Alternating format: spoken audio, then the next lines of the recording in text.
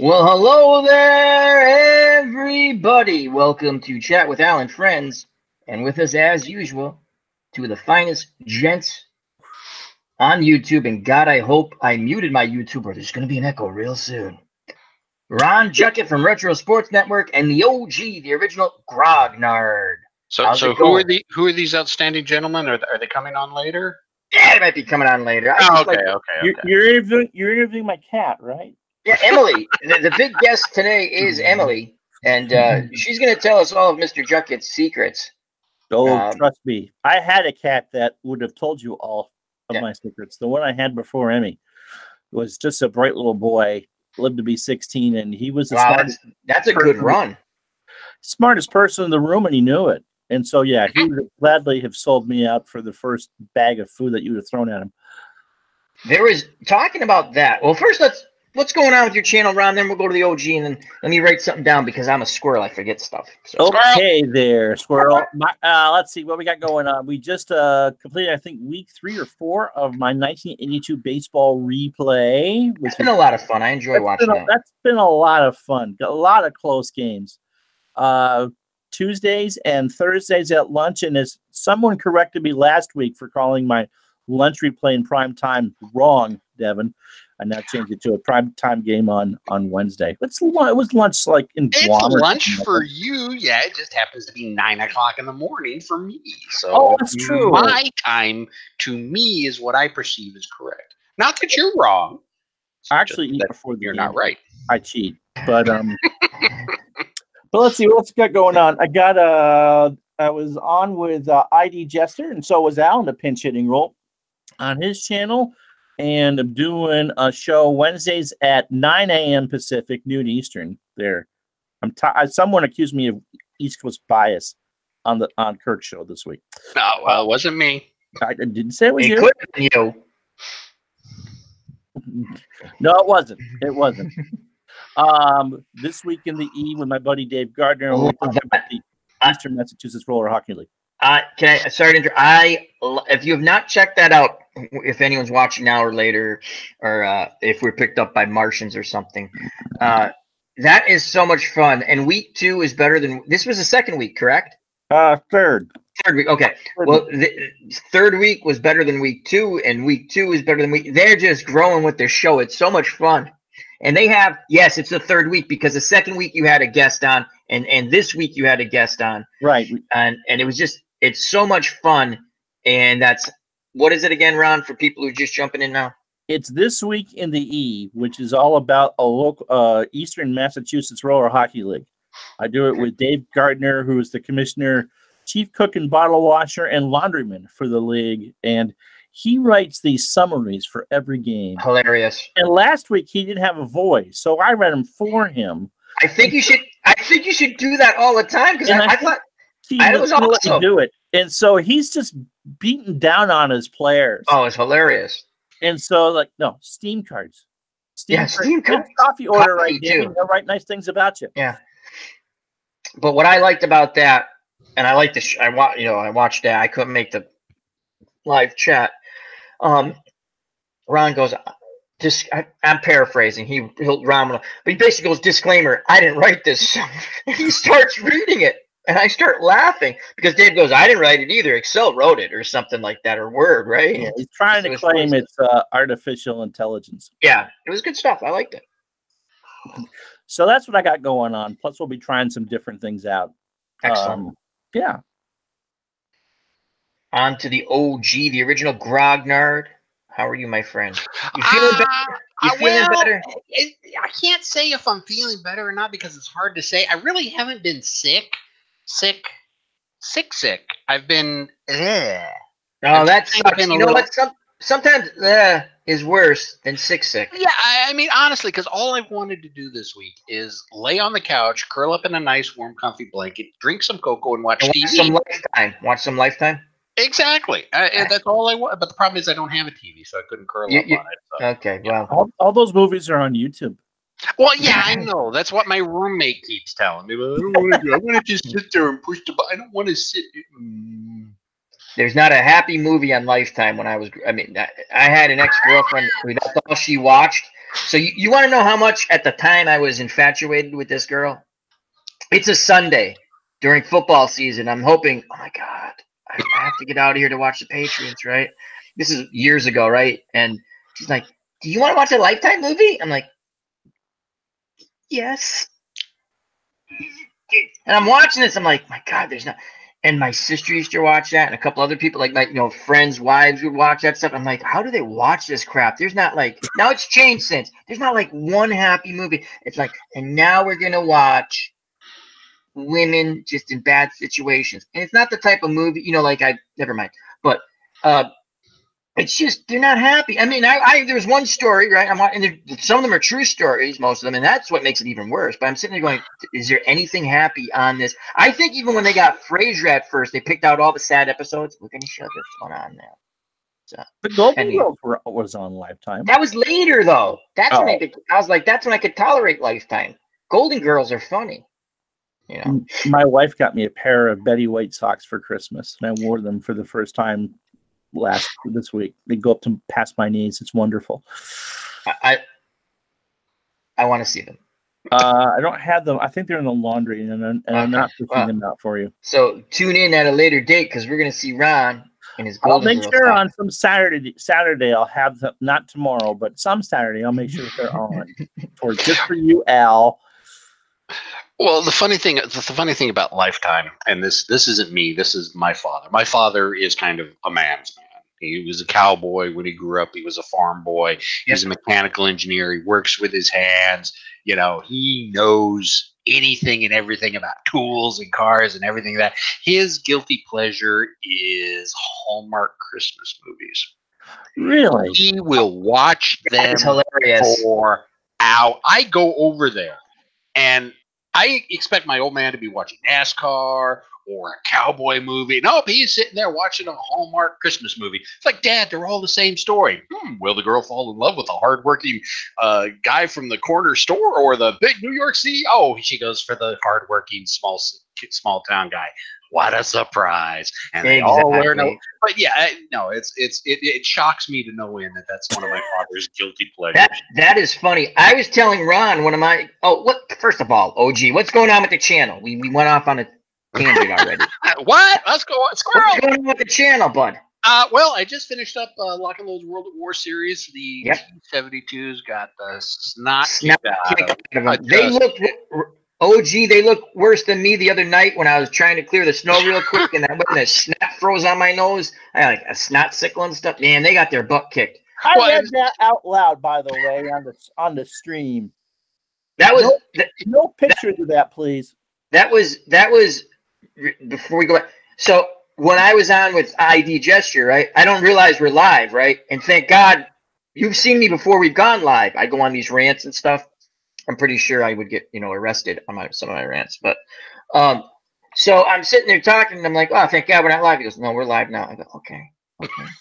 Glad you told me before I incriminated myself. HR's gonna talk to me. I still haven't figured. I still am working on who hired that HR bitch, and we're gonna. I didn't. Wasn't me. I swear to God, it was not. I think it was Dog. I think he hired HR. And he's only a guest host now. I know he doesn't even come back anymore that much. It had to have been him. It had to have been Dog. He's not here to defend himself. So it's Dog. Yeah, we love you, Dog. It's a joke. We do love you, Dog. Absolutely. And Chris, you need to do more Final Fantasy. Yes, he's awesome at that game. Anyway, back to your channel. I did enjoy the Lock and Load, and it was fun. It stinks when they come to an end. I know you're happy it came to an end in a way because I watched all the videos. I'm sitting there going, oh, it's done. Well, see, that's why I keep doing more of them. That's kind of one of the impotence for me to keep going. In fact, I've got the next project sitting on the table right now. This last week, I've actually been sitting down. Haven't done any recording, but I've actually it's a new system. Never played it before, so you're learning it. So I'm getting the rules down, and hopefully within the next day or so, I'll have the first video up, and then we'll start the next game, and that's what I do. Go ahead, Ron. Sorry. Did you ever finish Sea Lion? No, I've played about 10 or 12 turns since the last time I streamed it, but my numbers were horrible on that I mean, no one. I don't understand that. That was so much fun. Well, because like I said, I enjoyed it, but it was a very dry, tactical look, or not even tactical, strategic look. And I'm moving, these little boxes with NATO symbols around, and I'm not. It's kind of boring. Plus, some, you're playing the Nazis. It's as much as I hate to say it, we do kind of got to be aware of that in today's freaking society. Yeah. I mean, it's a game, but I enjoyed. Yeah, I mean, and the plan was I was going to do Sea Lion, and then I was going to do Fulda Gap '85. I was going to play the Soviets, and then I was going to do Korea '85 and probably play the North Korea. I'm not playing the games because. All right, now you've stepped over the line. You root for the house in blackjack and poker too. Yeah, exactly. So it's just I play what I want to play. Yeah, go ahead. Sorry. No, go ahead. You're learning a new engine for a new. I'm excited. Yeah, now. Oh yeah, definitely new engine. This isn't a computer. This is actually tabletop. So do you on your before we go to the chat? I like to say hello to Bubba Husky, hello to Andre Ford, Terry T, and W Vogs 18. Check out his wonderful card collecting channel, and great friends of the channel in the chat: Bubba Husky, Andre Ford, Terry T, and W Vogs 18. What do you find that people? I've noticed when I do my little card and dice, and by no means I'm an expert at card and dice. I enjoy playing it. I thank you, ID Jester. He sent me some payoff pitch stuff. I'm gonna try to learn that. It looks like a fun game. I'm telling you. And I've watched. Baseball Demos has done some payoff pitch. I know that. I've watched it on there and somewhere else. I can't remember. But do you find that with your channel, the tabletop, when people seem to like to watch that? I like everything, but I mean, it seems because I follow my friends' numbers because I'm always hoping, and I tweet you guys out and stuff, and it just seems like people like the tabletop. Well, a lot of times what I'm doing is stuff that is so old and really doesn't get played anymore. It's like for when I did the Star Explorer one, the spaceship one, when I was going around and exploring stuff. That game came out in 1981, something like that, and not a single video had ever been done on it. I'll tell you something. That was one I look forward to just to hear your comments on not Star Trek, which I found hilarious. Star Trek. Yep, they're not red shirts. These are the not Klingons. That's not the not Enterprise. And that way we're not getting sued. The funny thing is, the designer of the game actually got a hold of me. He saw my videos and he got a hold of me and he and I chatted back and forth several emails. And he's going, I had nothing to do with any of that. My partner and I, we sent it off. We thought we were. Oh my God, that is hilarious. And all that'd be cool. You think we could get him on? I could try to reach out. That'd be hilarious to talk with. I mean, we're going to be very. It's not. Yeah. Not like we're going to be very polite. Not like our normal pee-pee thing, But that would be cool to pick his brains. How did they decide to develop the game? How did they not get sued? And he said they wanted to do it with the tie-in with Star Trek. Yeah. But the merchant I think it was like in 1980 was like $50,000. Holy, you know how many games they would have to sell to make a profit? Yeah, they never made that much in the game to begin with. So he said he's like, yeah, my partner and I were really, really excited about it. And then one day we got this box on with these cartoony characters on it, and the maps didn't look like anything we wanted to, and the counters all looked like crap compared to what we sent them. It's just like he's saying, I didn't have nothing to do with that. Wow, I just designed the rules. It would be interesting if we could talk to them. I mean, yeah, I'll reach out. Don't you think they're around just for the game? I mean, I know it's a that would be just interesting. So, how did you come up with a concept? What hurdles did you run into? I'll tell you what. For that game was early '80s, right? You just said. Yep. I'd never heard of that game. Yep. But to watch it, if you were getting that game in the early '80s, I tell you, it was interesting to watch you play. And it is just more of a solitaire game. It's not like. But it was fun. Imagine if you got that in the early '80s and you're sitting there going, "This is fun. I can play almost like pseudo Star Trek." Because again, but that'd be so cool to pick their brains. Yeah, I'll reach out to him. I still got his email contact. I'm gonna jump to the chat for a second, and poor OG is like, Al, I'm trying to go through my channel stuff, and you're constantly interrupting. It's all good. I know, my friend. And we might be feeding the catfish prey tonight. I'm just saying, if we might. So just stay with us and spread the word, and let's get up to 1 million views. So in the chat we have, along with the others who were in here earlier and are still here, we have Sly the Tank Benjamin. Thank you very much for showing up. Check out that channel. Drinks and Knows Things. Thank you. Dave Gardner. Hey, Ron, what's that website? Oh, sorry, Ron. HockeyTournaments.com. HockeyTournaments.com. And what does it do? Well, you know, if you're looking to play in a hockey tournament anywhere in North America, look at HockeyTournaments.com to find one that fits in your neck of the woods. Or if you are looking to organize a tournament, you can go to HockeyTournaments.com and find a package that works for you. You've done that a few times, ain't you, Ron? Just a couple. And Ron, I hear there's this marvelous weekly show with, I believe, yourself and who? Dave Gardner. This week on the E, a review of the Eastern Massachusetts Roller Hockey League. We do it every Wednesday at noon, and the last couple of weeks we've had guests. So, awesome job. Yeah, I enjoy it. Anyway, back to the OG, and I'm gonna mute myself now because.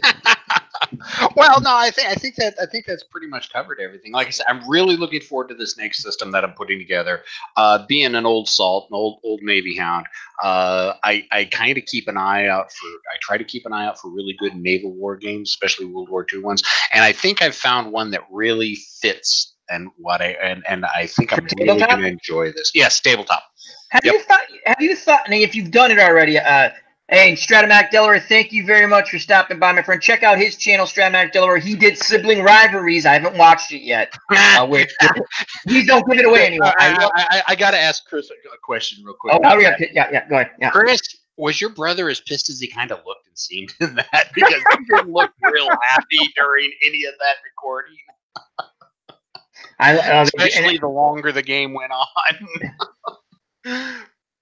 Also joining us in the chat, good friend of the channel, Mark Forsberg. So, have you found, OG, like the battle, any type of tabletop for the Battle of Midway? Oh yeah. There's lots of Battle of Midway games. Now, have you done one of those? No. Ooh, that'd be cool. That'd be cool. Well, you got it. It's not just a matter of doing a battle.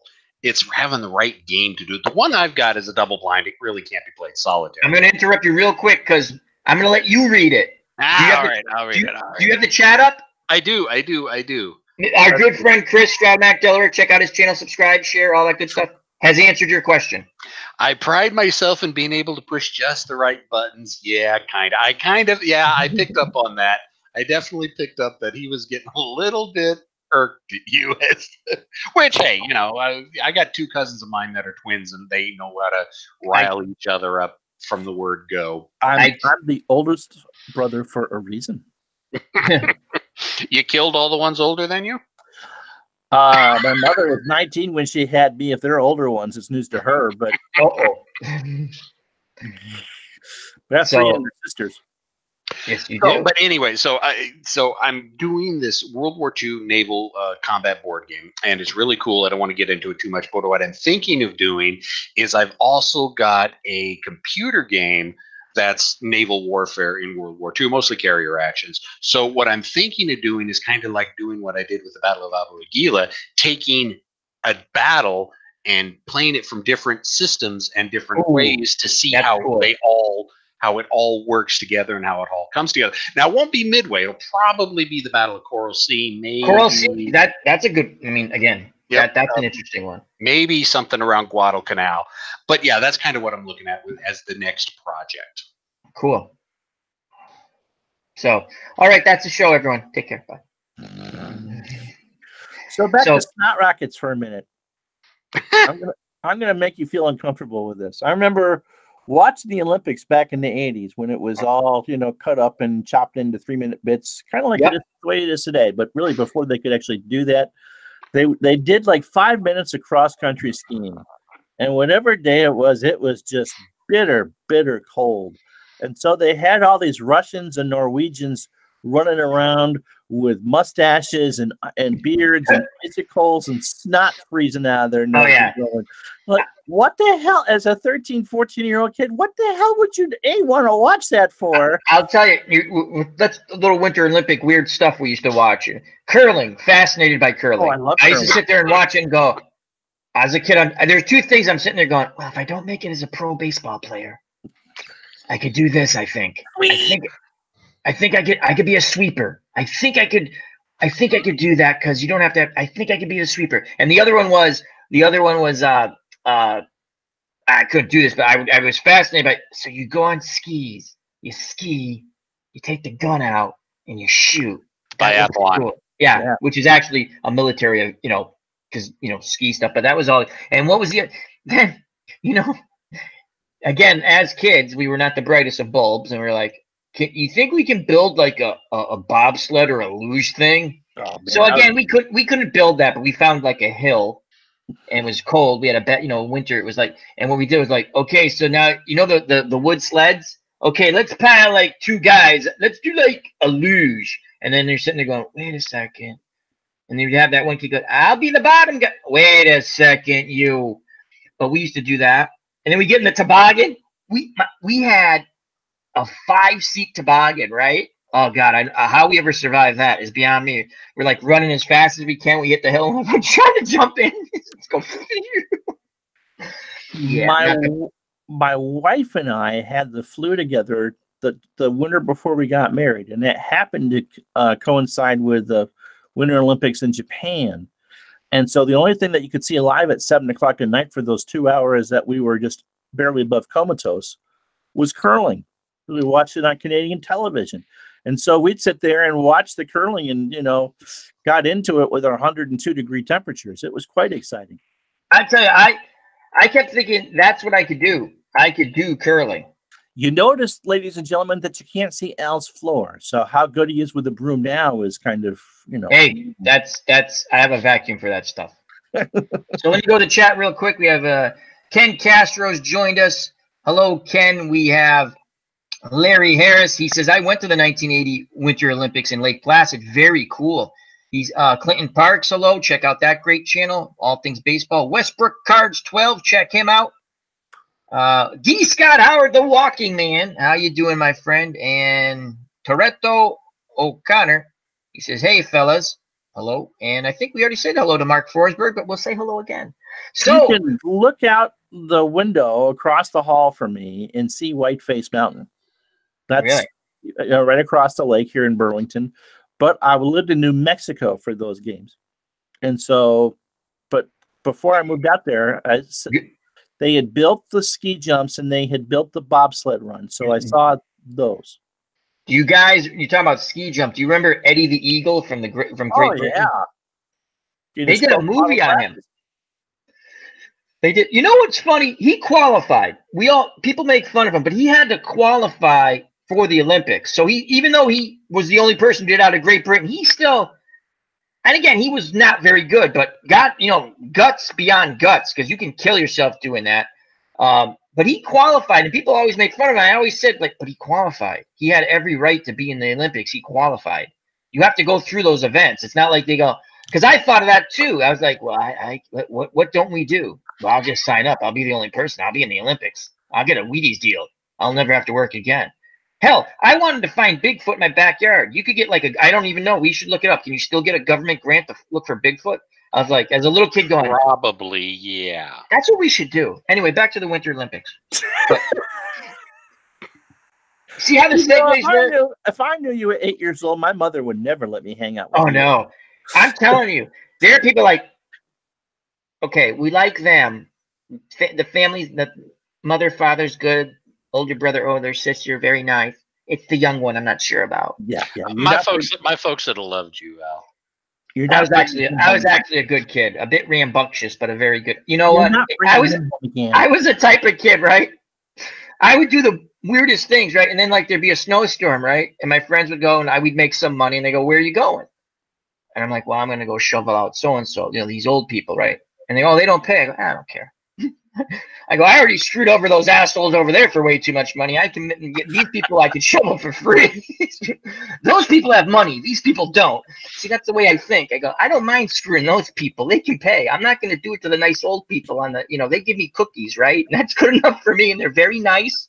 And, my friends be like, all right, you want us to help you? I go, that would be nice because I just helped you make money because we screwed, the rich, and they weren't yuppies, but they were like, and they were nice too, don't get me wrong. They overpaid us. The best one we did, swear to God. So we're done shoveling, right? And we didn't like these certain people. Like they moved in like 2 streets over and you want to shovel a walk? I'm like, and I remember my friend goes, don't shovel a walk for them. They won't pay you, right?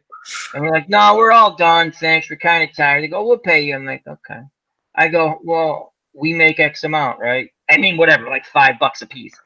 And they're like, well, okay, we'll give you $5, and then the other 3, I'm like, okay. So we shoveled it, right? And now they leave, and we're like, where's our money? I go, we paid you $5. It took us longer to throw the snow back on. I mean, we did. We threw and we sat there, and oh yeah. And then the kid, like they had a kid, and he's like, my mom and dad are pissed at you, and we were like, you're lucky you're going to make it home alive and we don't bury you in the snow, So did you know about that point about putting kids in the garbage can and rolling them down the hill after school? No, we put his ass in the snow. But you did. Yeah, that's true. Like it took us longer to throw the snow back on the driveway, the walk, on their steps. We threw it on their porch. Like I said, my mother would have not let me bring you home a second time. Probably not. So speaking of winter, how cold is it where you guys are at? Because it was like 46 degrees here today. And Ron's he's in Vermont, so he had it cold. We had the day. I tell you what, I'm not joking about. So what's the temperature in Burlington? Right now, it's 0 degrees. Tonight, expect a low of 0 degrees. Okay, Alexa, what's the wind chill? Currently, the wind chill is 0 degrees. Oh. Tonight, expect it'll feel like -7 degrees. So take your 46 and shove it. That's him, Ron. That's not me. It was cold here. You were on my screen. The one who that was directed to knew it was for him. I know. But yeah, it's been really cold. We're gonna have 40 degrees here on Sunday, so that's a heat wave. So I'm gonna have a lot of melting. The best part is I clear off like half the front lawn, so we can take my dad had his final radiation treatment this week. But, make sure it's clear. We can get the car as close to the house. And neighbors all the time, like since I've been doing it, they look at me and they're like, I'm like, mind your own business. It'd be a shame if something happened to your pets. No, I'm kidding. Oh, Jesus Christ. I like their dogs. They're nice. I'm gonna set Al off, Devin. Just Okay. Okay. Mark Forsberg. Hold on. Mark Forsberg in the chat says wind chill in Fayetteville, North Carolina, +32 degrees. +32. I would take that. Good, better than -30. It got to. I think Thursday was the first day this week we didn't have a wind chill warning up. Yeah. It's been cold. Larry Harris said we had a heat wave today. It is now 8 degrees in Northeast Ohio. Yeah, they got hit hard. Oh, they did. Ron, tell them about Dave Koch Sports when they sent that email out. Oh yeah, what was it, like Tuesday or Wednesday? Yep. They had to close for 2 or 3 days because I think Wednesday morning he put something on Facebook. The air temperature, the actual temperature was 24 below, and the wind chill was 54 below. And you know what's always amazing? There's always some idiot jogging. I'm like, really? And they're like, you know how they are. And I'm like, what is wrong? The fat person that goes to the sporting event without the shirt on, right? And he turns redder than. Oh yeah. Yeah. All right. So I'm about to set Al off here. Okay. Okay. I'm going to mute myself. My wife just got home too. Hello, Sarah. Say hello, Sarah. Hi, guys. So they released tonight some survey of what the most popular snacks served during the Super Bowl. Okay. Okay. Somehow Vermont got lasagna. I've never eaten lasagna during the Super Bowl. I've never eaten lasagna. I could see that though. Lasagna is delicious. In Vermont? Well, you must have some Italians in Vermont. Yeah, look, I said it the Vermont way too. Italians. There's 5,000 or 6,000 Italians that live in the central part of the state, and they may eat lasagna. The rest of us French English people don't touch that stuff on Super Bowl Sunday. Well, lasagna is good. You should. My wife doesn't cook on, so we order. Anyway, now this isn't the part that's going to set. Oh, that's not going to set me off. Yeah, okay. Okay. I thought that was pretty. The suggested best snack from Massachusetts. Drum roll, please. Gluten-free pretzels. What? Yes, Al. What was the pretzels? Gluten-free pretzels. Oh my! You know what? I love the state I live in. Don't get me wrong, right? But who did they ask that to? Now, let's go around. Okay, he looks like that couple looks like they watch football. Let's not ask them. Let's go to sir. Are you a vegan? Oh, yes, I am. Okay. Now, do you like the Super Bowl? No, I don't. Okay. What would be your snack of choice, sir? Well, I think I would eat gluten-free pretzels. Very good. Number one. I mean, I would think buffalo wings. Yeah. Everyone likes buffalo wings, right? I mean, we'll get wings on Sunday. We'll get wings or a pizza, one of the two. Yeah, buffalo wings, pizza. They did that on that NBC NFL morning show. I actually kind of like with Phil Simms' kid, who's a bit of a dink, but he's okay, I guess. And the other football writer, I would say Florio. Oh, speaking of dinks. Yes. Mike Florio. Oh, yeah, yes, he is. He is full of himself, right? And he's sitting there going, yeah. And anyway, but they're talking, they did kind of a funny segment of things people are going to eat. And one guy comes on there, you're going to feed people chili at your house with 2 bathrooms, probably? Are you out of your mind? And I started to laugh so much. It was because that was pretty funny. Let me go to the chat. Yeah. I'm sorry. Let me go to the chat real quick. Oh, I'm sorry, Ron. Go ahead. Liberal Vermont. I vote with liberal Vermonters. I would never do a gluten-free pretzel. I'm not saying it's who. Now, my brother-in-law has to eat gluten-free because he has to. Yeah. So I get that. Like, but I mean. But if you're going to sit there and go, what can I have? I'm going to drink a IPA beer and gluten-free pretzels and kale. Yeah, I like kale. Just right, the kale. Okay. Are you going to have like pizza? No, I don't like pizza. Okay. I don't. We haven't discussed it. She's got to go shopping tomorrow because you don't want to be in a grocery store Super Bowl Sunday, especially in New England. And we haven't discussed what we're eating Sunday yet, but I'm sure it'll be of the chicken wing variety. Yeah, it's always there's something to eat, you know. I'll find something. I don't care if it fell under the seat last year. I'm like, hey, I didn't eat this. I'm gonna eat it. So let me say hello to Beatles Eternally in the chat. Bobby Cantilano, Dave Little did a great basketball game. We were all there. We enjoyed that. That was fun. That was fun. And I think I said hello to. I hate when I miss someone because then it's like, you know, you didn't say hi. Hey, Beatles Eternally. Dave had the toughest thing. He had a game that wasn't close at any point, and he kept it entertained for an hour and a half. And he did a fine job. A fine job he did. Hey, look, you need to get a little lower. I have a guest. Hello, Sarah. Special guest host, Sarah. How was your day today, Sarah? Good. I'm on vacation. That's right. She's on vacation for a full week. Awesome. That is cool. It's called a mental break. All right. Yeah, okay. Now you got to get the cat out of here before. Hi, guys. Before they shut. Good night. Thank you. Because the cat is now behind the camera. The cat's dictating the show now. I'll shut this down. Show now. Yep. I'll shut this down. The cat hired HR. There you go. Yeah, probably did hire HR. The cat works for HR with Blueberry Bitch.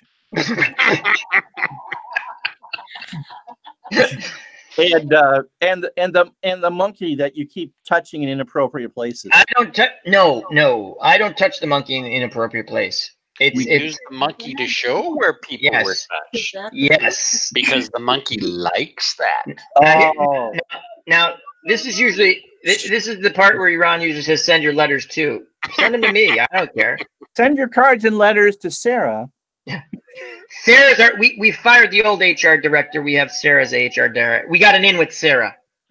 That's right. Yeah. She claims to know nothing, but that's what we like. We want that. Wouldn't Schultz? Well, probably not be the best HR person. I see nothing. Nothing. I know nothing. Yeah, that would be perfect for most places I've worked for HR. I'm not going to go into the HR thing here, but they're the worst offenders of HR usually. Because who watches HR?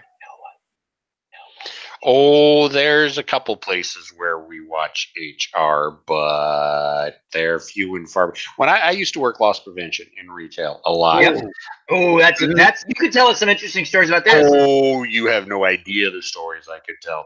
But I bet I did. I did retail for 10 years. HR management really didn't like us because we could take management out if they were dirty. And the simple fact that we were the ones keeping an eye on management in HR, they really didn't like it. And I've taken a couple managers out. I have. I've taken dirty managers out. Because loss prevention was mostly not only external, but mostly internal. Oh, 90%. We had a situation, one company I worked for, supermarket chain, and I was in the real estate department. And there's one store, all of a sudden, lots of stuff starts disappearing. And they came to me just because they thought it was inside people, which it turned out to be. And what happened was the security cameras would mysteriously go off at certain times. Video footage gone. This is when it was VCR, a long time ago. You know what I mean? So we went to the landlord and we set it up in the, because they asked for my help. I said, yeah, I got a good relationship with the landlord, that one. And we put it in the like their utility closet outside the building, and they ran like an obviously not wires, but some they did something, I don't know, but it was really cool the way they did it. They had no night crew in there. They said, listen, we got to send in whatever, and we got to spray for something, and no one could be in there but these guys. So there was no night crew, no night, you know what I mean? And they went in, they set up different cameras, and I think by the end of the week they had enough that they fired the store manager, 2 assistant managers, a grocery man. Oh yeah, it was all of a sudden. You can't be stupid. Those people are stupid. Obviously, they've been doing it. They've been doing it for a while. Stupid, Al. I'm sorry. That starts stupid. Yeah, they got greed. I mean, you shouldn't do it. Period. But my God, what, the old ads when they say it's time to stop and shop, that's not what they mean. No, they were stopping and stealing. Well, AU Pack Mules in the chat. How you doing, my friend? We've hit the big time when AU shows up. I love AU. AU Pack Mule. Power showed up tonight for Dave's game. Yeah, that was nice of him. Yeah. So we show up for everyone's game. We try to. That's what's part of the community. We show up. We support those who support us. Even if they don't want us to show up. That's true. Sometimes they're like, oh, Al's here. Oh, God. Anyway. What were you talking about? Oh, yeah. I had a woman steal $400 worth of stuff right in front of me. Oh my God. And what did she say? I didn't take it. She apparently was a kleptomaniac. Well, you know what? I wouldn't charge her because it's Vermont. There's not. God bless everyone who lives in Vermont. I mean, hey, God bless you guys. I don't know if I could live there. No, I mean, Massachusetts, again, I love it, but we're in a state where if someone breaks into your house, you actually have to sit there and go, now I won't. If I get to my shotgun and I load it, those people ain't walking out of my house. I'll take whatever. Okay. The only way you can get life in prison in Vermont is if you jack a deer out of season. You know what? I might move up to Vermont then. No, you could. Oh well. Oh yeah, that was the big news of the week. What was the big news of the week from Vermont? We're big progressive state when it comes to legalize Mary Jane, and now so we beat you to it. Yeah, you did, and we still can't sell it out of stores yet, which is not a discussion for this chat. Yeah. But no, you can discuss it. It's stupid. If you're gonna make it legal, at least make it so people can make some money off it. Yeah, I mean, again, I agree with you. I didn't vote for it. In this, I wouldn't have voted for it, but you know, I voted. I know where I live, and it's Yeah. not the end of the world. Yeah, go ahead, then I'll tell you what I Anyway, so, you know, for years we've had head shops in downtown Burlington. We're a college town, and people like to use tobacco, you know, smoke with water-based products to consume. Smoke with water-based products. That's We right. call them bongs. Yeah, they're bongs. Well, you can't say that on the radio. I mean, We're not I on know the what a radio. bong is. You know, my relatives have gone to this particular store before, so it's not like it's any big deal. But apparently, in the last month or two, he was only selling drugs and not any of the paraphernalia. And it's right across from City Hall. Hey, it's the best place. You know, and so they knew what was going on, and so the cops just hid in City Hall one afternoon, waited for him to come in, and Is it really hiding? across the Church Street Marketplace to bust down this place, and because he was selling more than just marijuana. Yeah. So Clinton, there was some good old lace stuff, depending on what you enjoy. I don't condone any of that stuff, but it's federal charges. The guy. Oh yeah, you gotta be stupid. So Clinton Park says, Al, you don't want to live in Vermont. Their taxes make Massachusetts look like tax-free. I believe that. Oh yeah. So now they legalized marijuana in Massachusetts. It passed the law of the state, right? Now I voted for medicinal marijuana. I voted against recreational. I signed the petition though for people to vote on it because if people want to vote, but yet we have gambling passed, right? Which is fine. I voted for that. I still can't bet a football game legally. Yeah, I can't either. But if I want to get stoned out of my mind, I can do that. Why can't I bet a football game legally? We got enough bars about 2 blocks from here. I mean, you can get completely wasted by 11 o'clock in the morning on the weekend. But heavens to Betsy, if I want to go with the Giants in 2.5. Yeah, you can't do it. Isn't that silly? No, it's stupid. So my point is, and here's the other thing. A few years back, But if I want to bet on fantasy football on those weekly things, I can do that. But I can't. But because that's a skill. Oh. So if my friend and I in the day, we might have placed a wager on some sporting events, and we were pretty good at it. Okay. The reason why we stopped doing that is it was more aggravating to try to collect money from the people who owed, and these were so we said, and there was a funny story. How can I do this without incriminating people? Probably shut the hell up. Okay. Anyway, so one person did not want to pay us, and they mentioned someone's name, and I was like, I kind of smiled. I go, well, shut the door, sir. Why don't you tell that person that I said hello? And they go, you know that person? I go, why don't you just tell them I said hello, right? And so a day later, we got our money. And I always love when people bring up names. I just look at them. I go, you are stupid, right? You're stupid, right? Do you not do any? How did you even contemplate trying to be someone who pretends to be someone who takes bets? You're stupid. When you lose, you pay. The few times we lost, we paid you, right? We paid you. The state of Vermont reminds everybody come March. Yes. The office pools for the NCAA tournament that all money are illegal. They've never busted anybody for it. But well, I'm going to tell you something. About 5 years ago, 4 or 5 years ago, football pools around Super Bowl, the all kinds of the blocks and all that stuff. And so everyone and their mother has a football pool, right? The Elks Lodge, the local bars. Do you know the federal government, again, waste of taxpayers' money, they raided all these small establishments. Why? I get it. Because now the Elks were going to get raided, right? Hey, dumbasses. We have like 16 state troopers. You're like, yeah, don't run the pool. I would go and play the pool once in a while, right? And they were like, because I was like, oh, let's go play the pool. And then my friend's like, oh, no, they're not doing it. I was like, why? And they said, so-and-so said this. Like, well, yeah, I heard about that too. Wow, they're going to raid the Elks too? I go, don't they realize the members are like, there's a gazillion cops who are members who are all in the pool? What are you going to arrest?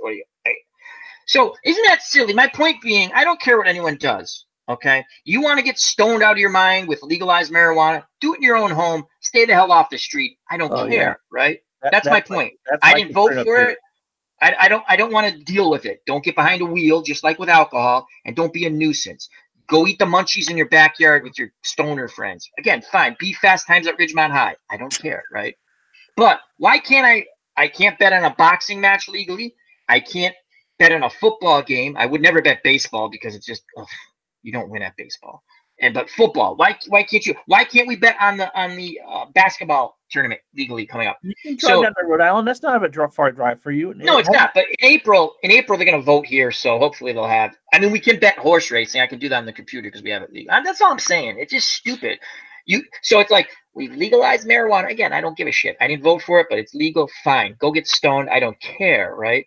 But then it's funny because they're like, gambling is bad. The next thing you see a lottery commercial going, buy 1 million lottery tickets and lose. Yeah, because you can now, because everybody's combined, you can get your Powerball and Mega Millions everywhere. I still haven't won yet. Speaking of Super Bowl squares. Yes, we might have had an office pool. We might have. You might have. Did I tell you the story about how Rex Grossman cost me $75? Do you hate Rex Grossman like I hate Trevor Hoffman, the closer who's in the Hall of Fame because he cost me money? I didn't think that Hoffman was a Hall of Famer, but why do you hate him? The same reason why you hate what's his face for costing you money. We had when they made the playoffs one year with him as that guy never saved a big freaking game in his life. I'm like, my friend was so pissed. He's like, I hate this guy Trevor Hoffman. I'm on the phone with him. Yeah, I hate him too. And he's like, how much money would he want? It doesn't matter. Shut up. He blew the save. And we're like, but when you gamble, that's what happens. So Devin is, collecting his counseling fees from listening to the two of us bitch about our lives, right? Nope, not at all. Not in the least. All right, before we bitch and moan some more, enjoy hearing it. Let's go to the chat and say hello to Robbie Wartburg, Sports Robbie. Network. And who else is new? I think that's it. So, people, you got to spread the word. We need 1 million views. So, I'm at one of the local bars to watch that particular Super Bowl. Yes. And it's $5 a square. And so I con some money on my wife before I go watch the Super Bowl. She had to work, and so I'm. Oh, hello, Alex Raffini. Sorry, I missed you. Go ahead. So I'm drinking beer and eating wings and all that, watching the Super Bowl, and whatever the third quarter score for that particular game, I was going to get, and the third quarter was $75. It was like 75 or 50 for the first, 100 for the second, 75 for the third, and 150 for the final. Yep.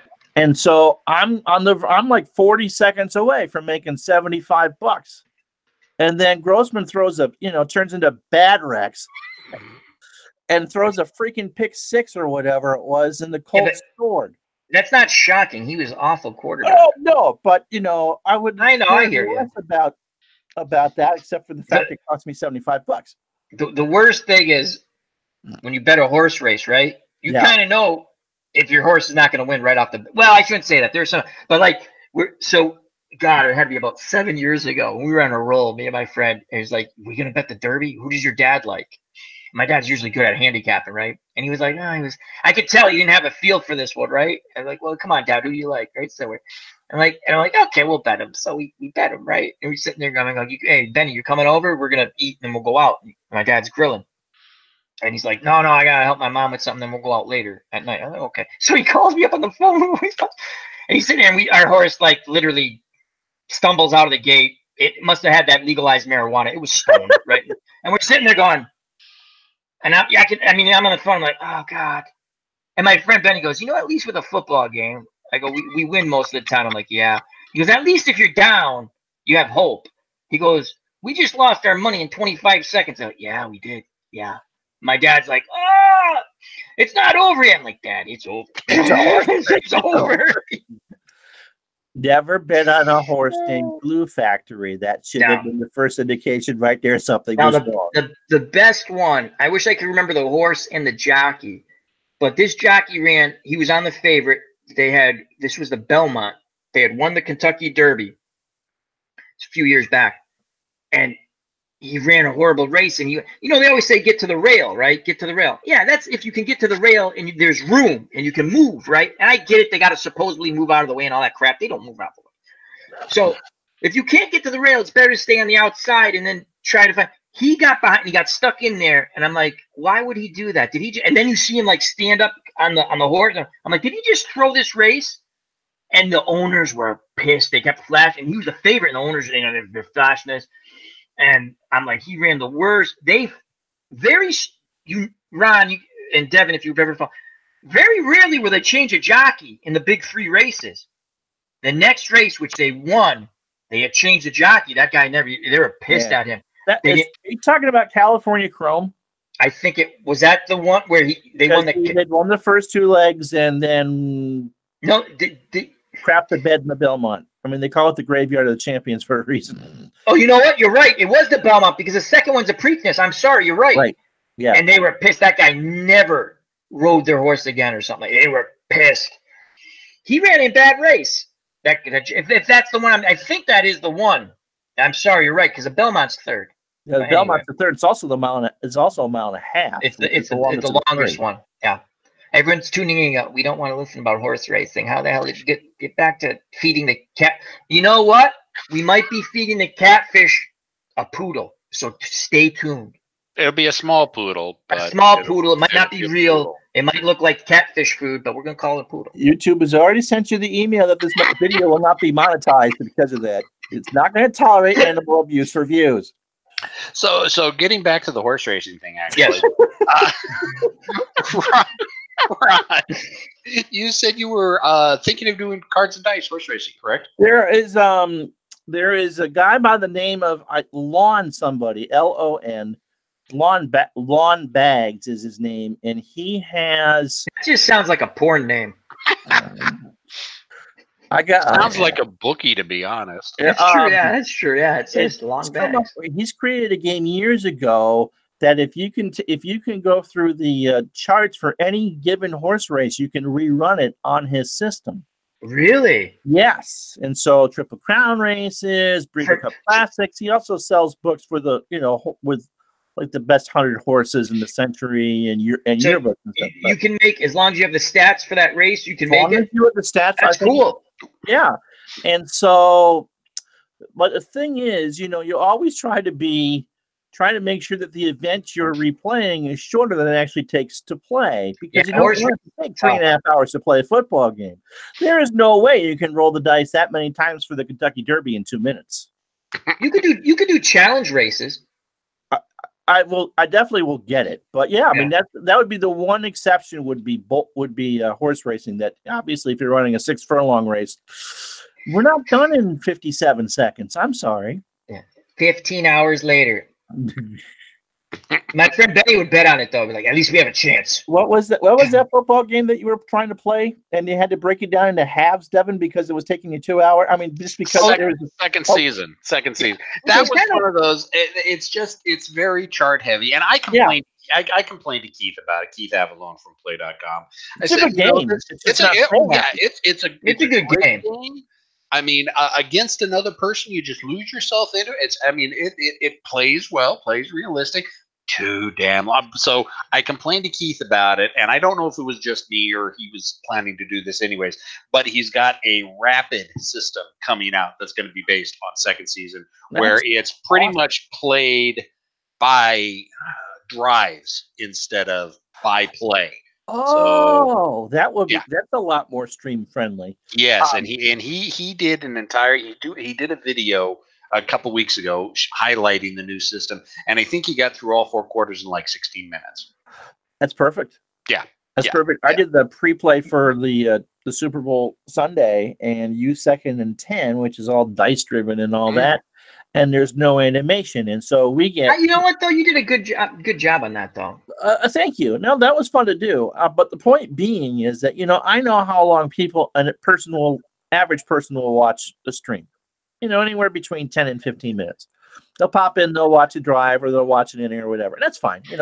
That's not a complaint. Right. The numbers for 2nd and 10. So if I get 12 for an average game of mine, that one drew 7, just because there was so little to actually show. I have to say, I do like second. I know what you're saying. I enjoy the game a great deal. If they could just, Wolverine Studios, they do sports games. They have really neat animation concepts, right?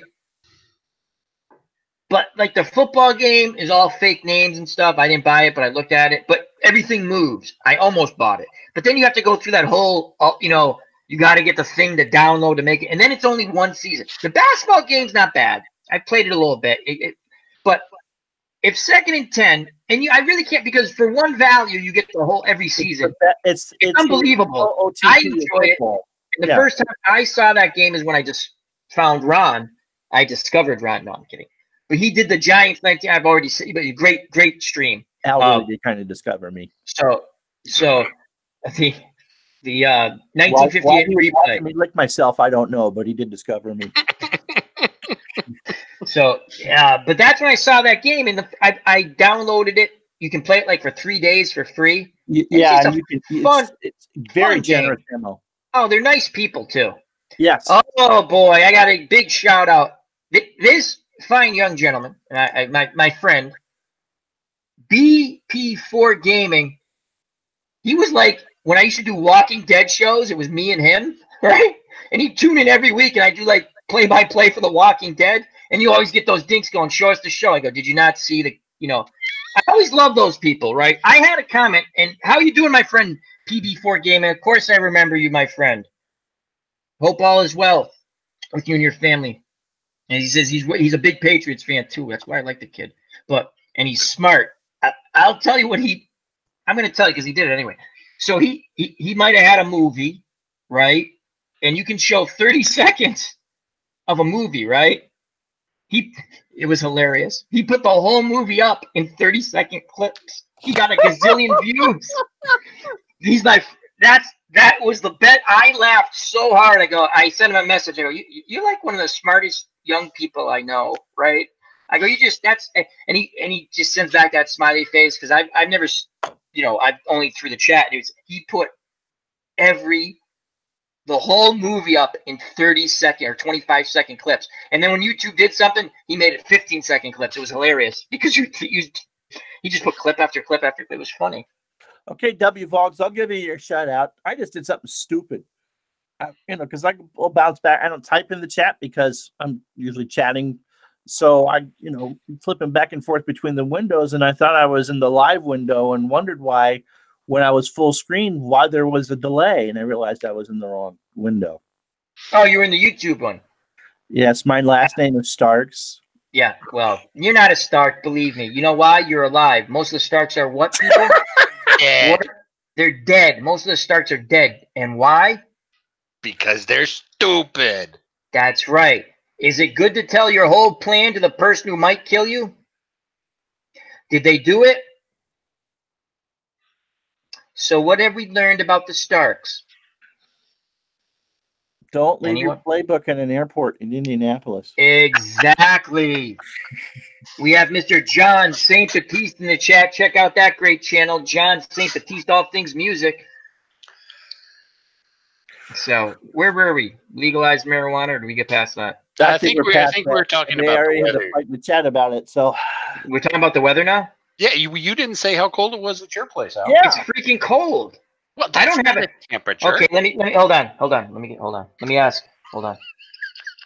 You don't have a Zombie Patriot guy. How cold is it? It's fucking cold. Zombie Patriot guy, say hello. Hello, everyone.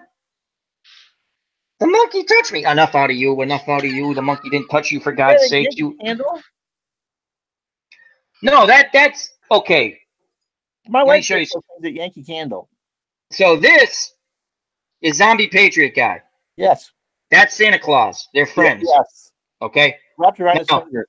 You know when they say you better be good. So that's the reason why we get underwear for Christmas, because he's wrapped Santa Claus around his finger? No. Santa Claus likes him. This is Santa Claus Luco Brazzi. This is his enforcer. So if you're a bad little kid or a bad human being, you get to deal with Zombie Patriot guy. Okay? That's what you get to deal with. So when you better be good, for goodness sakes, you better be good for goodness sakes. Actually, also Santa Claus, because Amazon's really hurting Santa Claus and his business. Santa Claus might be doing a little bookmaking. He's collecting. Doesn't Luca Brasi play for the fourth line on the Bruins? Yeah, I think so. Along with Chris Nyland and Those Linton are the weird things I collect. My favorite thing, one of my favorite things, I'm a big fan of Steve Grogan. Always liked Steve Grogan. Yes. I got this miniature signed helmet. It's really cool. Everyone's like, we don't want to see your collectibles. Well, you're going to see them. Yeah. You've noticed I've stopped making fun of Steve Grogan because of you. He was a good quarterback, played on some, and he wasn't, again, he's my favorite, one of my favorite all-time Patriots. Everyone's like, don't you love Tom Brady? I'm like, yeah, he's all right. I like Steve Grogan. When I bought this, right, I was walking through a mall, and one of those what are the things in the middle? Kiosks? Kiosks, yeah. Yeah. So I'm walking, I'm looking, and I was going to get some Christmas gifts a few years back, and I thought I was just going to buy it, because this is my favorite helmet of all time. Because obviously I'm a Patriots fan, but I like Pat the Patriot. I don't know how. Yeah. Okay, this helmet is awesome. I hate the new logos. I know they won all the Super Bowls. I hate it. Okay, so I'm walking back. I'm gonna buy that because things grab my attention. I'm like, and I'm thinking, whatever it is, I'm gonna buy it unless it's outrageous. So I go up there. I go, I like to buy it. And they go, you want the Tom Brady one? I'm like, no. Do you want this one? No, I want Pat the Patriot. And they go, the guy's like, oh, Steve Grogan signed it. I go, Steve Grogan signed it. I'm like, nah, I said, play it cool, Al. Play it cool. Play it cool. Don't. You took a nap right there, didn't you? So I was like, well, I might be interested. And he's like, I'll give you a deal. I'm like, okay, what is it? And you're like, how much were you willing to pay? I don't want to tell you. How much are you going to charge me? And they're like, I will give you a deal. It's $50, but I'll sell it to you for $49.99. So I bought it, but it's cool and it's authenticated supposedly. I don't know if it, but I just like it. It's Why the hell would anyone forge a Steve Grogan autograph? No, again, it's something people. I mean, it's cool if you get collectibles and you get some. The collectibles I have are because I like them. You know, right. I mean, things bring back memories to me. I wore number 14 in high school when I played football because of everyone. Pete Rose? No. Steve Grogan. Who was your big idol growing up, Devin? Real or imaginary?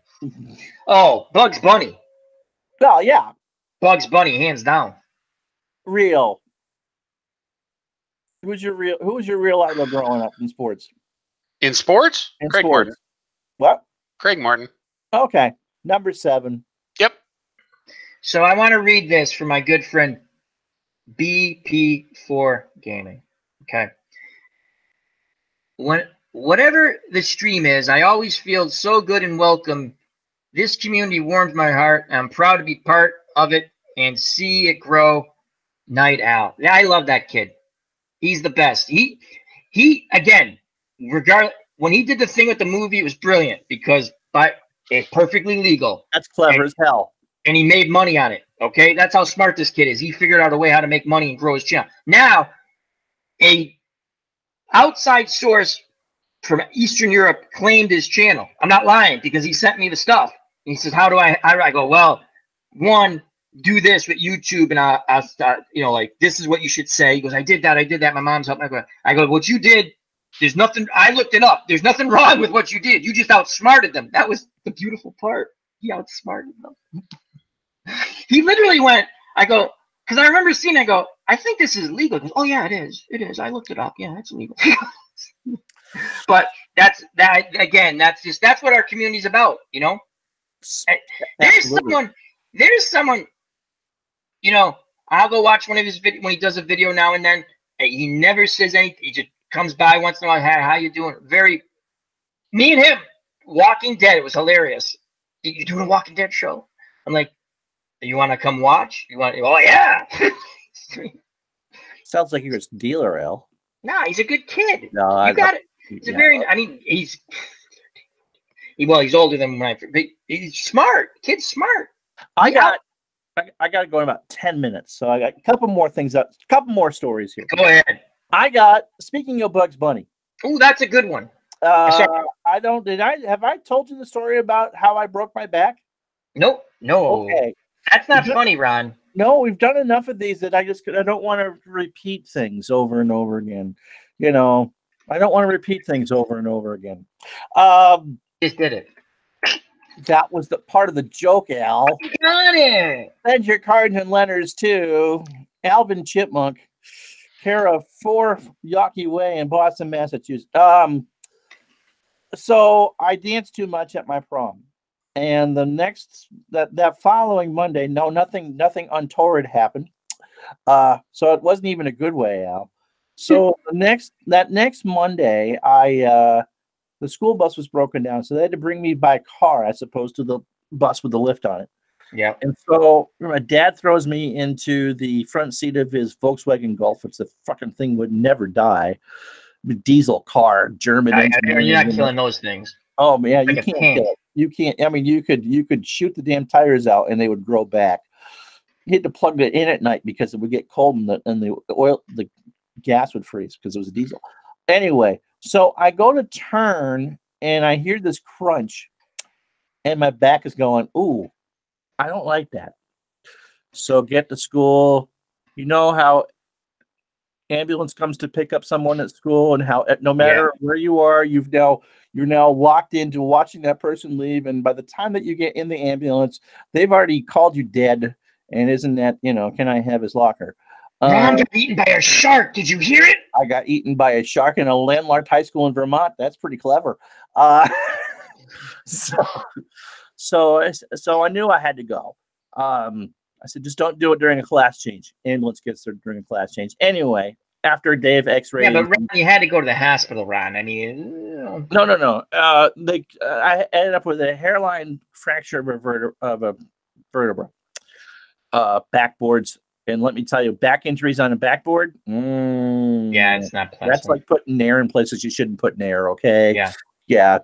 So they've got. I'm not going to tell you I know that, but just I've never done it, but it just made sense to me. So they've got me on. They had me on. Speaking of drugs, Ron, are you smoking? No. Marijuana, Ron? No. My appetite's never been a problem now.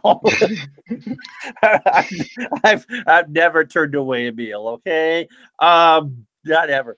They had me on quad strength ibuprofen, so 800 milligrams of ibuprofen. That's what my mom was taking. And Tylenol 3, which is Tylenol with codeine. Yep. And you're still in pain, but you don't care. Point being, I was out of school all week. I got to do it. This is back in the days when there was no cable TV in northern Vermont, or at least where we lived. So everything was on the radio. And so there was one game from Fenway that that Chuck Finley to hit the Boston Red Sox. Wonderful performance. In fact, I enjoyed it so much I hallucinated cartoons the entire thing. And so it wasn't Chuck Finley on the mound. It was Bugs Bunny to hitting the Boston Red Sox. Can I have some of those pills? I think they've expired now. That was about 30 years ago, as a matter of fact. But yeah, Ron, that back injury crushed your NFL meteoric rise, didn't it?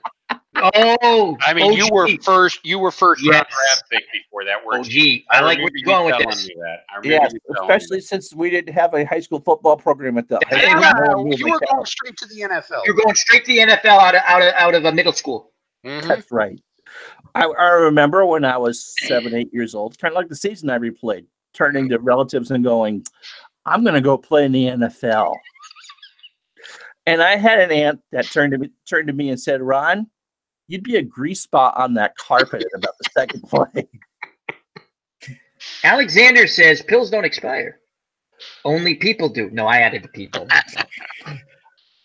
She wasn't your favorite aunt, was she? Oh, actually, she was. And she just said it the right way. Ron, you'd be a grease spot on the second play. And that's all she had to say. And we could armor out your chair. You put could. A bunch of spikes on it. Tracks. Dude, it would be awesome. I'm 47. That. Well, it doesn't matter when you're in the chair. That's true.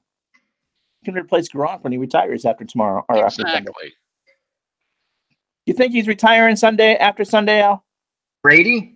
No, Gronkowski. Ooh, Gronk. Yes. I think there's a good chance, especially if he plays well. He's been playing injured for the past, 3, 4, 5 years. He's the best tight end I've ever seen. Not because he's a Patriot, it's just fact, in my opinion. When he's healthy, he's the best I've ever seen. Now, the problem is he's not healthy. He plays, it's just incredible. He does things that, I was talking to my dad today, and my uncle came to visit my dad. And, we're talking Kellen Winslow is great and stuff. I'm not going back to Mike Ditka because I didn't see him live. He was great. And Marion Motley and all those. But Gronk does unbelievable things. And we were talking about sports heroes. I just want to go to the chat real quick. John St. Petit said Johnny Bench. AU Pac-Man said Johnny Bench. John St. Petit says bedtime. Good night to everyone. Thank you for stopping by, my friend. And Beatles Eternally, our moderators in that chat. He's doing a great job. Hello, Beatles. Beatles are the best. Our community is so fun, and that's why I wanted to read that from PB4 Gaming. He didn't have to do awesome. That. That's what our community is. And that started literally with me and him. and Fandom D Saint, who then was David D Saint, who then was Broke Black Man, and then went to Fandom D Saint. But that's what our community is about. Regardless of what you stream, we support one another. And I say it all the time, support those who support you. I'm not saying don't go see other channels, but remember who supports you. Remember who supports you, because that's very important. Only you can prevent forest fires. That's right. And only you can help us all get to 1,000 subscribers, and then YouTube can change the rules all over again. Like this one's not being monetized anyway. These will never be monetized. Imagine that. He said pee-pee 42 times. In one episode. Yeah. The monkey testified to that. Yeah. And then they'll be like, now we'll have to go back to that whole, now what does pee-pee mean to you? I don't know. You tell me. It's 2 letters, P and P. I don't know. You tell me. I remember the A and P. I remember A and P. Do you remember, was that the supermarket that we had? I think it was the A and P. You went outside and your groceries would be on the wheelie. Do you ever have a supermarket like this? They had like a wheelie thing, right? And it would go. So they put it in this little box thing, and they'd wheel it out. I was like, when I was a kid, I was like, that's so cool. I want to work here, and I want to be the guy who puts a thing on the wheel. My dad's looking at me like, oh my God, what's wrong with you? Is this what you aspire to? Either that or the ding dong truck. Yes, but you're 8 and you would have owned the ding dong truck. I would have been broke if I owned a ding dong. I'd be like, I would have eaten everything. Speaking of 7, 8-year-old kids, okay. There's a cousin of mine that follows my channel. Yes, I subscribed to him. Oh, good. Now, Ron, if you can put that link in the chat, please. He's become a comedian. Next time, because I'm about to go to bed. Because it's okay. But he started with. He let his sister. He's done a bunch of videos, but he let his sister do a makeup tutorial. His younger sister, and he's so good about letting her do that. And then she pulls out the lipstick and then the eyeshadow, and he freaks, but he lets her do it. Oh, he was the model. Yes, he's a good brother. James is a good brother. Good brother. And so, yes, he's got 2 different channels. The one Laser King and another one that I don't know. That's the one I subscribe to, Laser King. Yeah, that's him. I like when he goes in your chat. He goes, "I'm back." Yeah, and so it's like, but it's like, well, why do you write that? Well, because he's 7, 8, 9 years old. He's a kid. And so, yeah, so for talking about the community, it stretches from little kids who want to play around on camera to that's and before I forget my point. I kind of feel guilty when I do some of these. I'm like, because I don't think kids are watching this, and every once in a while someone pops in, I'm like, oh God. I don't put these on Facebook. I put the interview I did with ID on Facebook. This stuff, nope, I'm not publicizing this at all. Well, that makes me feel good, Ron. Watching? No, I don't want kids watching this. Honestly, some of the stuff that we've all described doing at 7, 8 years old, would you like a 7-year-old to realize what we were doing?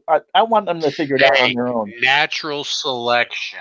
Exactly. We had to go through that, and we grew up. Those kids need to go through it too. The world is becoming too soft, and we're mollycoddling these kids. Okay. Too many dumb kids are growing up nowadays. Devin climbed Mount Comments with Bueller's in the chat. To go to school. How you doing, my friend? Oh, Mr. Utah Mike, aka Sports Time Machine, aka Mr. Utah Mike says, "Do you want to start an argument?" Absolutely. Who would be your Boston sports Mount Rushmore, coming from someone who? Oh, he hates New England, but we love Mr. I like Mr. Utah Mike. I love Mr. Utah Mike. He does that great bowling. He does a lot of cool stuff. Rushmore, New England sports. That's always a tough one. So that's a good question. I'll give you mine real quick. New England sports, I gotta go Ted Williams, Rocky Marciano. See, I'm a boxing guy. Marvin Hagler.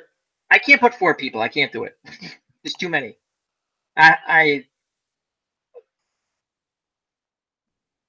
mean, it's a lot. That's tough to pick 4. That is tough to pick 4. Ted, Russell, or Bill Russell. Brady. Oh, Brady, yeah. Wow, I didn't even have him on there. See, I'm a boxing guy, so I'm gonna have 2 boxers on there. That's me, because I thought Marvin Hagler was one of the greatest middleweight champions, and Rocky Marciano one of the greatest heavyweight champions. How about you, Devin? 4 New Englanders that you would hate to see idolized forever. I don't even know 4 New Englanders. You know, 2 of us were right here. Well, yeah, but you guys aren't sports guys. Well, sort of in our minds. Okay, well then both of you are on there, and I love you, Devin. You know what? You're the best. You know what? Your contract's renewed. As long as we can get rid of HR, I'm having HR's fired. Working under those conditions. So who would be in Denver? It'd be John Elway, Greg Morton. Alex English. Who was the running back for Davis? Davis. Yeah, Terrell Davis, and no other football in Denver. There's no basketball or baseball or anything. No, the Denver Nuggets. And Alex English was great. But and the baseball teams, the AAA, the Colorado Rockies. No hockey. Yeah, I can only do 3. So yeah, Terrell Davis, Morton, and that's fine. Alexander Raffini, Space Engine Chill. Please check that channel out. If you have not subscribed, please. It's a very cool channel. Do. It's really cool. And good friend of Beatles. So again, support those who support us. He says, my favorite Boston icon. Oh, it moved. God damn it. I hate when that happens. Guys, it's okay. It's okay, Al. Just scroll up. Now I lost it. Okay, well, let's scroll down then. Bird, Bledsoe, Ted Williams, Garcia, Parra, McHale. Those are good, but he had something else too. Larry Bird, I guess. Alex English says W Vogs 18. He was a great player. Floyd Little. Ken Castro says about there you go for the Broncos. Sure. Yeah, Floyd Little was good. Played on bad Broncos teams. Oof, bad Broncos teams. Tom Jackson. Oh, linebacker. Yeah, I'm not a big Tom Jackson fan. He hates the Patriots, so I don't dislike him, but. You know, the Patriot hate always makes me laugh. Oh, they cheat. They cheat. Really? They go back to they filmed someone's walkthrough on the Super Bowl. If you're giving anything away, the Rams that year on your walkthrough, you're morons. It's a walkthrough. They literally go, okay, we're going to do this, and everyone walks that way, and then we're going to do this, and everyone walks. It's a walkthrough. And what's his face? The running back for the Rams who came from the Colts. Yeah, he complains about that all the time. Hey, jackass, you guys got your ass kicked. You were heavily favored. You're supposed to steamroll the Pats, and they came in and they smacked you in the face, and they went, what are you going to do about it? And they smacked you again, and what are you going to do about it? You're not going to do nothing. You know why? I'm going to smack you over and over again. You're going to like it. We're going to take your hand and just go ding, ding, ding, ding, ding, and that's what they did. And then Adam Vinatieri, field goal, game over. And they're still whining about it.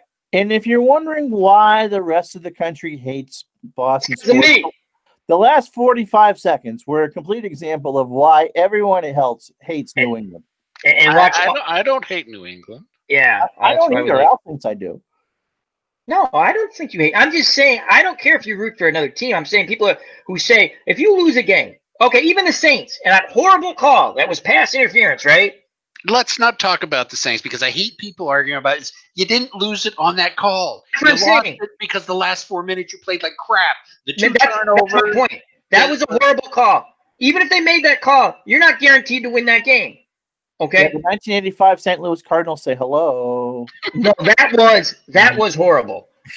That was the World Series over. That guy was out, and I was rooting for the Royals because I wanted Dick Howser to win, because if you remember, he had not won a playoff game up until that year. Like you can go back, he lost like series 3 because when it was best of 5, you'd lose 3-0, 3-0. So I wanted him to win. One of the happiest highlights of my childhood was Kansas City smacking the crap out of New York in that series in 80. Absolutely, to get him to the world in 80.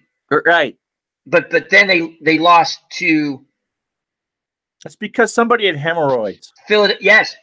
Yeah, George Brett. But in 85, I can't remember who's at bat, but he's out for the Royals. He's out by a good 2 feet. Oh, yeah, George Brett, yeah. Okay, and the umpire goes safe. Now, who was it? Was Bowie Kuhn still the commissioner, or was it Uberoth? Whoever the commissioner might have been Kuhn's last year. Okay, whoever the commissioner was sitting on the first base row, front row. If I, as a kid, I swear to God, I told my parents we're watching a World Series game, right? Because we love baseball. I sit there, I lived for that stuff. I said, if I was Whitey Herzog and I don't like the Cardinals, right? I would have got out of the dugout. I would have walked over and I would have pulled my team right off the field. I would have walked over to the commissioner. I go, I don't care what you do to me. You can suspend me for life. We just won the World Series and you know it. My team's coming off the field. I would have forced him to make a decision. And then I felt bad for the umpire because later on, again, I don't remember his name. He went, and he was a good one. He was a good one. He went to the home plate ump, right? Again, why they didn't help him out? I don't know. He goes, I made the right call, right? And the ump's like, no, he's safe. And instead, and he got death threats and all, and he doesn't want to make the wrong call. It's not like the guy in the NBA who's betting the games. Who, my God, if they don't think NBA officials are fixing games, yeah, okay, but I would have yanked my team off the field. I was to come off the field. You know what? Hell, we lost, right? We lost this game. Make us forfeit the next game. You know we won the game. That was the third out. Now they lost game 7, 11-0. Right, but that's again. I'm not rooting for them. I know they lost. They got killed in game. But the World Series ended in game 6. That's the one where I would have took my team right off the field. He was out. He was clearly out. My favorite charge the umpire moment came with the Royals when George Brett in the Pine-Tar game. How he didn't kill anybody that day. We talked about that at work today when they had the mini little Super Bowl party and they brought up Billy Martin. I love Billy Martin. God rest his soul. He had his demons, the alcohol. But so I think the way that story goes, Ron and Devin in the chat, is they'd either picked up a player or a coach from Kansas City, right? And he goes, so Billy asked him, hey, his pine tar is too high. Like during the season, like whenever they're talking about it, he goes, his pine tar is too high, isn't it? Because Billy Martin's always thinking, right?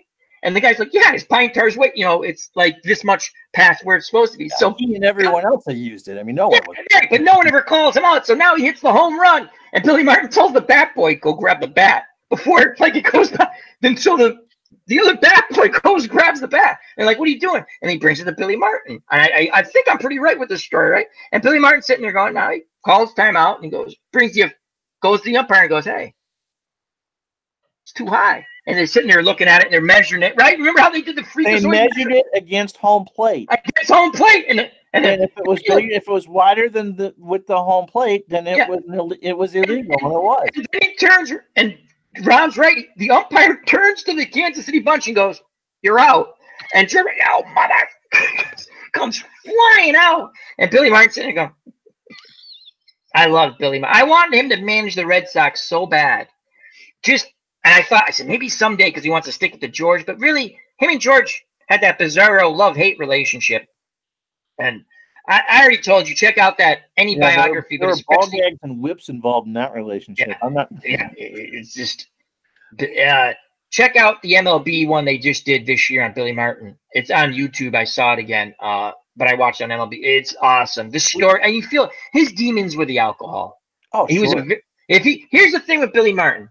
If he loved you, he did anything for you. If he didn't like you, he let you know. It's very simple. There are toilets in Texas that will verify that fact. Yeah. You don't remember when he beat up he went into a bar and beat up a toilet? Yep. Well, I remember when Jack Clark for the Red Sox destroyed the clubhouse. I never liked Jack Clark. Jack the Ripper. He had a bit of a temper. Just a touch. Just a touch. Yeah. We did. I did. And then I do have to go. An Oakland game in my 82 replay. So it's still Billy Martin managing the team. And I was stunned looking at the lineup, how many old Yankee players that were there. Was Chicken Fred Stanley on that team? Fred Stanley was there. Mickey Klutz was there. He would always, and then you finish. Fred Stanley followed Billy Martin wherever he went. And they said, Billy, I remember, why do you have him on your team? He goes, he makes me laugh. He keeps me calm. Like this utility player who could play a bunch of different positions adequately. Wasn't great. Player, but yeah. He was a quality. Yeah, exactly. So finish. But it was funny. He followed him. Anytime Billy Martin could pick him up, he made the GM pick him up because, and the coaching staff, he just kept everything loosey-goosey, and he made Billy happy. I was amazed in that one game the amount of role players on that Oakland team that had played in New York. Yeah. It's funny. Reggie Jackson and Billy Martin obviously hated each other. One of my favorite moments as a kid is when Billy Martin, I love watching it over and over again, yanks Reggie Jackson out of right field. After he sent him out, he tells Paul Blair, hey, go, and they get in a fight in the dugout. And Boston, TV, awesome. Baby, I remember that. Yeah. Because, again, that goes back to Lou Piniella, a descendant of coaching from Billy Martin, because he played for Billy Martin. When he managed Tampa Bay, and Lou Piniella was a good coach, good manager, but Tampa Bay stunk, right? And this is after, I think it was after he won the World Series with the Reds, right? A few years after that. I'm almost positive, I think. Anyway, he had already given up on the teams were bad, and he knew, so he's literally in a pullover, right? Unshaven, and there's this picture out there, and he's getting hammered, so he goes out to get him. And the guy talked back to Lou Piniella, right? I went, oh, and it made ESPN. It was awesome, right? And Lou Pinella's like, I took you out. You could see him because you stink. Like in the dugout, you're pitching bad, and they go at it. And they almost have a fist fight in the clubhouse, right? So the next time, even ESPN says, we can't wait till this kid pitches again. So the kid's getting wrecked. And Lou's just sitting there going, in the dugout, just smiling, right? And the pitching coach, you could see they would show the highlights on ESPN. He'd go over him, and he must be saying, you want me to get someone up the pen? And Lou's like, nope. And he's getting wrecked. And the pitching coach, you want me to get someone up in the pen? Nope. Right? So then he goes, get someone up in the pen. After it's, they're losing anyway. He goes, you going to go get him? Nope, you go get him. Right? So he went to go get him. And he comes in the dugout, and Lou Piniella says something to him. And again, they almost get into a fist fight later on in the clubhouse because, if your manager comes to take, you see that. You've seen that round where the pitcher's all mad. Like John Lackey used to get mad, right? Right? And I'm like, you're pitching like crap. Shut up and get the hell off the mound. Right. And I like that. I love seeing a pitcher getting pissed on the mound. I do too, but when you stink, I just want you off the mound. Yeah, when you're down 17-0, you have no reason to be angry at anybody. He gave them innings that year, though. That was great. All right, I got to go because I have to be up at 6:30. All right, Uncle Ron. Are we doing this tomorrow too or no? Why not? Okay. Take care, Uncle Ron. Yeah, thank you very much, my friend. Good night, Devin. See ya, Ron. All right, we're going to chat for a second. Farm 1 has joined us. Hope all is well. Dave Little, Rick Sutcliffe hated mound visits from anybody. That's pretty funny. Yeah, most pitchers don't like mound visits. My point is, and we'll get back to whatever we want to talk about. It always makes me laugh. It's one thing if a guy's pitching pretty good and you see he doesn't want to come out of the game. That's different. It always makes me laugh. Oh, I threw a few Buchholz, who I like. Buchholz he's a great guy, did a lot of charity work in Boston. But he'd go, I just made a few bad pitches. Dude, you gave up 6 runs in 3 innings. You sucked. I'm like, So, as everyone's saying goodnight to Ron. So, OG, what are we going to talk about now? Oh, I don't know. I'm sure we'll figure out something. All right. So, does anyone care? Questions from the audience? Yeah, we'll do. Yeah, that's a good idea. What? Let's see. We'll go to the chat. Throw out a subject. Oh, Bubba Husky says umpire calling a dude safe at first on an infield hit on the last out of a perfect. Oh my God, that's right. I forgot about that one. Yeah, he was out. But that's not as bad as the. That's close, but I still think the World Series is worse. They, and again, I was not rooting for the Cardinals. As Ken Castro says, movies. Okay, Ken's a big movie guy. Ken, what's the last movie you saw at the movie theaters? We'll wait for his response. We'll continue to go to the chat. Armando Galarraga. That's right. That was the pitcher. The guy blew the perfect game on him. Farm One says, I was hoping Chillin would get 75%. Gladiator movies. Bubba Husky wants to talk about gladiator movies. Airplane. That's still, they would never do that in a movie now. Seabiscuit. No, they that was a never. good movie, Seabiscuit. That was a good horse racing. That was an excellent movie. The book's good too. I enjoyed that movie. A.U. Pac-Mule. He gives the Emperor a thumb down. I don't know if that's accurate. Is that accurate? Did the Emperor actually do a thumbs down, or was it something else? No, well, what it was is they would go out there. The emperors would go out there, and we're getting into the Roman history, and if it was thumbs up, they would actually, that was the okay to kill the fallen opponent. Exactly. So everybody's got it reversed. They think thumbs down. It's like, no, he's not worth killing. Thumbs down was good. Yeah, thumbs down is good because the fallen gladiator got to live. Yeah. So yeah, everybody's got that confused that they think that the thumbs and in the movies they always do the thumbs down. You know, thumbs down. Yeah. Well, it's Hollywood. Hollywood never gets anything right. So Turkish presents. Yeah, you don't want to be there. You don't want to be in a Turkish present. Midnight Express. Midnight Express. That. Yep. Yeah. Oh, Billy. I'm not going to go through it. Oh, Billy. So, W Vogs 18 favorite sports movies of all time. Oh, that Bad News Bears, Slapshot. You see where I'm going with this? Yep, I see. Caddyshack. Caddyshack's great. Caddyshack's great. There are so many great lines that come out of Caddyshack. I use them in my stream sports broadcast, whatever broadcast, sports sims, and they're fun to do. And and just like Judge Smales to Spalding, his grandson, you'll get nothing and you will like it. How classic is that when they're betting on if the kid's gonna pick his nose and eat it? That's awesome. And they're all in the bushes watching. Yeah. Bang the Drum Slowly. Robert De Niro. And Moriarty, the lead character. That was a good movie. Sad, good movie. That's a good one, Beatles. Necessary Roughness, a fun football movie. I'll tell you, Waterboy. I like that one. Makes me laugh. I don't know. If we're talking him, I think I preferred Happy Gilmore. Which one? Happy Gilmore. Oh, the golf one. That was great. Yeah, that one. That was a better sports movie than Waterboy. I didn't like Waterboy. Oh, the original. Oh my God, the football movie with Burt Reynolds in present. Now I can't think of it. Longest Yard. Longest Yard. Yeah. That is the classic. Longest Yard's awesome. What's Blazy in Sports? T-Dub has joined us. Wonderful boxing channel. Please subscribe to that. Had a wonderful, I think it was 3 weeks ago, one of the best streams and results for our community, and he's always very kind to the community. That's T-Dub, What's Blazing in Sports. Hope all is well with you and the little man. Dave Little says Longest Yard. That was a good one. I'll tell you what is a bad sports movie. The Jimmy Pearsall, Fear Strikes Out. Not so much for the story, but again, we've talked about it before. Anthony Perkins, who had no athletic ability, they want him to throw lefty and all this, just like Pearsall, right? And he literally, if you see the movie, it's like like me doing this now. It's horrible. So Kingpin. Oh, that's a great movie. You know a movie I really, and this is probably going to get me shot. I did not like Field of Dreams. Yeah, we've talked. Yeah, neither did I. In fact, I hated Field of Dreams. Oh, you know what? You weren't with us that night. I wasn't with you on the night you talked. I was watching, but I wasn't.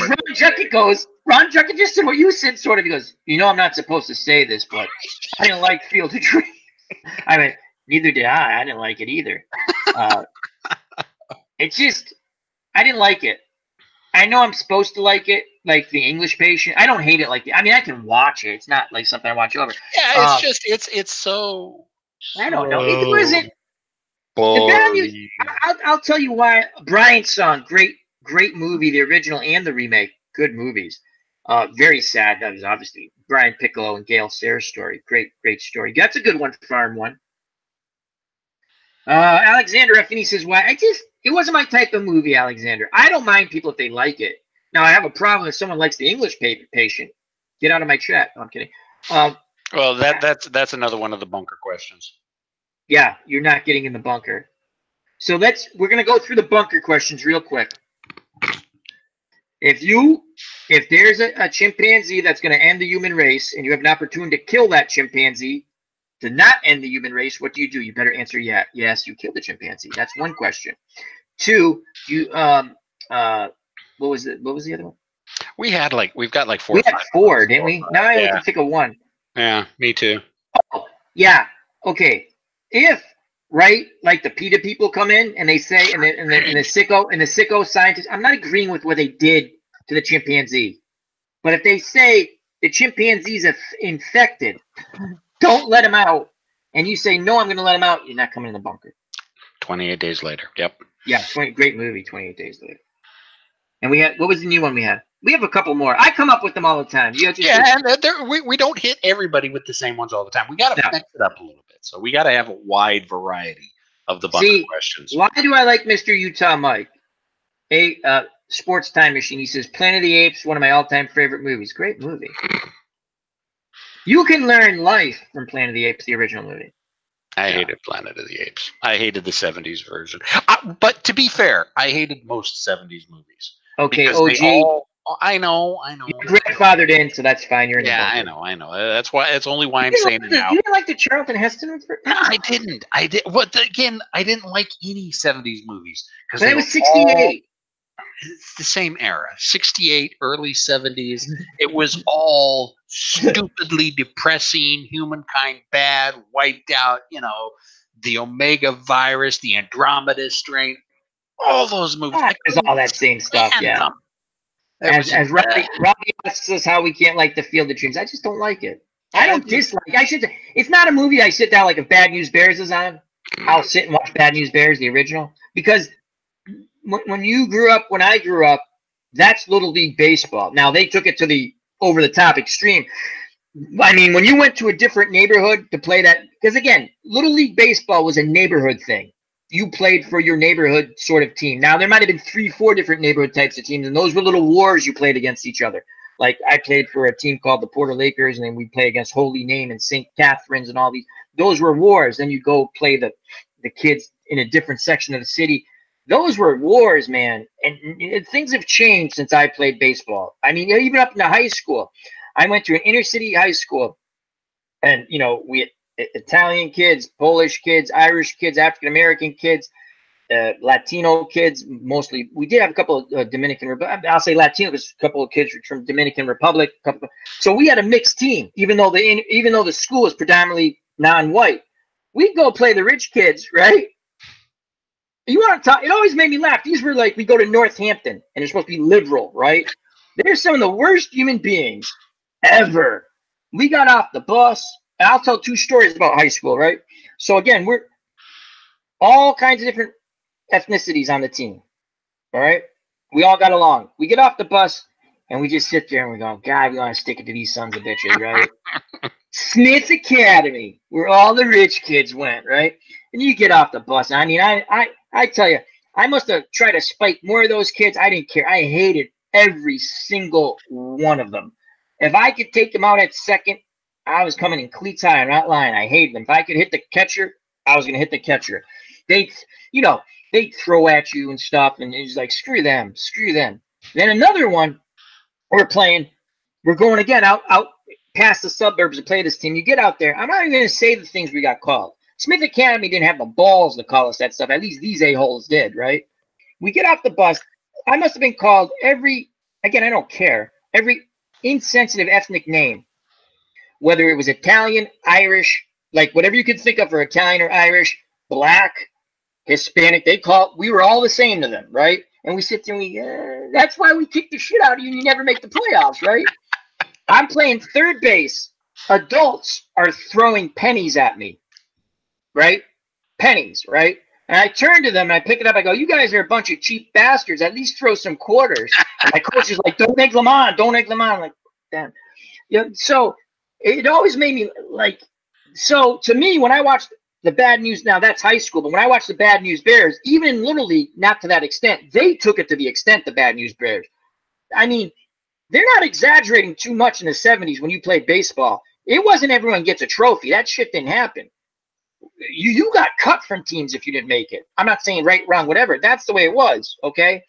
So when we got into high school and stuff, again, it was cool. I was very happy the high school I went to. It always amazes me. The places we went that were supposed to be liberal, right? Now, the second place we went, I used to joke. I was like, that they live down. I made a joke. That's down south just because of the way you go. They hated all inner city kids. It was hilarious, right? But like we'd go to the other place, like I say, Northampton. We played 3 teams out in that area. They were the biggest a-holes, those kids. They were obnoxious. I'm sure they thought the same thing about us, but oh yeah, if I could go cleat high, I didn't care. I did. I'm not lying. I cleated anytime I could cleat someone in those games. I did. I'm probably going to hell for that. I don't care. I literally would get myself so worked up. Quick story. I was a utility guy in high school. When I played football, I started, okay?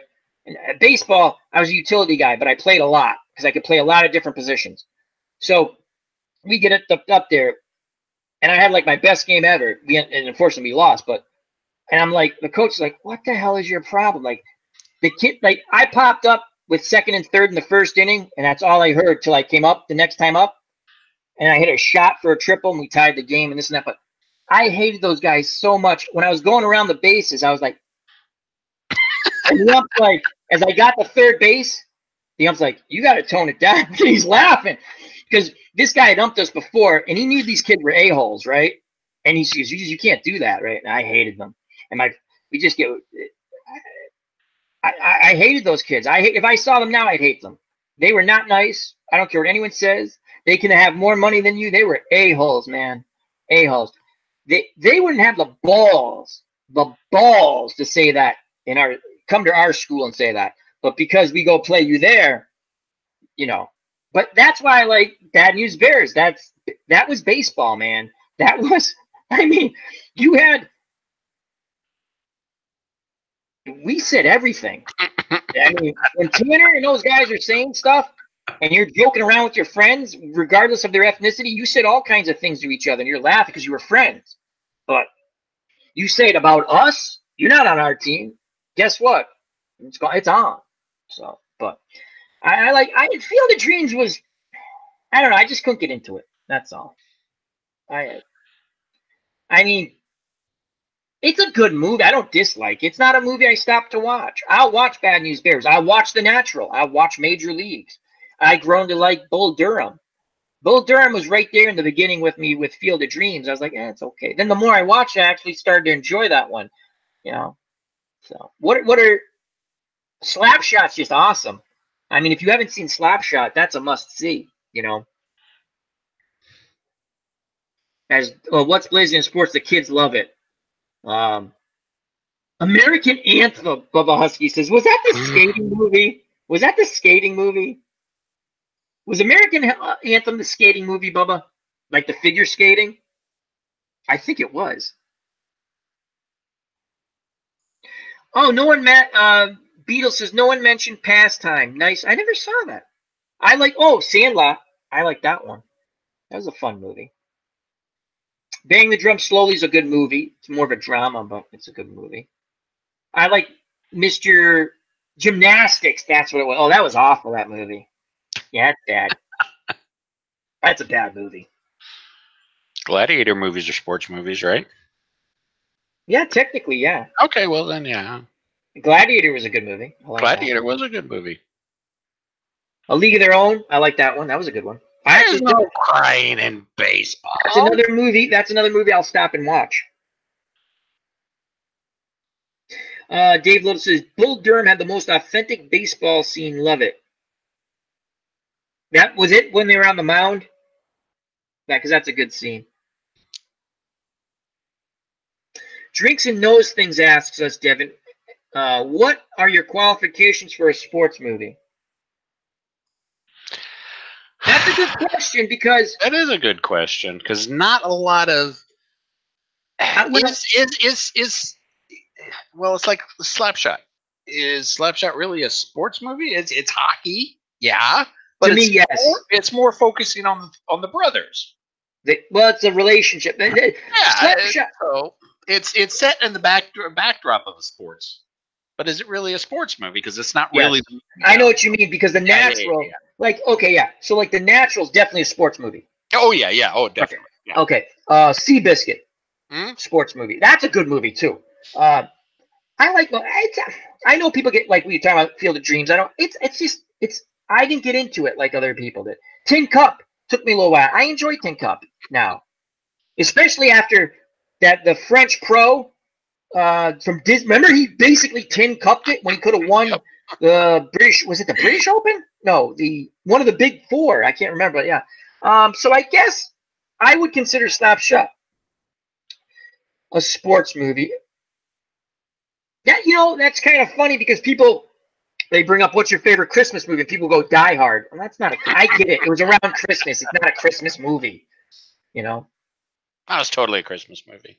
Yeah, that's what I mean. Everyone interprets it differently. But Slapshot, if you have not seen, Robbie Warburg says, "Guess I got to find and watch." Oh, Slapshot's great. Oh yeah. I don't even like hockey, and I like Slapshot. Oh, Slapshot's. You have to watch unedited though. It's still funny, but unedited when they're all doing like Twal Newman slept with the goalie's wife on the other team, right? And he's sitting there going, and they're sitting down. They're talking on the bench in between line changes, and he's like, "Oh yeah, I was just with her. Great gal, great gal."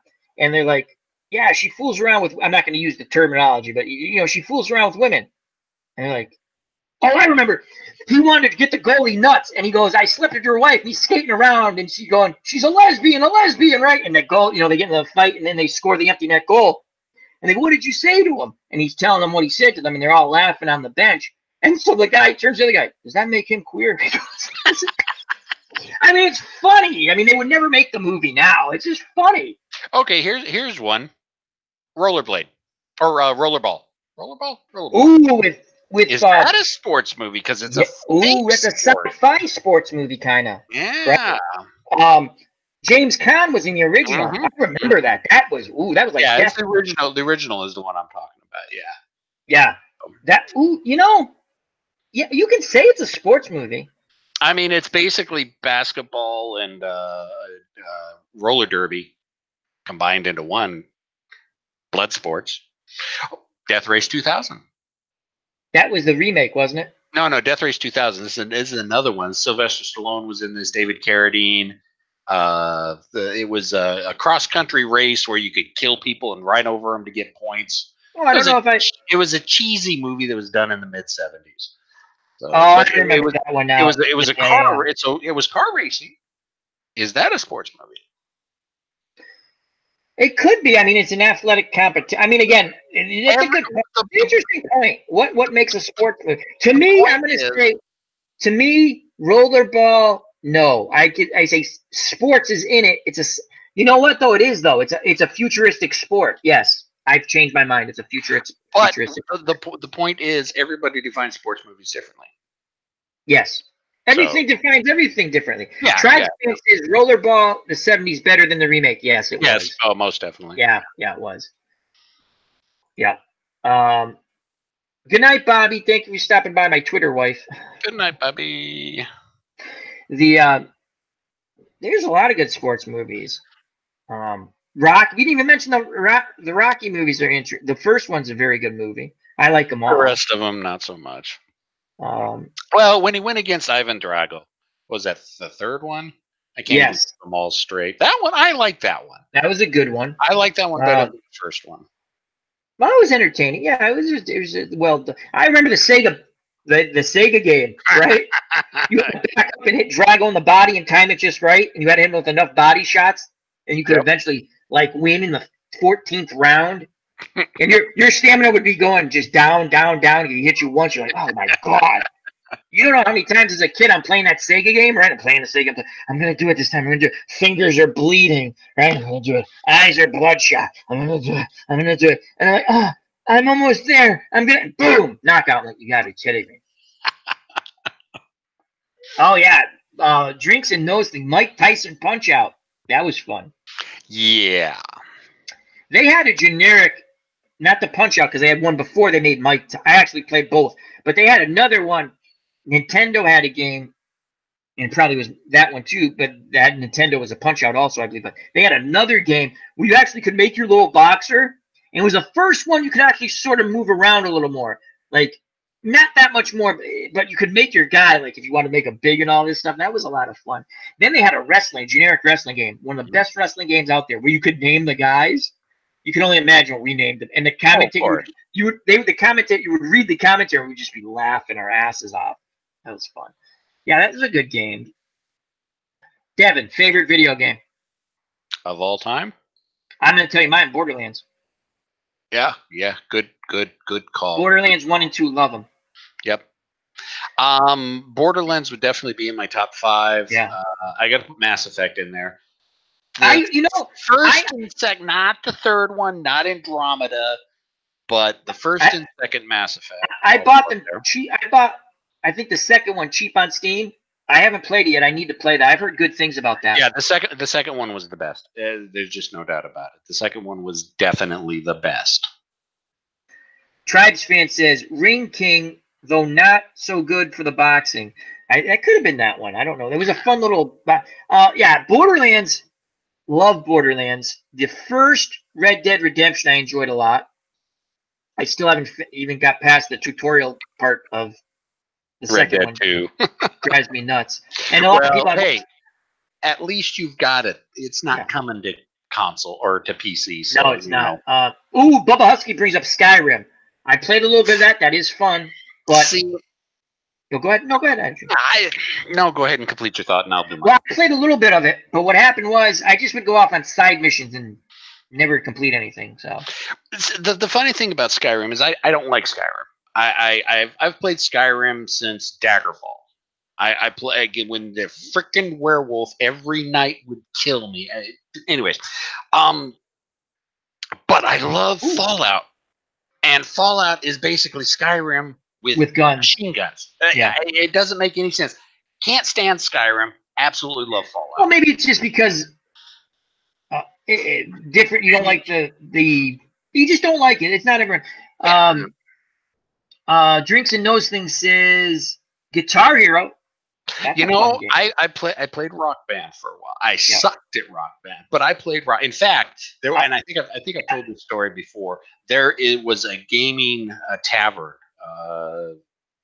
the AFK, and every Sunday night they would have these two guys that would come in who had professional Rock Band equipment. I mean, full-size Fender Stratocasters that drum set, and every Sunday night we just go up there and we do Rock Band all night long. So Dave Little says I suck at video games. I refuse to play anything that requires eye-hand coordination. Drinks and Nose Thing says, see, he's the reverse of you. He likes Skyrim, got bored with Fallout. So that's the games you like, But Borderlands. And then the Island of Dr. Ned. Awesome. The zombie monster thing. I don't finish many games. And Borderlands I finished. So the thing about Borderlands is not only is it a good mindless shooter, but the storyline's really good. Funny. The humor in it is just off. Remember when he tells the kid, like he's telling the Halloween story for the Halloween, the zombie monster download, and I think it's that he tells the kid finally, shut up, you're adopted, because the kid won't shut up. Well, it's like in Scarlet's Booty, the kid's trying to tell the story also, and it's like it was a little bit succinct, wasn't it? I'll make your life a little succinct. Yeah. It's just good stuff. It's good stuff. Back to the chat. Dragon's Dogma. I've not played that. I've seen that. Drinks and Nose Things says Dragon Age Origin is a phenomenal game. And Bubba Husky agrees. And Beatles agrees. Inquisition was good. I didn't like Origins. Origin was really, really tough when they first released it, because my roommate and I got it on release day. Playing it normal mode, they had screwed up the settings, so it was actually really hard mode. They actually had to go in and patch it to make the game easier because it was too difficult. But anyways, on to what you were going to say. Alexander Affini, Space Engine Chill, and please check out that channel and subscribe. Also, please check out and subscribe to Sports Time Machine, our good friend, Mr. Utah Mike. He says, Forza Series Racing. That's a pretty cool game. I'm not good at racing games. It's fun to watch. So, yeah. And Mr. Utah Mike, Sports Time Machine. Again, it's Sports Time Machine. Doom and Castle of Wolfenstein, fun games. Wolfenstein, see, I'm not good at running gun because I like to sit there and think things out, but that is a fun game. It goes so fast, though, I get a headache after I play for so long. But that's a fun game, yeah. Sam's Tangled Web, a friend of ours from the comic book community. I also consider Sam part of our community.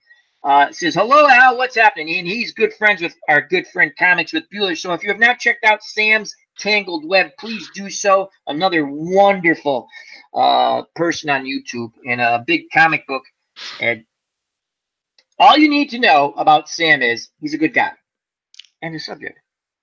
Alexander, if he's a Sports Time Machine, I sub. Thank you very much. And please support those who support you. I say it over and over again. And that's what we're about. Okay? I was late to this game. It's great, and there's a lot of different versions of this game with different names. And now I just forgot because I'm an idiot. I literally, and I love Grim Dawn. So what's the mood game that's just like Grim Dawn? Diablo. Yes, thank you. Diablo 3 was awesome. The thing about Borderlands is just Diablo from first-person perspective with guns. You know, it's a loot. It's a loot. What do they call it? You know what those games though? I'm a hoarder. I know I've talked to this about. I collect everything. I'm like, I might make that level 1 character. I might need this thing. I'm gonna keep it. And we're getting a lot of love in the chat with people subscribing to one another. And that's what you have to do. That's what we're about. Okay. Some people might not like us. That's fine. Our community is open. We have some people who don't like us. That's fine. Oh, well. We win in the end, believe me. So that's all of us, not, But yeah, Diablo was a lot of fun. I was really late to that game. I had so much fun. I bought it on the PC with whatever you have to play it on Origins or something like that. And then I bought it. It's funny because, mouse and keyboard, I'm not really quick with. I got better because, games that no one is going to hear. I like these World War I shooters, Verdun, and, because they're slow and I can understand them. And I can actually duel a 12-year-old in it because I'm like, you got a bolt shooter just like me now, don't you? You can't run and jump and grab on the walls and run all that crap, which I can't stand. This ain't Call of Duty, is it? No! You're hiding behind that tree, and I see you, son. I see you. Yeah, I like those games. There's a Civil War game coming out. And I'm buying it. No, you already know about it. I know about it. I'm gonna buy it. I tell you, the game I was disappointed. I bought Zulu, which was like a first-person shooter, possible. That was so clunky, and I wanted to I'm not talking about the strategy game, which is fun. I gotta go back and play that again online, or just play it. I just haven't played. That was clunky. I do like those types of first-person shooters. So Devin has to do something. He left us a moment. I'm gonna go to the chat here. Bubba Husky says, I'm a quality guy over quantity guy. I understand that. What is there not to like? Alexander Raffini says, there's people who don't like us, Alexander. That's fine. That's fine. I don't care about that. I care about the community I'm part of. And it grows and grows every day. And if you're doing something on your channel and just try to get our attention, we'll give you a shout out just like we did with WVogs18. And Alexander Raffini, Space Engine Chill. Is that I hate to call it a game, Alexander. But it's a I don't know what to call it. It's really cool. I've seen Beatles do that. OG, you back, buddy? For a little bit, yeah, but just dealing with the wife. Okay, everything cool? Yeah, oh yeah. Okay. The space engine is really cool. I don't know. It's not a game. It's Beatles is here. It's a simulator. Thank you. And it's so cool. And Alexander Ruffini, that's one of the things he does on his channel, and it's pretty fun to watch. And Beatles does it too. And you want to really catch. It's okay, catch it after, but if you can catch it live and just converse with people and just it's pleasant to converse with people. I been going through a lot of stuff with my parents. And I thank you guys because you guys obviously have friends too. I consider you guys my friends. I don't. Well, that's different. My friends, I know. That's different, OG. You have friends. You have friends. Everyone has. Never feel like you can't come chat in one of our chats. I can get pissy, believe me, and I've toned down a couple of things because I thought about it. And whatever I think about, you know what? People are more important, and we can always work out whatever stupid differences we have. So that's just my little kumbaya moment. That's enough of that shit. Let's ask why people are vegans now. No.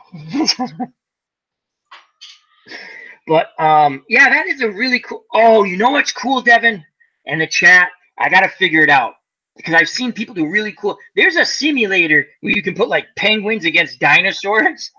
Oh yes, I've seen that. Yeah, but don't do it right because it's really funny. I mean, the way I would do it, can 10,000 penguins beat a Tyrannosaurus Rex? Yes, they can. Yes, they can. As Beetle says, I'm a vegan. I know you are. That's why I joked about it. Itinerary Hobbyist has joined us, our good friend. Hey, when's he coming on with us? Hey, he said February. So it's February. It's February now, Todd. Todd, you want to get a link? We're going to go for a little while longer. Yeah, let's get Todd on. So we can talk some military stuff and watch send him. You have his email? I've got him on Facebook. Yep, let me go ahead. Okay, so you have. I sent you an email with if he wants to come on. I sent you an email with the link. That should still work, I would think. Yep. I think it does. I'll send it to him. If he doesn't want to, he doesn't want to. Beatles, we love you. See, Beatles he's a vegan. That's why I said it. I like beef. I can't help it. I like it. So. I like beef too. I like beef a lot. I understand. I like to eat. You know why I like Beatles? Because he's a good guy. And he is. So. I like most people who are good people. I'm probably the worst person I know. Seriously. Oh, I know I'm the worst person I know. It's just and Beatles, I'm just gonna say something. I'm not gonna never worry about nobody, Beatles. You know what I'm talking about? Earlier stream. Never worry about that crap. So as drinks and knows things, he understands. He says, "You're awful, Al." I am. That's another fun. Drinks and knows things does a podcast with it's like 4 people. And it's really funny because they go through the game. Now they do a great job. It's Game of Thrones. Check it out. Drinks and Knows Things. Also check out Sly. And now I always want to say Sly and the Family Stone because it always pops into my head. Everyday People. But there's so many fun channels out there. We can do a Game of Thrones thing. Well, we kind of lost the impetus to do it when Dog. Took a little bit of a hiatus because he was our visual guy. He was our audio visual guy. So yeah, he said, "I'm not good at that." I mean, I got to learn how to do. We had a lot of fun. I hope Dog comes back too. We love Dog, and he's doing great stuff with his channel. So yes, he is. As Alexander Ruffini Space Interest said, "Hey, Beats, joking. Come and don't take seriously." That's what it's about. Good-natured ribbing. So we might have Itinerary Hobbyist. That's Todd, and I sent him the link. So well, if he joins, he joins. Yeah, if he joins, he joins. And Todd, I sent it to your Facebook. So check your Facebook. Oh, Drinks and Knows Things. Yeah, you can come on when we do a game. You can come on anytime, but yeah, Game of Thrones. We like to. I have a different point of view. Most people don't agree with my point of view at this. People don't like our point of view. No, they don't. No, but let's little Game of Thrones talk. Little Game of Thrones. Little Game of Thrones. Little Game of Thrones. Hey, tonight. So we're going to be talking about Tywin. Game of Thrones, right? I want the books finished. I know that other book came out. I'm tempted to buy it. A lot of people have bought it. They're talking about it. But I want the other 2 books to come out because I want to finish it. This show, I like the show. Once the show's over and there's no more boxing on HBO anyway, I'm done with HBO. And there's other ways to watch stuff. I'm not going to get into it anyway. But because my dad has. Oh, Todd's joined us. There is Todd. Hello, Mr. Todd. How are you, my friend? Lovely, if not tired. You look tired, dude. Tired. You know what? We appreciate you coming on. And Todd, what we do is mostly get yelled at and I lose subscribers, but that's okay. And HR talks to us. But Todd, when you're all set, you just tell us a little bit about your channel, what's going on. How's the new game room coming, Todd? Well, it's been on hold here for the last couple. Sorry, I'm in the laundry. That's all right. That's fine. It's kind of on hold here for a few because I've been traveling this is my first weekend home in 2.5 weeks. Oof. So yeah, it's been on hold, but it looks looking good. Maybe I'll stroll down there and we'll take a look at it when I'm done doing this here. Cool.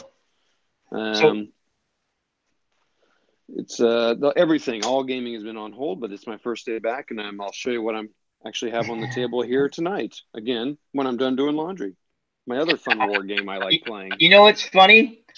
You talk about laundry on Saturdays. I do a lot of laundry, right? And I'll sit there and I'll play an action PC football game. And it's before, and I was just doing and I'm doing whatever I'm doing. I'm like, my God, I play my best games on laundry Saturday. I should record these things, right? I'm actually competitive, you know? It's always funny, like, oh, why didn't I record this? Because it never works out that way. It's always something. And what Todd does, he does military strategy. He also did some soccer, a couple of different soccer games, and it was pretty cool. He played one with his son. That was fun. He did Soccer Blast, and he did the North American Soccer League, which I was ecstatic about. And he had the Cosmos. I was like, oh my God, this is awesome. But he does military gaming, and Devin and Todd will explain it when he's all set up. But he has a big table, and it's like little model. It's really cool. I don't know how to put it. You got to check it out. It's just fun stuff. Miniatures. Is it called miniatures? Miniature game. Yeah. It's really cool.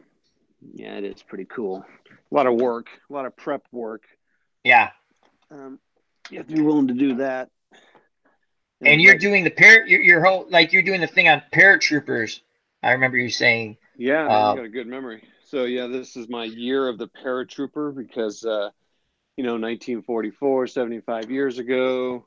I mean, obviously there's a lot of stuff going on besides paratrooper stuff, but that's just D-Day and all that business. But I'm doing all paratrooper stuff all year long, and it's all war. So it's Crete, it's there's also Market Garden. Market Garden.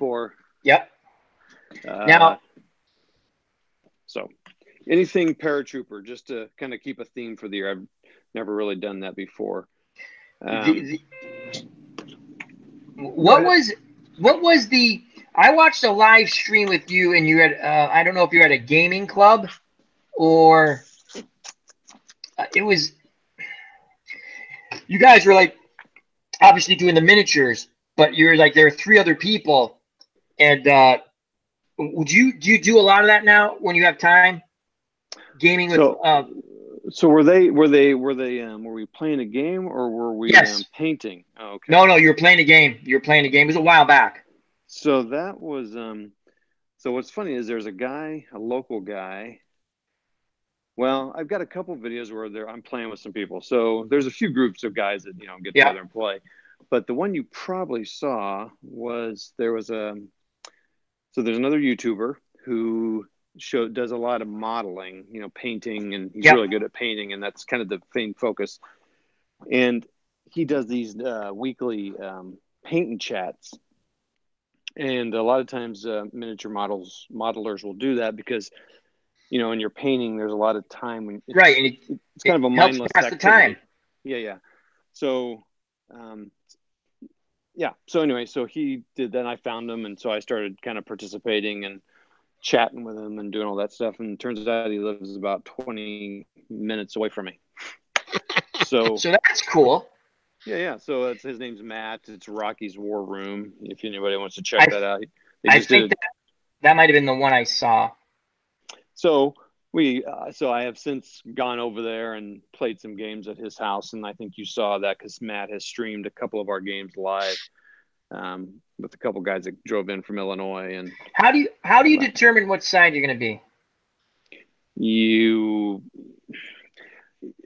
Well, the way we've decided is we just ask. Like, when I went to Matt, it's like, who do you want to play, Germans or? It's a lot of times it's funny. A lot of times the people kind of have a preference. Right, because because my point is, if you played it like a side more, you kind of know the ins and outs of that side. Just like if you play a football team or a baseball team. Yeah, for sure. What's your preference? Like when you're playing against someone, do you have a preference?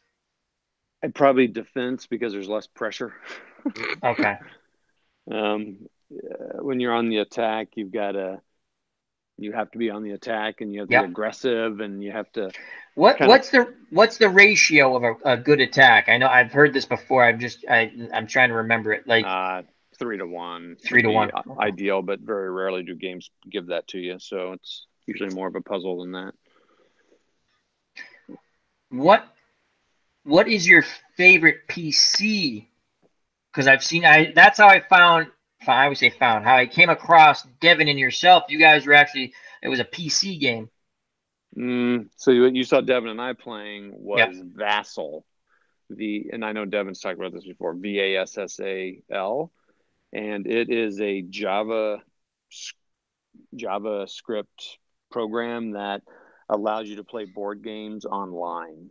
Oh, that's cool. So Devin and I were playing Advanced Tobruk system, and so normally back in the old days, or still today, whatever, you have to go to someone's house or somewhere and play with the board pieces. Well, some super nice people, volunteers, have put just about every that's incredible, isn't it? War game online, and I mean, we know the guy that's put up the ATS stuff, and it started out. I think it started out with ASL, Advanced Squad Leader. Yeah, how long Vassal originally was written for ASL. It was VASL in the original days, Virtual Advanced Squad Leader, and then they realized, hey, we've got this open source engine.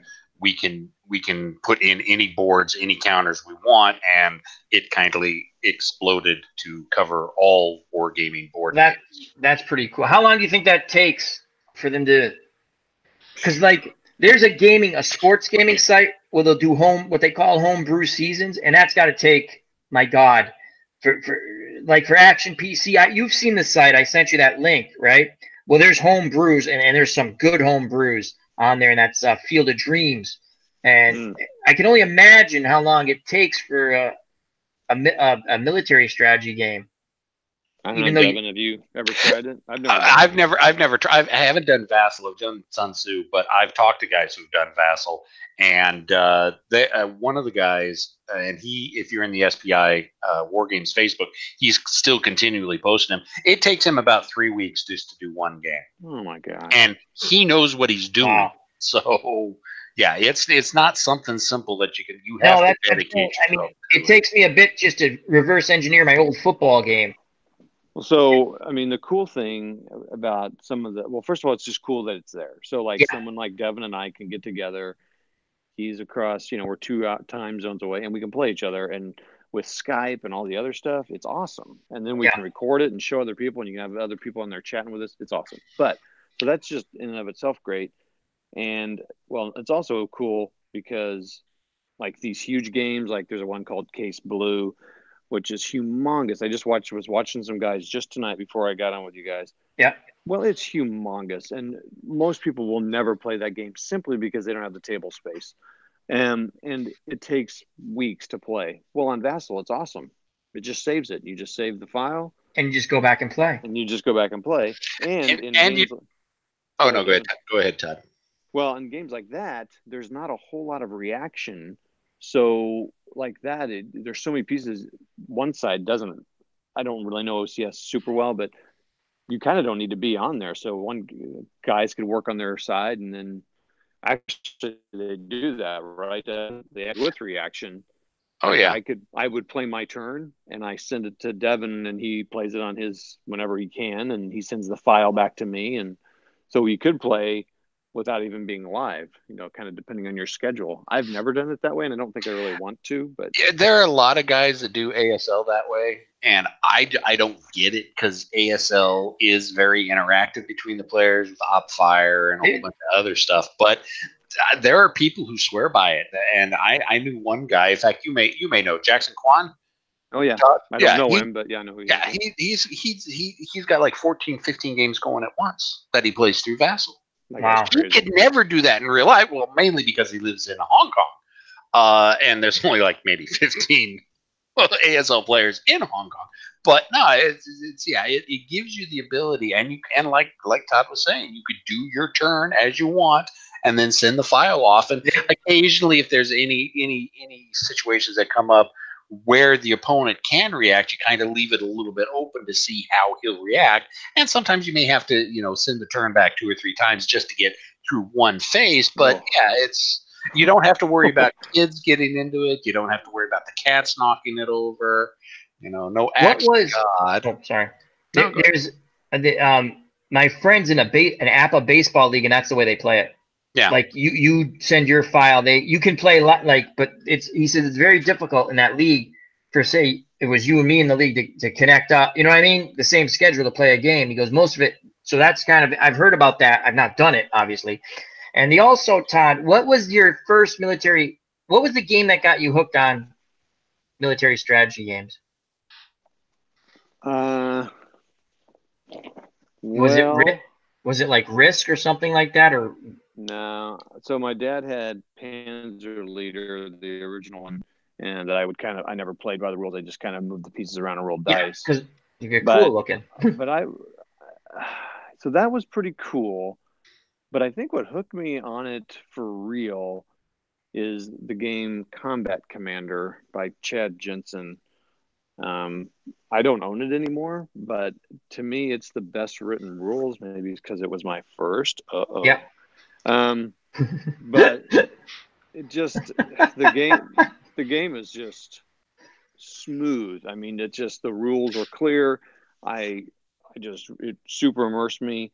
I was just like, dang, this is pretty cool. And I would say that opened my eyes to, just the whole world of it. You said something that to me in any type of gaming, especially if it's a card and dice, a board game, whether military, any type of game, military, sports, RPG, you said something I always thought smooth.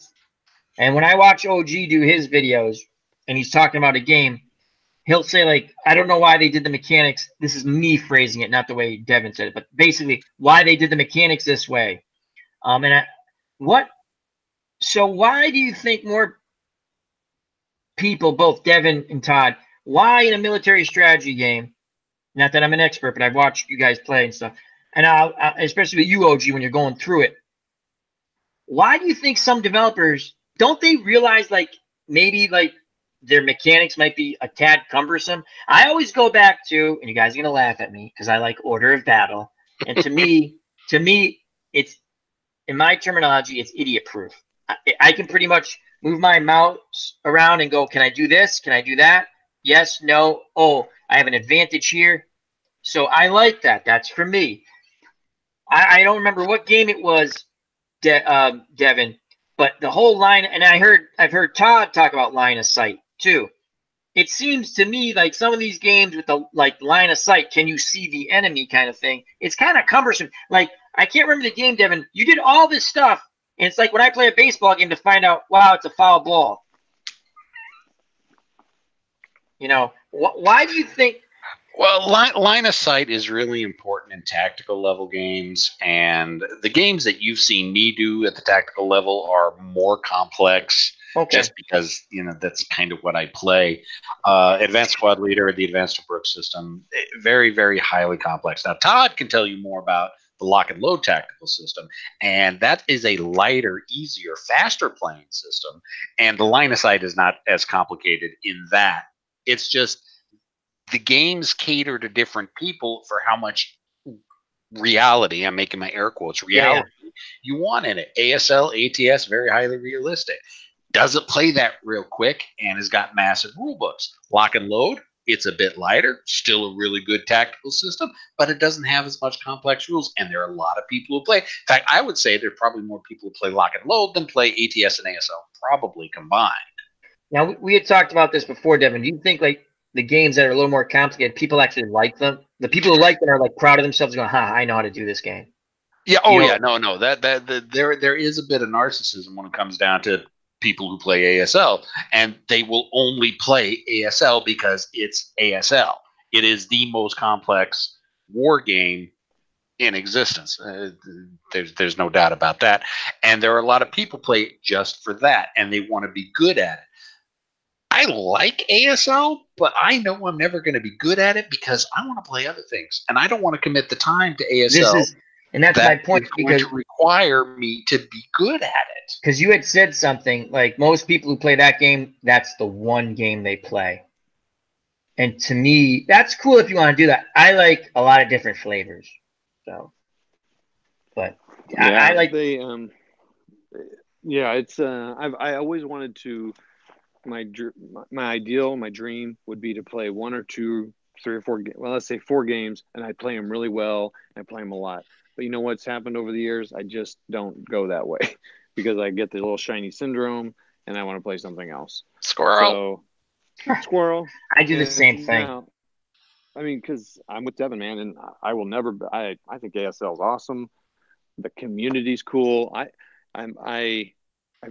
Devin, you're probably right. There probably are more people playing lock and load than ASL, but I'm not sure about that because we have no way of knowing. But also, I'm just not sure about that because ASL has got they've got a following, and it's cool, man. That whole community makes me a little jealous. It's just so, and it's got so much depth and so much history. But I'm just like, so here's the deal. There's a great local guy that has written scenario packs, and he's awesome.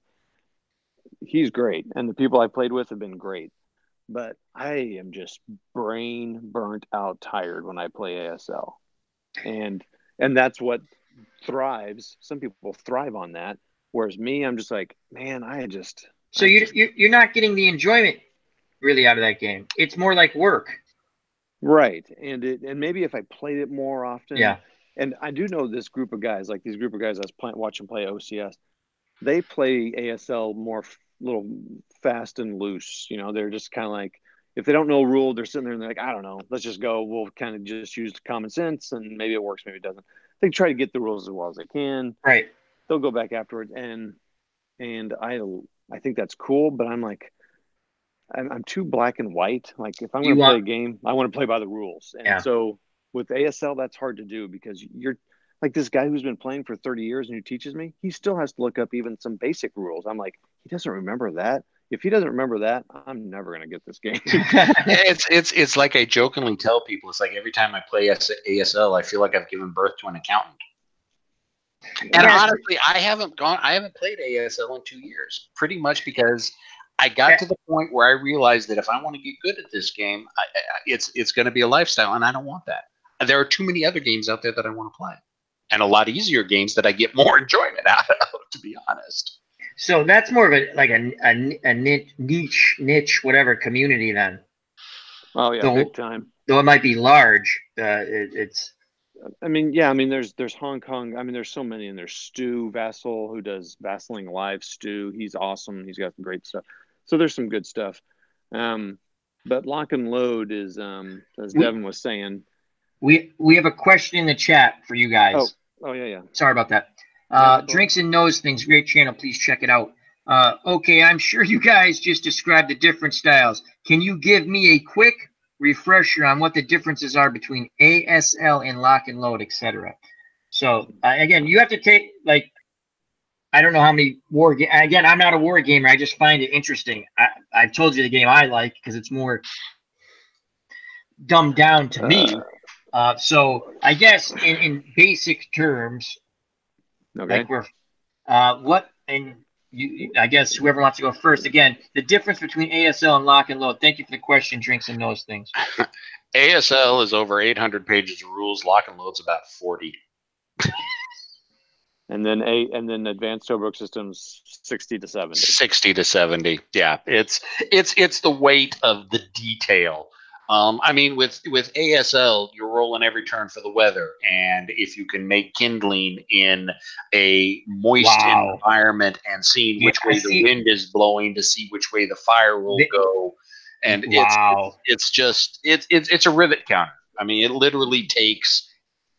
They have jammed as much. So every minute detail.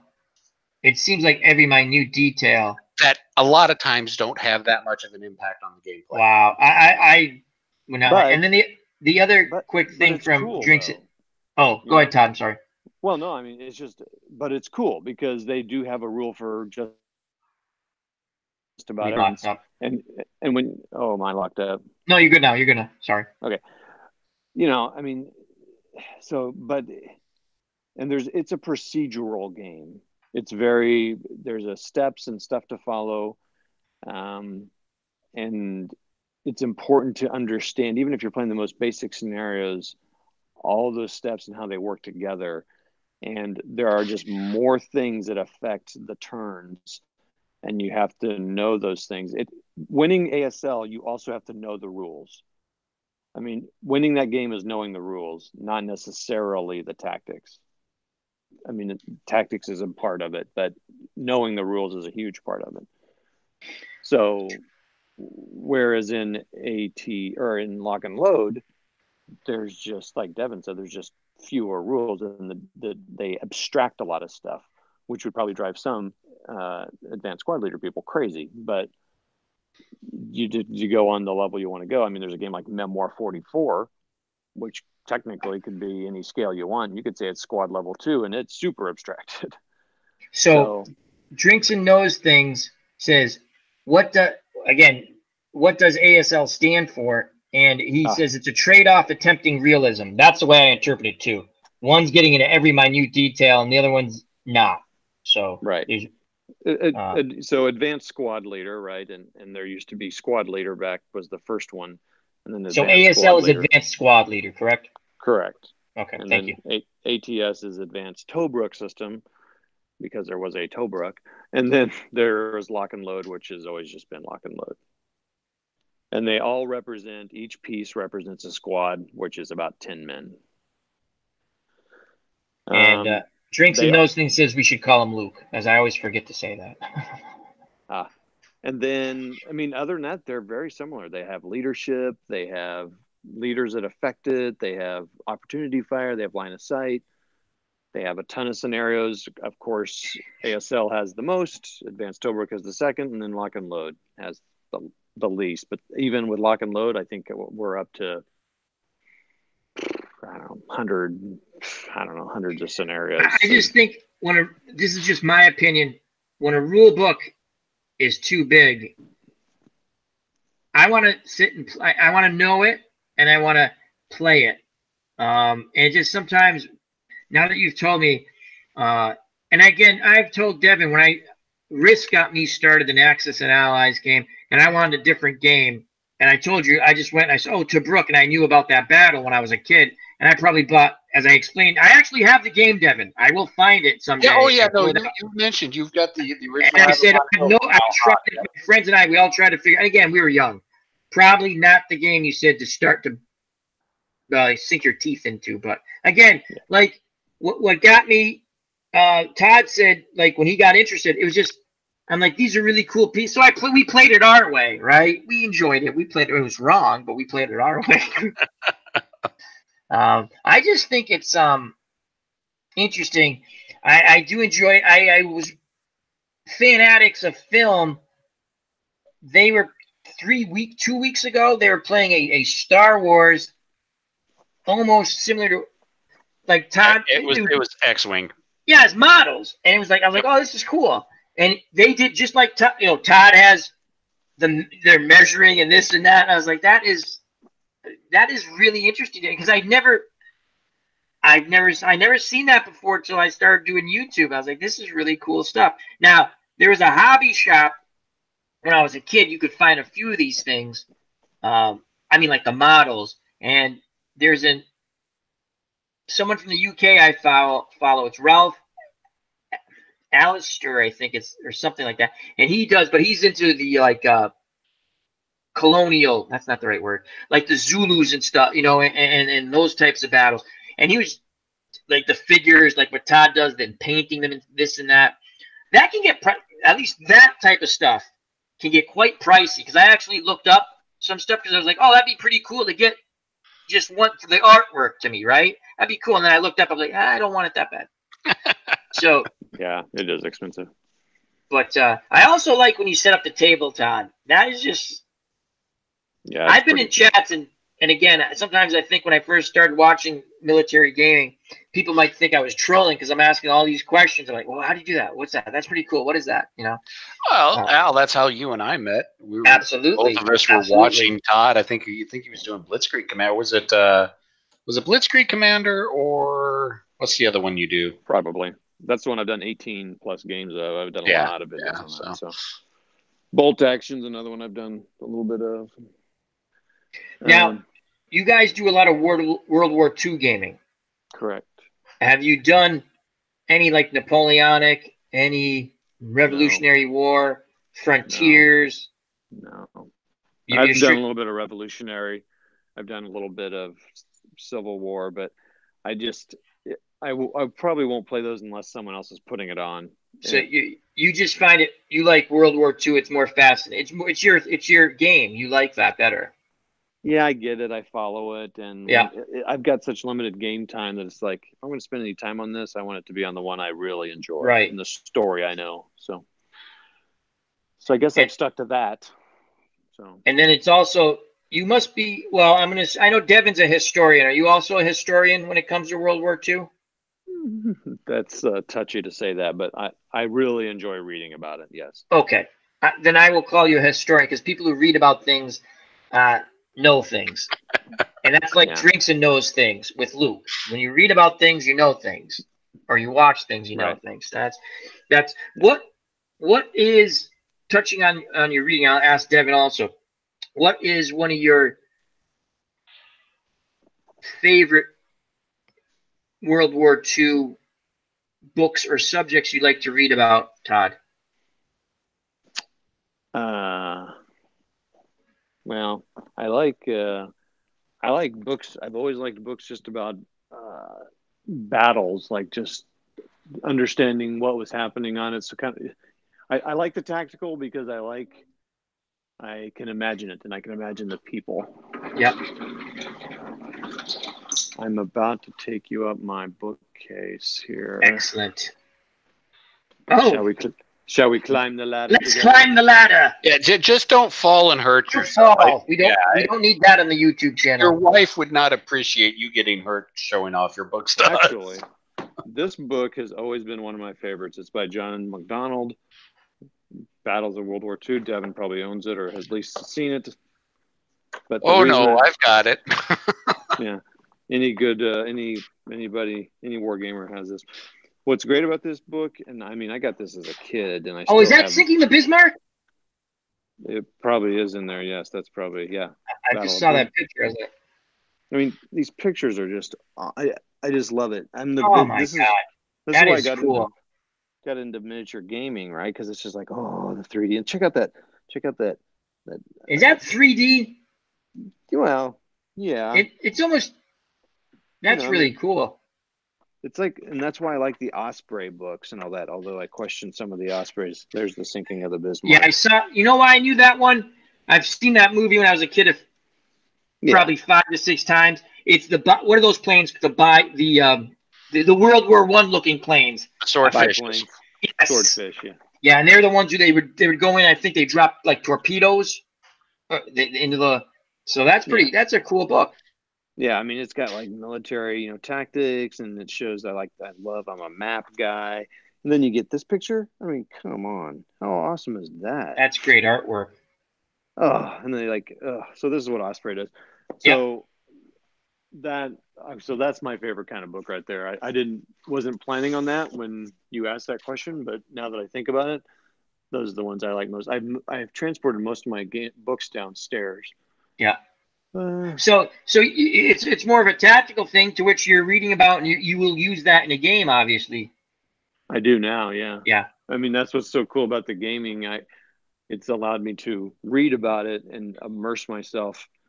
Back when I was a kid, besides Panzer Leader, I just would watch a movie, you know, and I'd be like, I needed a movie to kind of bring it to life, but now I can. Sorry, Hangouts is asking me to rate them. I'm like right in the middle of a hangout. I'm not going to rate you anymore. Take care, Robbie Wartburg. Thank you for stopping by, my friend. So yeah, that's my long answer to that question. Devin, what's your favorite book? Mostly I enjoy the Eastern Front. So I tend to enjoy those books more, but I also enjoy specific authors. Cornelius Ryan. He's done a series of really good books, and he wrote those, back in the 70s. And they're still some of my favorite books. Fall of Berlin. He did A Bridge Too Far. Yeah. He did 3 Day. Yeah. He's written a lot. Cornelius Ryan. He's wrote a lot of good stuff. Ambrose, another really good author. I actually conversed with him via mail. This is before email. Well, we kind of had email, but this was the early 90s. And he and I were discussing back and forth for several months, actually, right there near the end of my time and when I was in service. But I'm kind of like with Todd. I don't like the overarching operational or strategic 23rd Battalion moved up to the village of Kosovo. Blotstavich and rested for 3 days. You know, give me the ground level, what the troops on the ground were actually thinking and feeling, and their personal experiences. Those are the books I enjoy the most. The books that give a face to war.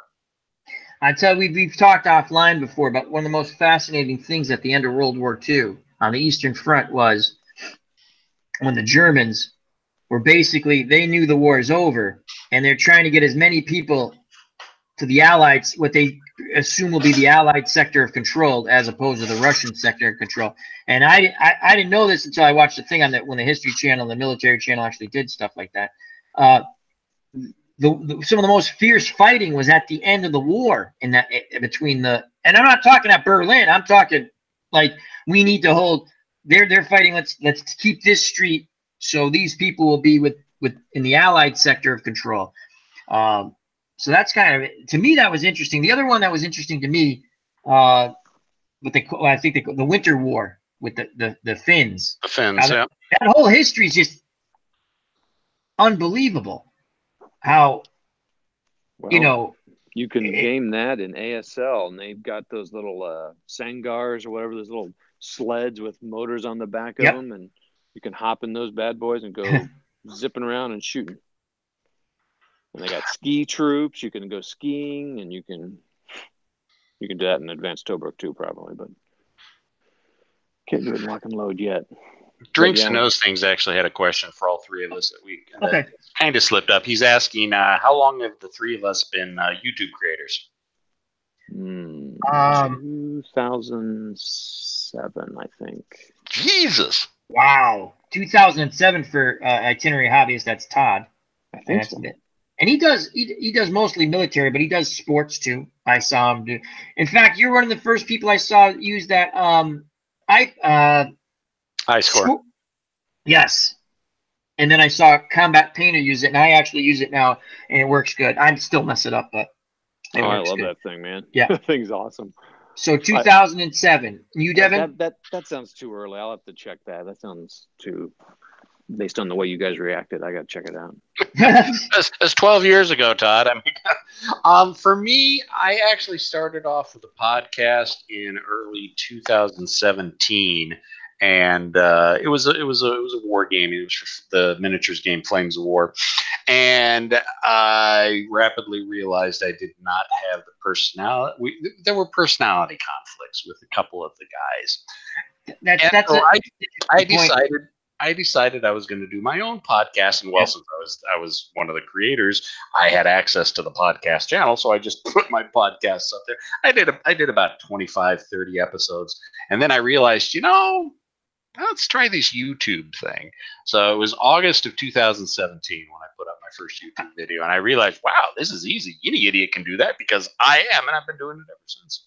I started my YouTube channel just so I could watch Phil the Issues Guy and be on his show in the chat, and I ended up becoming a moderator, and I would call in when he did the call-in shows. It was a lot of fun.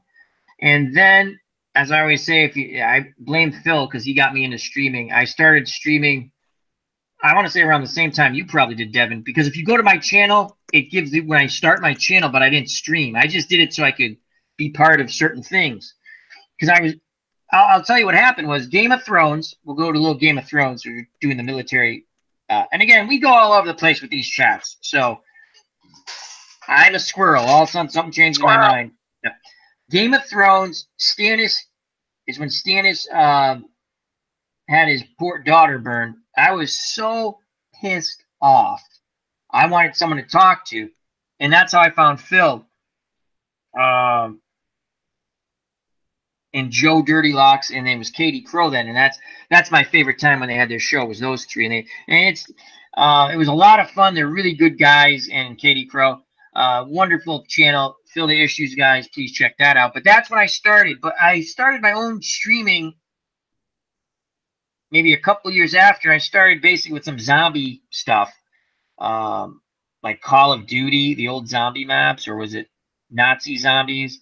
And no one watched that stuff, but it was fun.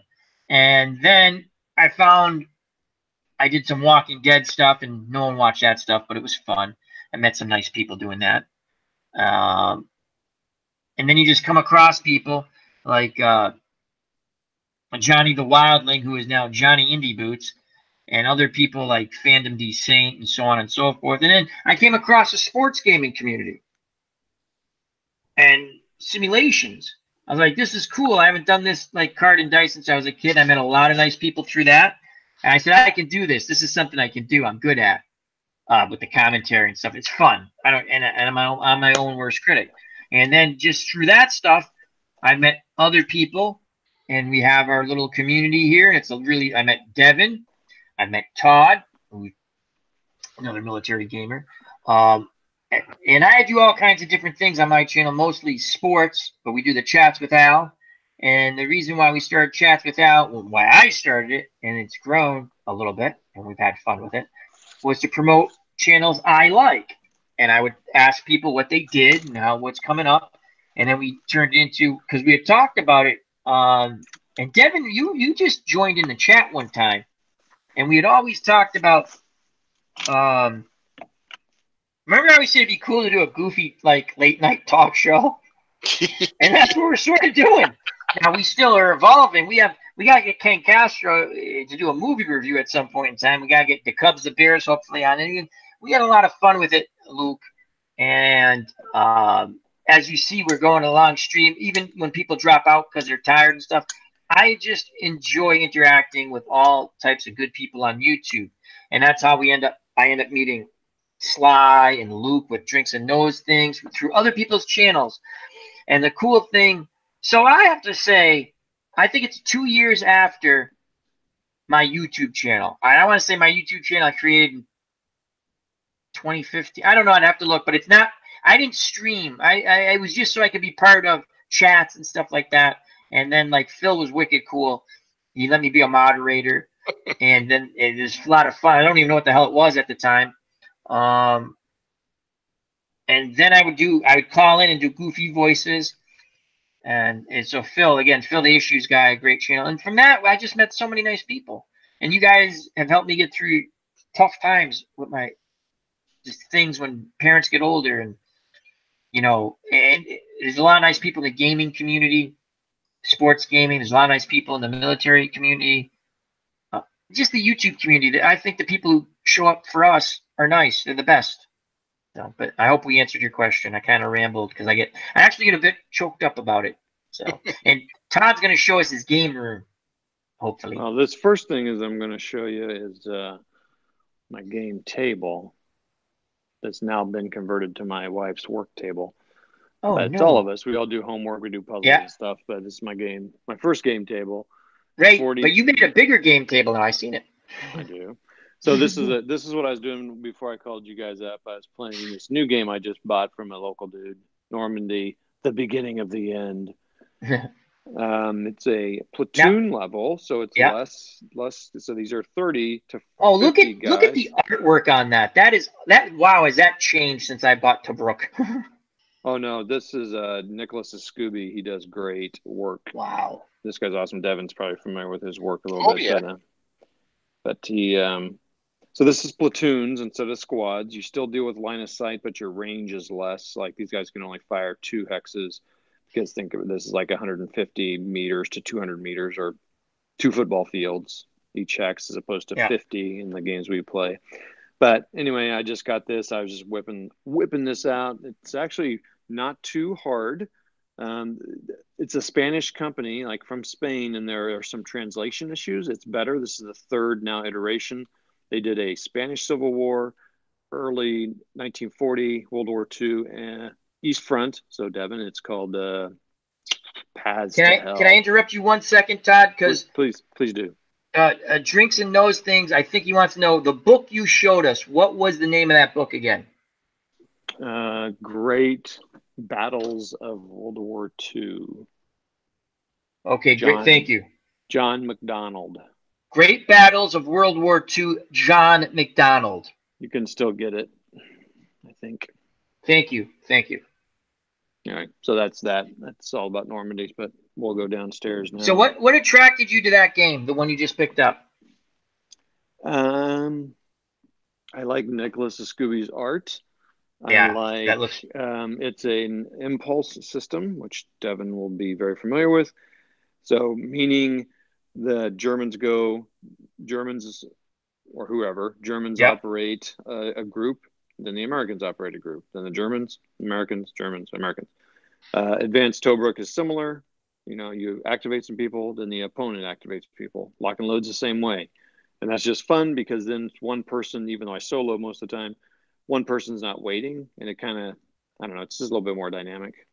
That's one reason. The rules are not that deep, so it's not too complex. I wanted to give it a shot because I've been kind of looking for a platoon level game. I've played Panzer Blitz, I've played Nations at War, and now I'm trying this one. Excellent. Thank you. So far, it's been enjoyable. The artwork's beautiful. Oh, no, that's great. And that's the first thing I'm like, that's really cool. Yeah. And they do have some real leaders on some of the ships. Most of them are just fake pictures and names, but they do have some real ones, which is kind of cool. So anyway, that's cool. Now we're going to the big room, the war room. Remember Dr. Strangelove? He can't go he'll see the big board. No, you can't. There's no fighting in the war room. That's a great movie, everyone who's left in the chat, whenever you watch.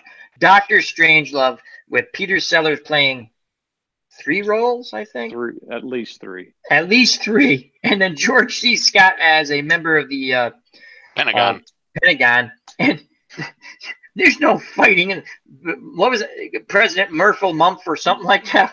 There's no fighting in the war room. Yeah, great movie. All right, so this is the work in progress here. That was an old ping pong, no, air hockey. Air hockey table. I remember. See. 2x4, 4x8. So this is a 8x6 table, 6x8 table. I've moved a lot of my books and my rules. Whoops, other way. Lights go off. Oh. So a lot of my books. When you especially when you get into miniature wargaming, you become a rules collector.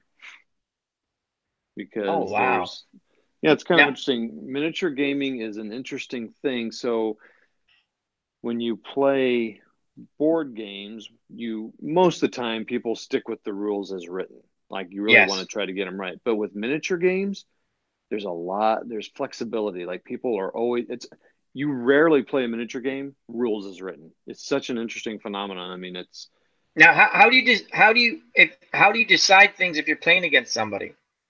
That's exactly, I get that question a lot. So if you came over to my house, and you do run into that. You do have problems with people play it what happens is regions the East Coast will play a game with some little tweaks here and there, but the West Coast will play it differently in the Midwest, and then they kind of have to, for the most part, like if it's competitive, like Flames of War or Bolt Action, those are pretty much agreed upon. There's just like little rules interpretations, but on the further down those, because those are tournament based and those have to be consistent. But on some of the other ones, like Command Decision, Blitzkrieg Commander, it's so rare that you're meeting people and playing them. If you meet them, you just kind of say, hey, we play it this way here, and you just agree on it. And if you can't even agree at that point, well, then you're probably not going to enjoy playing with each other. Yeah. I mean, it might be a real war. Yeah. I mean, you don't make major tweaks or changes. It's just these little things that, you prefer and all that stuff, but you just really don't. Could you, I see like you have it looks like a regular tabletop game there. Am I correct? Yeah. Mm-hmm. Could you show us, if it's easy enough, some of the models you use for the other the tabletop, Yeah, it's a little tougher because the lighting is not great in here. Okay. Yet, but like this guy here. This is 15 mil. And what does that represent, the soldier there? What type of unit? Or do you decide when you play? This is American. Yeah. In World War II gaming and most historical gaming, you don't what's the term, Devin? You don't proxy. Okay. You like in Warhammer, you can proxy and do stuff like that. You can do it a little bit in historical, but for the most part, is that a Sherman? Yeah, it is. Cool. I don't think this turret actually. So I'm not much of a rivet counter, but I think this turret is out of place with this hull casted thing. It's funny. It's funny you mentioned that. Like, you mean like historically accurate or something? Correct. This is more of a 76 jumbo turret, and this is the earlier casting. So when they first made the Shermans, they were casted hulls, and then later on they welded them. Anyway, that's just kind of. But now, see, if someone put that on my table plate, I'd be fine. Yeah, So I guess I can go I'm fine with that, but some people would freak out about that. Like, nope. Yeah, it's funny you say that, because again, the gentleman from the UK, he'll explain how some people won't buy. I can't remember the companies, but they don't like to buy from certain companies because they don't feel it's historically. And I can't tell the difference when you show him the thing. He's just saying some people like to buy from this company and some people like to buy from that. I was just when you said that, that's what popped into my head, where some people just, it's not historically accurate. And I guess if that's what they like, that's what they like. So. Yeah. That's their thing. I'm with them, because if you're going to spend all this time painting and researching, and you might as well get it right. But I'm also kind of like, I can be a little flexible. Like I don't put decals on my models because I'm just too lazy. So I don't worry about it. But some people would also freak out about that. And when you do it, it adds another layer of coolness when you put the lighting in here is terrible for filming. But is that a German tank?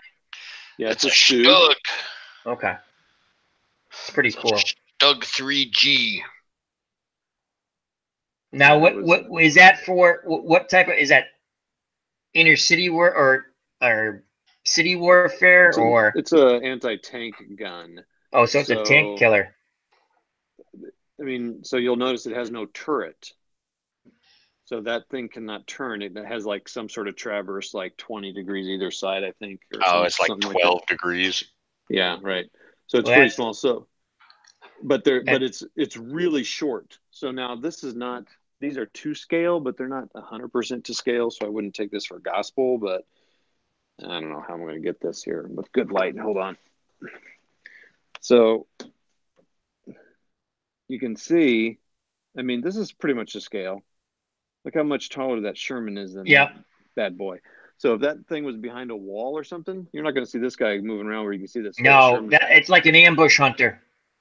Yeah, so this guy would be hiding in the, bocage and in buildings, and he'd be around the corner, and you're not going to see him. It's also less stuff to break down because there's no turret. But then the problem is there's no turret. So, that literally has to get pretty much where it wants to hit in front of it, because it can't. If the Shermans or the other tanks on the side of it, it's goner. Yeah, it would seem to be. I mean, there's pros and cons for both of them, but yeah, that's. I mean, so I got into miniature gaming because, well, I was invited to someone's house here who does these incredible. You can see some videos on my channel. He just incredible layouts, and just Command Decision is his main game, and I would play those. And I was like, this is so awesome. I just so immersive into that, just like those pictures in that book. Oh, by the way, I looked it up. October 26th, 2010 was my first video I made. Excellent. Still, that's a hell of a long time. That's a long time, my friend. Good for you.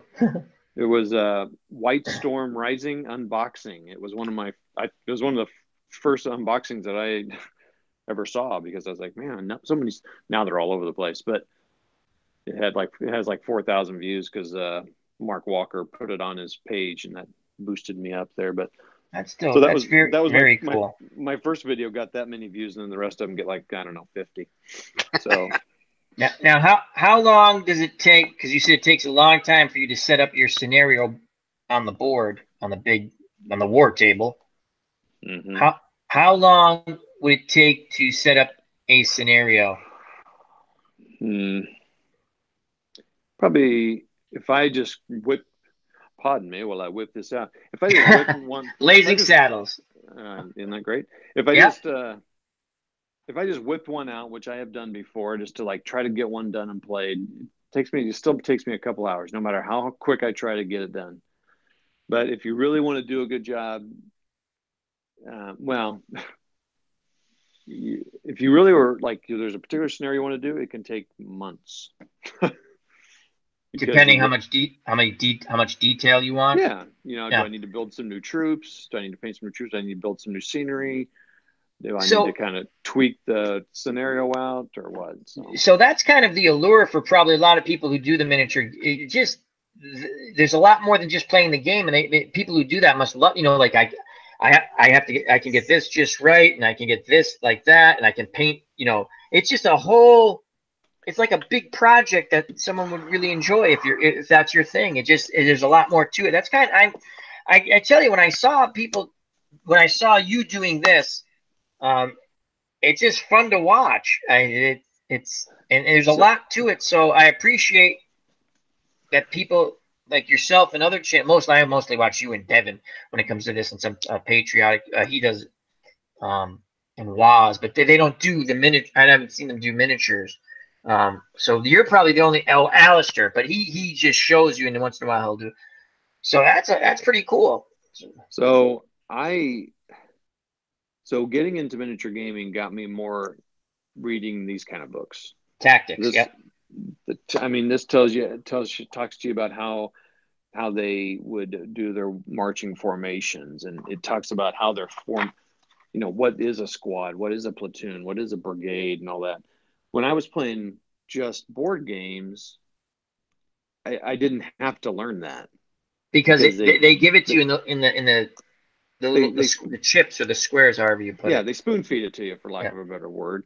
But then when you're doing miniatures, well, I got to figure out, okay, World War II is easy. Painting those troops, really, frankly, is compared to anything.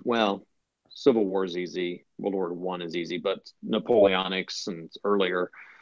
Well, Civil War can be kind of hard, but anyway, because it's pretty simple, but you still have to kind of understand, okay, well, how many troops are in a squad? Because I want to build, if I'm doing one-on-one. Yeah. And like Devin knows, Flames of War does a good job of showing, okay, here's the structure, and then here's kind of what they're painting, or, what their uniforms look like. So you kind of, I'm really glad I've done it, because it helps me understand my board games better. Like I understand now what I'm kind of seeing and the makeup of the troops and all that. So I'm thankful for getting into it, if anything, for that.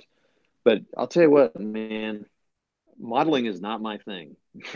It is, if I could afford it, I would buy my armies done. And if I could, it's a matter of time versus money. And to buy a painted army is going to be at least $1 a figure, at least, or more. What is a site you use for your figures, if you'd like to share that?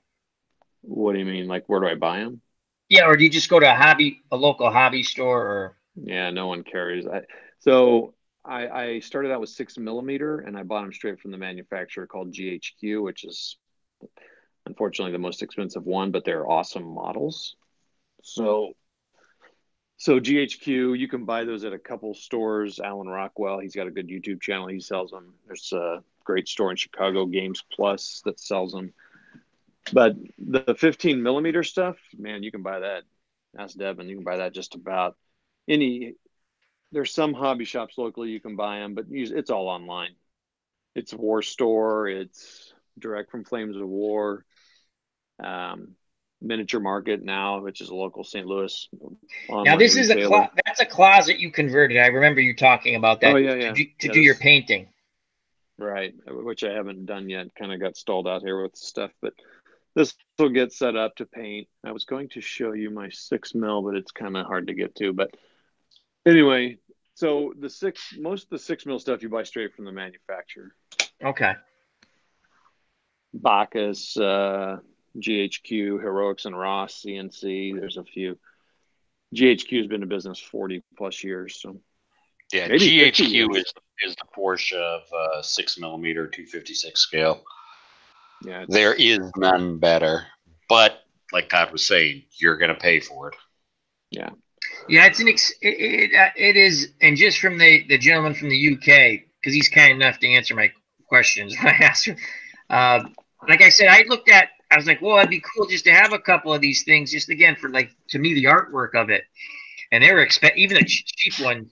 Well, then I found some that were lower, and I didn't like the way they looked. And I was like, and that was the Zulus and the like the Battle of Isla Duana kind of thing, because I'm fascinated by that battle. So it's really, I find it fascinating, Todd, and I like that you've taken the time. And again, we're not leaving yet. I'm just saying I thank you for taking the time, because to me, it's just cool. I don't know how else to put it. It's just fun to watch.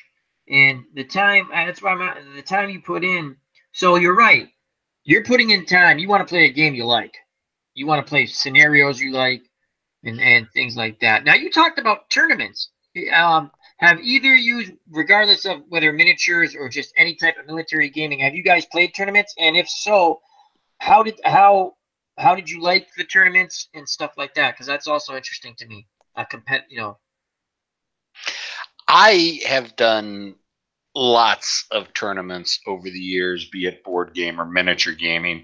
I started out in board gaming 81. I started getting into miniatures about 86, 87. In the mid 90s, I really kind of went hardcore into miniatures, because at the time, board gaming just wasn't. Avalon Hill had died. SPI had gone under. So I really didn't think there was much of a future for board war gaming, so I really shifted more into miniatures gaming.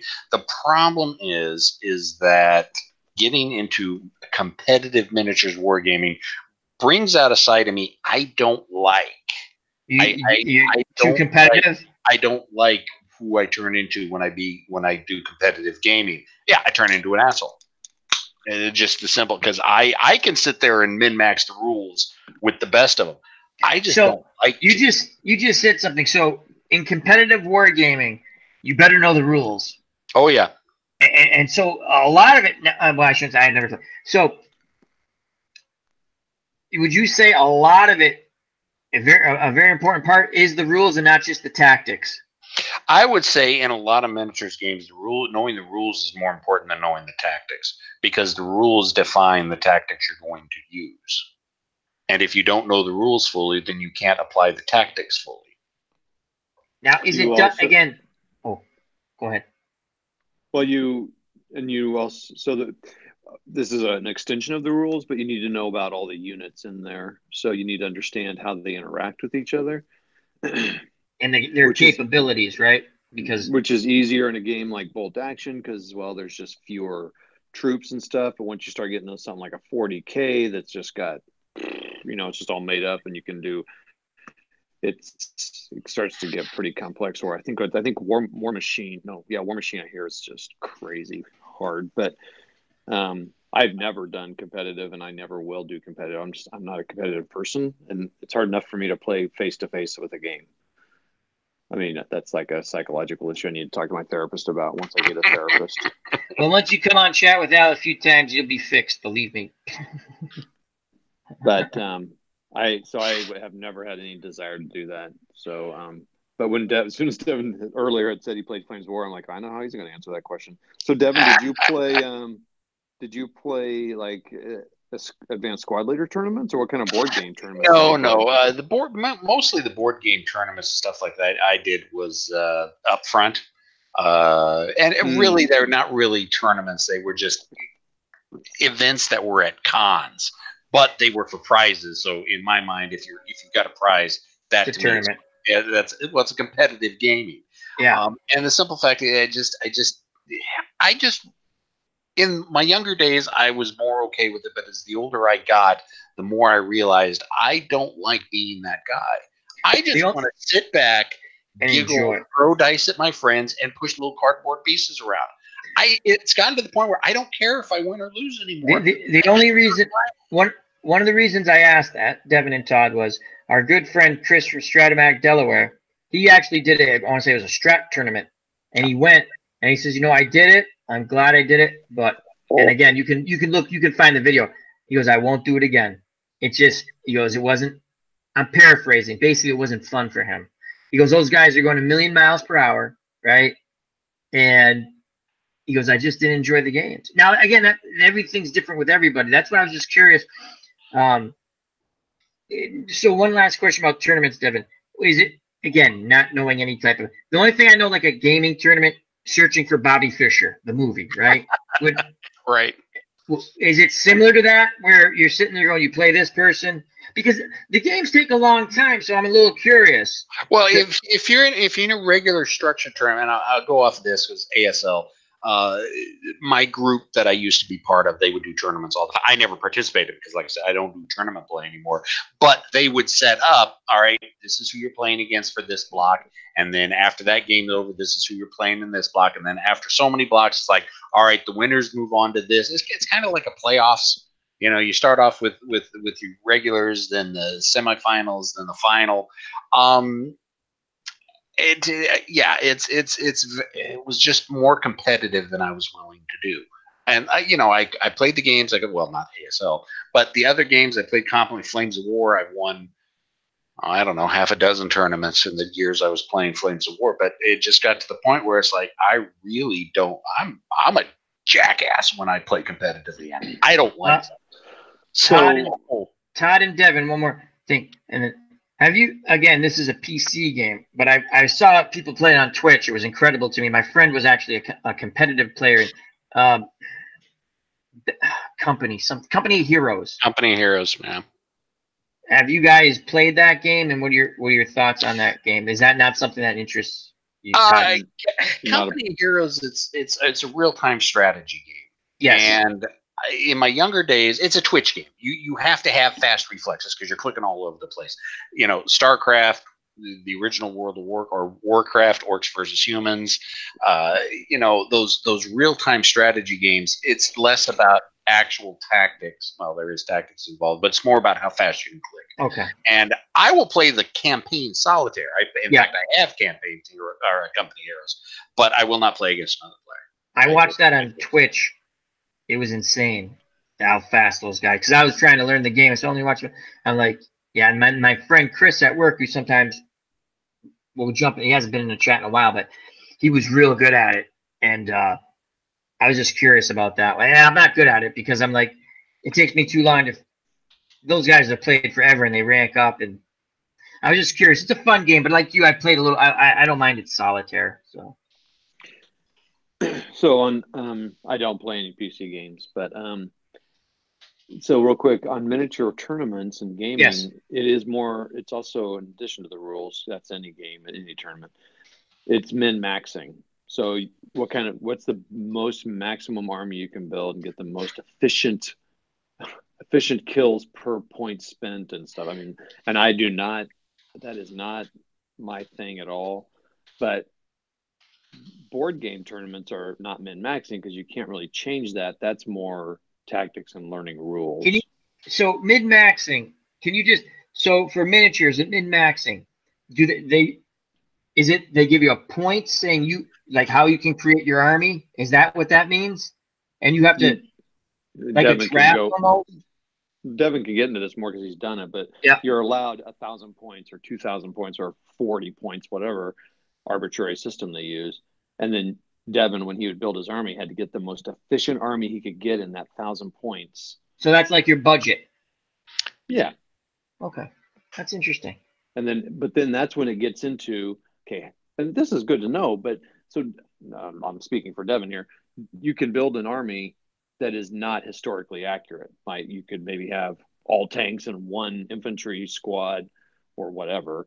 You could have 10 tigers on a battlefield when tigers showed up like one every, and they were rare. So, or something. I'm just throwing out stuff. No, I get what you're saying. So some people will play a certain way because that's the way they play. That's kind of interesting to me that you have a budget and you can build your. That's kind of tough because you got to kind of know your either the so they must tell you the scenario or you might know your opponent. No, they don't tell you the scenario. You know the usually. It depends. It depends. In Flames of War, you have like 8 basic scenarios, and usually what will happen if you go to a tournament, the tournament director will set up beforehand. All right, the scenarios that we've got set up are ambush, blocking attack, fighting withdrawal, what have you. So you know kind of what the scenario parameters are, but you don't know what the boards look like. You don't know what your opponent's lists are. Yeah, so that's the big thing. Which, I mean, that part's kind of cool, the fog of war, because that's more accurate than knowing exactly all that. So that part's good. But yeah, I mean, but then again, this is a tournament, so everyone's fine with it. You have Americans against Americans. You have, Americans against British or something, and Germans against Japanese. Yeah, and some tournament organizers, the good ones, try to make it blue against red, as they call it, and they try to keep it theater specific. But, if they're just trying to get some games played, the cool thing about tournaments in all aspects is you get a lot of games in, and I think a lot of the tournaments are probably pretty fun. I mean, all I know is ASL. I still wouldn't mind participating in one because it sounds like a lot of them are. While the hardcore guys who are going to win are going to be hardcore, it sounds like most of the people that are playing there are pretty cool people, and you're going to get curb stomped, and you just go and have fun, and you're going to get curb stomped. Well, learn so much because you're going to play all these different people. I've only played Devin in Advanced Tobruk system, right? Well, he's going to play completely different than Mitch Land, who is another guy we know who plays. Well, but if you go to a tournament, you're going to get to experience at least 5 to 6 people and think, whoa, I never even thought of that strategy. And Devin and I never thought of that because, Right. Here's something fun. Todd, give me a scouting report on Devin, and then Devin, give me a scouting report on Todd. Oh boy! Boy! I want Devin to like me. No. No. I don't. Just kidding. Okay, let me think about that a second. Well, okay, Devin is he's a humble guy. Yeah. He says he's not as good as I think he can be or is. So do you think that's a mind game? He's trying to mind game people? I don't think so. I know. First of all, Devin, because we're not competing now. He said he can't be a real ass, but not when we're playing like we're playing. But he's a humble player as far as that's what I would say. And I think he could be more confident in the rules because I think he knows them. What's Devin's one of his favorite? I guess attack. Like what? I don't think I know that. I haven't played enough. We've only played like two or three times. Played that. Okay, but you see where I was trying to get at though, because I thought it'd be kind of cool to get a scouting report. Yeah. No, I mean, I would tell anyone to play Devin because he's patient and will help you learn the game. Oh, absolutely. He answered all my stupid questions the first time I met him. That was one of my first things. I tell the story. I go in the chat and I say hello. It's a pet peeve of mine when no one says hello to me. I'm like, well, okay, whatever. And he was like one of the few people say hello. And I said, so you fed the stray dog. I'm going to ask you questions now. So poor Devin, now he's stuck with me. Who's stuck with who? You're stuck with me, dude. That's okay. I like you. You're in the bunker, my friend. You're in the bunker. Ooh, love the bunker. So what, I guess, okay, we don't get the scouting, and I get that. What would you, now you played in sort of tournaments, Devin, because this sort of interests me. Not that I would ever play in a tournament in anything, but how would you, I mean, how are you going to game, if you don't know who you're playing, okay, it's not like you're playing a sporting event, right? You say, I'm playing this team. We know sort of the tactic. Do you just worry about your tactics until you actually start playing, and then you kind of like, as a boxer, you're going to work off counter punching? Like how? Well, a lot of it comes down to how familiar you are with the rule system. If you're really knowledgeable with the rule system, you can roll with pretty much whatever anybody throws at you, especially if you know what your opponent army is running. Now, for me, I used to almost exclusively play Germans when in Flames of War, mainly because the tanks are cool. I like the looks of the German tanks. And someone's got to play the opposing force, the op force. Someone's got to play the bad guy. Fine, I'll play the bad guy. So if I was playing against another German player, I knew what all the strengths and weaknesses of their army was because that's what I played. I played a lot of Americans. I knew what their strengths and weaknesses were. I played a lot of Russian players. Like the Italians, not so much. I was a little bit weak against the Italians, not because I was a bad player, but because I didn't know the army list that well. So if you go to tournaments a lot, you're going to pick up on these things because you have more exposure to what the lists are. Not so much the rules. When you say the list, is that the capability of the units that are opposing you? The list, as I make my air quotes, is whatever forces is like the German list would be the German army. Or the Italian list would be what the Italian army, what they could feel. In Flames of War, you can run infantry, you could run mechanized, you could run pure armor. And out of that, it's like, all right, out of your infantry, you've got engineers. What can they do? You've got normal infantry. There are snipers, anti-tank guns, artillery. For the Germans, they've got the Goliath, demolition vehicles. How strong is a Tiger? What's the armor factor on the different vehicle sides? All right, does he have aircraft? What are the different types of the powers of the aircraft? All right, I'm playing a Soviet. He's got Ilyusha fighter bombers. What are they equipped with? Do they have rockets? Do they have bombs? It's going to require different tactics to face that stuff. So now, how would you when you played in these, or just your thought process? Do you go on the offensive to feel out your opponent? It depends on what the scenario is. Sometimes if you're playing a full defensive scenario, you don't have to go on the offensive. You just have to sit back. So you're in a defensive. If you're an attacker, that's where it comes down to more. All right, what are his strengths and weaknesses? What could he possibly have in the list? He's running an infantry list. He's got 4 infantry platoons out there. One of them's an engineer. He's got 2 units in ambush. One of them's probably an anti-tank. He's got artillery off board, and he's probably got a self-propelled gun or a tank list, or a tank in ambush. So knowing what the opponent's list could be will help you form the tactics. It's like, all right, he's got 4 platoons out there. He's got 2 platoons in ambush. One of them's probably an anti-tank. So I'm going to have to avoid areas where those ambushes can come up until I can get my infantry far enough forward to clear. It's there's a lot that goes into it's something. It's interesting to me. I get interested by things. I ask questions. It's interesting to me because if you don't know, I'd rather almost. I think Todd had said it, I'd rather be on the defensive because at least I know what I'm supposed to do. Right? Yeah, defend this area. And Todd is a rock solid defensive player. The couple of games that we've played, he's been on defense both times, and I haven't beat him. No, I won one time, but that was by like it was in the final turn in the final melee combat. He made me work for that one, and then when we did the one that had a lot of tanks in it, he just sitting up on the hill, just popping my tanks out, and I couldn't do anything about it. So yeah, Todd's good on the defense. He's very competent on the defense. So. Do you think you and because I've asked you this before? Do you think that you guys would be, if there's time, you guys do some of that gaming together again, or? I'd love to play Todd again. Be it with ATS. I actually have kind of also started to get away from ATS because again, rules heavy, not enough players around.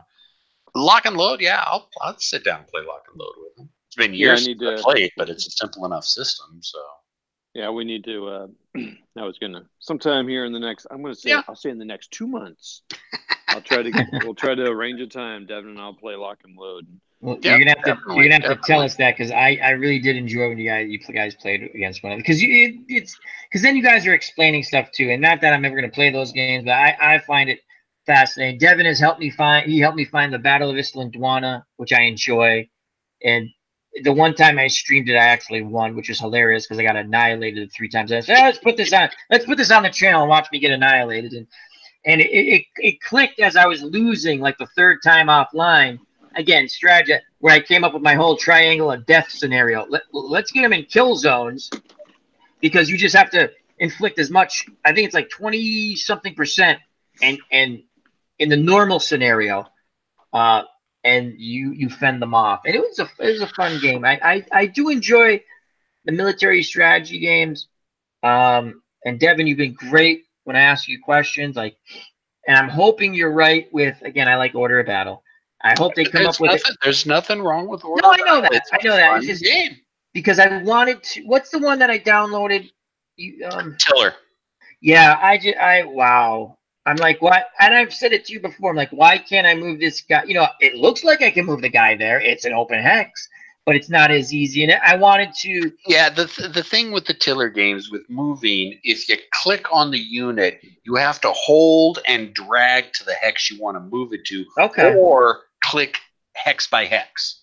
There's 2 different ways to do it. Neither one of them are intuitive. If you just want to move them 1 hex at a time, you click on the hex that is adjacent to it. It'll move there. If you want to move them a bunch of hexes, it's click and hold and drag them out to where you want it to go, and then the computer will find the shortest path. It's and like I said, as soon as you mentioned that, I told you the last time we talked about it, I knew exactly the issue and the problem. And I wanted to like it because it had it had the Battle of Dien Bien Phu. Yep. And I wanted to play that so I could lose it. And but I'm hoping Order of Battle, as you had told, hopefully in the near future it adds. And I got so many scenarios I haven't even played because I do the same thing with Order of Battle I do with baseball games. Like, I need that scenario. Am I ever going to play it? No, but I want it. So it comes on sale and I buy it. But what's cool about that, and I have a few other PC strategy games. They play a little more like Axis and Allies. I found I do not like grand strategy games. I'll tell you. I don't either, man. I'm with you there. I don't mind doing some of the economics and the trade deals. That's kind of cool. But my God, it's so much overkill with that. So I'm not a grand strategy fan. And I bought a couple of them because they were on sale. I'm like, I don't like these games. What I like about Order of Battle, you sit down, you play, you have a historical. I'm not saying I'm not an expert, but they give you the historical scenario. So if you don't win the battle, there's no way you can win the battle. It's just like, what was one of them? Oh, out of the Philippines. You basically trying to get MacArthur out of there, and that's your whole point of it. Hold out till the PT boats come. Yeah, PT9 boat, whatever there, and take them, away. And then what was cool about that was you basically got your troops that were left over, which I didn't realize, or I would have not been as nuts with my strategy. Because when you played the second one, I'm like, wow, I have basically nothing left because I sort of played a more offensive defensive, meaning I would attack, fall back until the Japanese reinforcements were too much. And but that's what I like about that game. That's a fun strategy game for me, and I like that digital works That's where you found the Battle of Islandwana. I've looked at a couple more things there. I've looked at the Battle of the Little Bighorn. I might pick that one up. And they actually had a zombie one, which was I looked at it like I want to get it, but I'm like, this basically looks like you got 4 guys and you just go around and you kill zombies. I want a little more strategy than that with this one. But that's a nice site. Again, nothing like what you guys do, but I do enjoy, and I appreciate you guys taking the time. I do enjoy the military strategy stuff. And Devin, you had brought up it's how more people who don't play military strategy play sports games and vice versa. And I thought that was a really cool point because it's kind of similar. I mean, yeah, and the funny thing is, I've got a buddy of mine, a U.S. Patriot, Mark. He shows up. I follow him. I like that channel. Yeah. He's talking to me about, well, should I get Stratomatic or Second Season? It's like, well, these are what the 2 games, the strengths and weaknesses. So he's starting to get branch out into the. So I'm seeing more. And Luke in the chat just says they're really similar. They are similar. Yeah, That's why I enjoy them. Now again, am I expert at any game? No. I play them because I enjoy them. My pet peeve with certain things, if I don't mind if someone comes and says, "Oh, you did this right," that's fine. Listen, I'm not a general. I'm not a coach. I play it to play it probabilities. Absolutely. What fascinated me about Order of Battle, and once they had the battle, like again, it's my term, Battle of Singapore. They call it the Road to Burma. Okay, but the first opening scenario, that's a Battle of Singapore, and it just continues. I haven't played the second one yet. I want to do that in the near future. I'm not an expert on that battle, but I read a lot about it. Again, one of those things that fascinated me as a kid. So when the History Channel did a bunch of stuff on it, I watched it. Commanders at War, I think it was called, was really cool to me. And again, if you go on YouTube, they're on there, and people like denigrate the show. I'm like, my God, I get it. They might not give you but it gave enough to me for the interest. And the big thing with that, and I've told you, Devin, the British had no armor, really. And so it gave me an opportunity. Hey, you want armor? I'm like, yeah, I want armor. I want to see what happens with armor. And my scenario made a big difference. You still lose the scenario because you can only do so much. And I think the game's really cool. For your friend, if he likes card and dice, I would, again, I'm not a big fan of Strat because of their customer service. But it is a solid game. I enjoy it. I play it. But Dice Baseball can be fun, very reasonably priced. And if you're watching me play a game, I play my games long. I say it, and this is the way I put it now because I think people understand it. I savor it like a meal. I don't play games in 35 minutes. I wish I could, but I don't. So I play at my pace, and I enjoy it. So please do not judge how long any game takes that I play because I play it a certain way. So, well, plus you're also conversing with the crowd. Yeah, that's one of my things. I'll tell you when I don't converse a lot. It's when I'm playing Fran Tarkin in football. Because you get very focused on because I'm trying charts and tables. Because one, it's like my baby when I make those teams because I use the stats and I'm making up my own teams. I want them to work. Like I did the 1958 replay of the championship game, and I realized you can. I think I'm accurate with my ratings for the stats, but I could not show what's the word I'm looking for? The intangible. That's not the word. I think it's like the Giants. If you look at the New York Giants who lost to the Baltimore Colts, I know no one cares about the 1958 championship game. I'm going to explain this. You look at their stats. Baltimore is way above them in offense, everything. But yet somehow the Giants beat Jim Brown and the Cleveland Browns 3 times that year. So there's an intangible, the heart factor. And I'm not saying I like Jim Brown. I'm just saying they did something.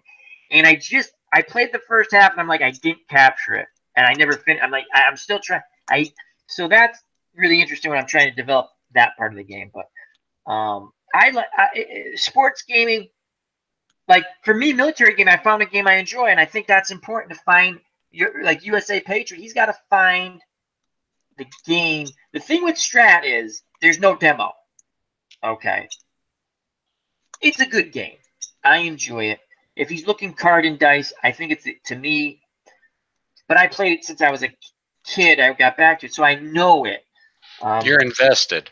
Yeah. Once you get invested, you're in the family. You ain't getting out. As Comics Bueller has rejoined us. How you doing, my friend? As you say, and Moni G, hello. Moni G. So Strat was my first ever sports game, by the way. That was my first sports sim was Fran Tarkenton football, and that was my uncle's game. But the first game I bought like that was Strat. I remember going down to the hobby store, ordering it, waiting like 3 weeks. I remember it was on some ridiculous time, like 2-3 weeks. Like I was so ecstatic. I told you the story. Where are my cards? You know, so I get my Strat, and this is my original 83 set right here, right? And I'm a Red Sox fan, okay?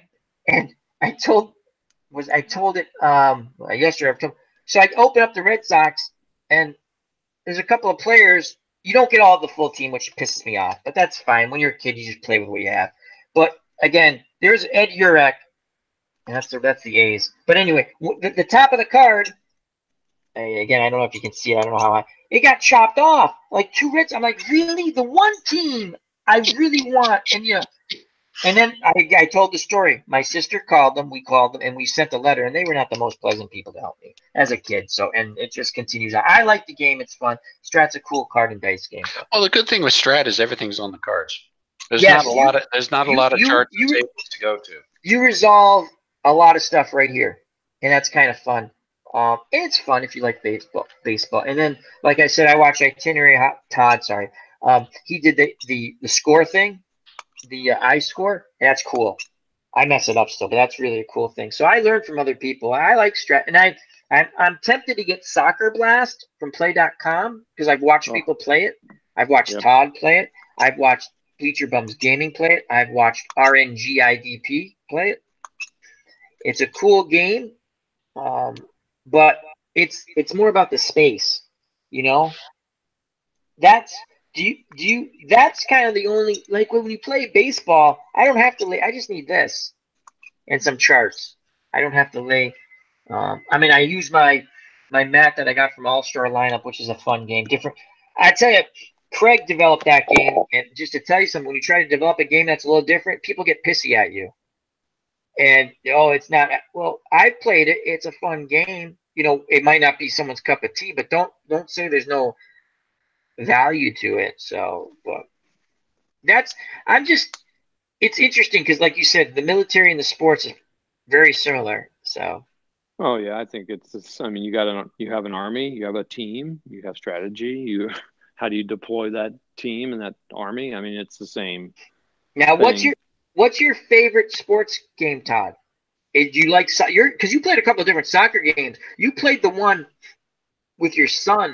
Yeah, the one I played with my son is more.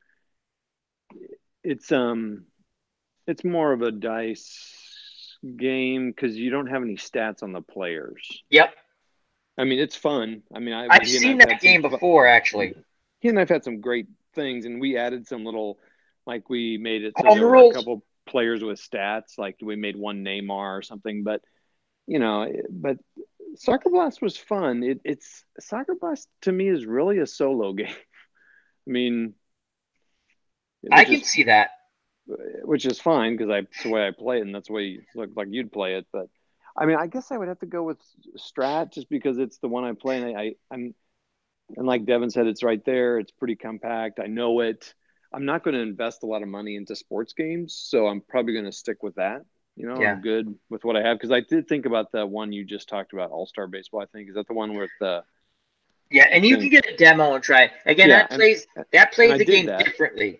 It plays it differently. So yeah, I did that, and it was cool. But I'm like, I thought about it, and I thought, I don't think I would play it enough to invest the money in it. That's the same thing with me when I'm looking at now.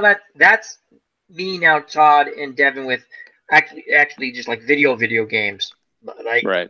I have to go back. I keep saying I'm going to go back and play Strange Brigade because I really do like that game. I just can't get past one of these final parts at the end, which aggravates the shit out of me. That the game has beaten me. I'm like, But am I going to play it? And Strat is a good game.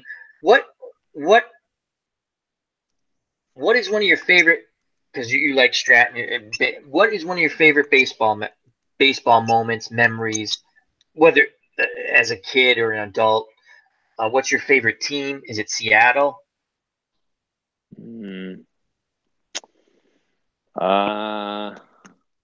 That's interesting. So I would say my wife's mother, so she's from West Missouri. Okay. My wife. Kansas City.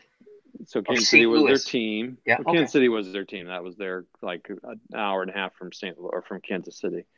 So that was the team that most of the people on that side of the state rooted for. And so that was during the 80s and 70s and 80s. So there were good some teams. good times during there for the Royals. But her mom would listen to the Royals on the radio all summer long, like doing dishes, cooking. It was just it was a staple.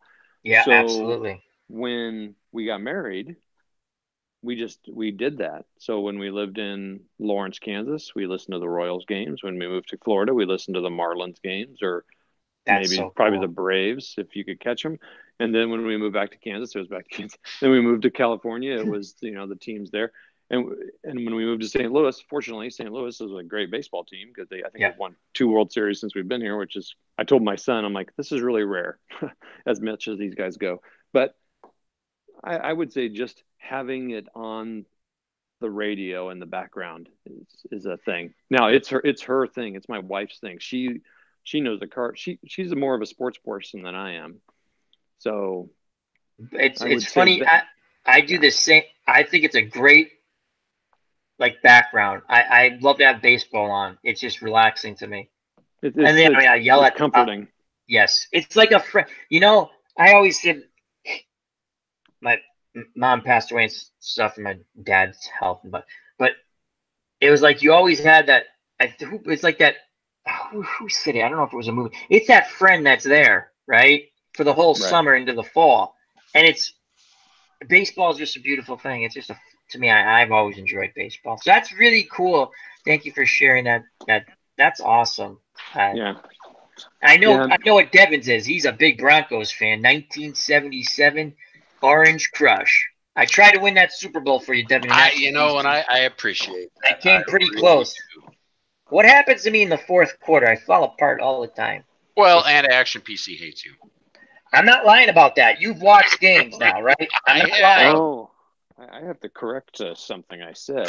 Oh, but go ahead and finish your Orange Crush thing. But I got to get to But yeah, that was a good. That came out of nowhere. That team, they were good, but that team, and Butch Johnson did not catch that ball in the end zone. I don't give a shit what anyone says. He did not catch it. Again, would it have made a difference? It might have. He didn't catch that touchdown pass, so I don't care what anyone says.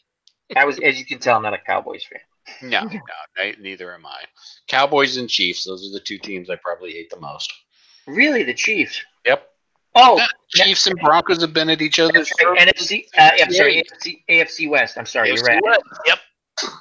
And then followed up closely by the Raiders. Yeah, I'm not a big Raiders fan. Not a big Raiders fan. Seahawks, whatever, whatever. I will always root against the Cowboys, against the Chiefs, and against the Raiders. Always root against them. I don't care who's playing. As Moni G says, listening to the Tigers baseball radio is summer magic. It's something about baseball. It's like Todd's. It's always there. It's a friend. I love it. So go ahead, Todd. I'm sorry. No. I misspoke when I said that my sports game was Stratomatic. My first sports games were actually a couple of football games that I played the heck out of as a kid. The first one was, so my dad owned Panzer Leader, and he also owned the NFL football game, and you guys will know right when it is, but I can't remember this.